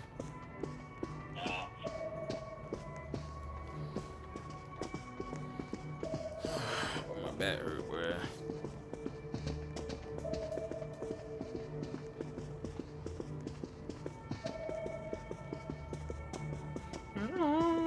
Everybody, get down on the floor. Oh my God, I thought it was something, bro. Oh, everybody, get down on the floor. Get down on the floor. Oh, everybody, get down on the floor.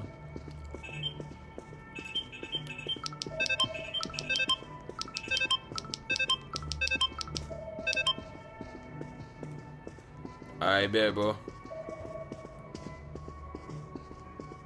I found something. Oh, they all right here.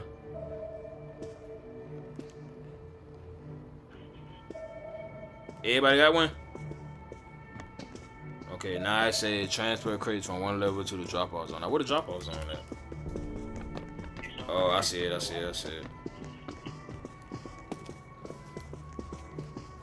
Hey, I ain't gonna lie, y'all. Hey, I ain't gonna lie, man.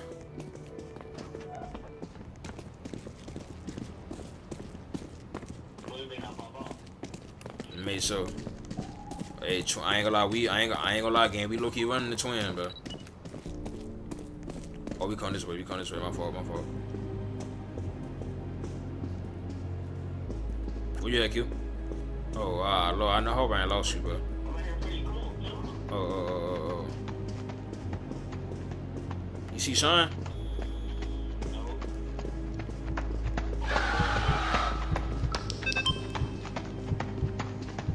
Hey, what the drop-off zone at, bro?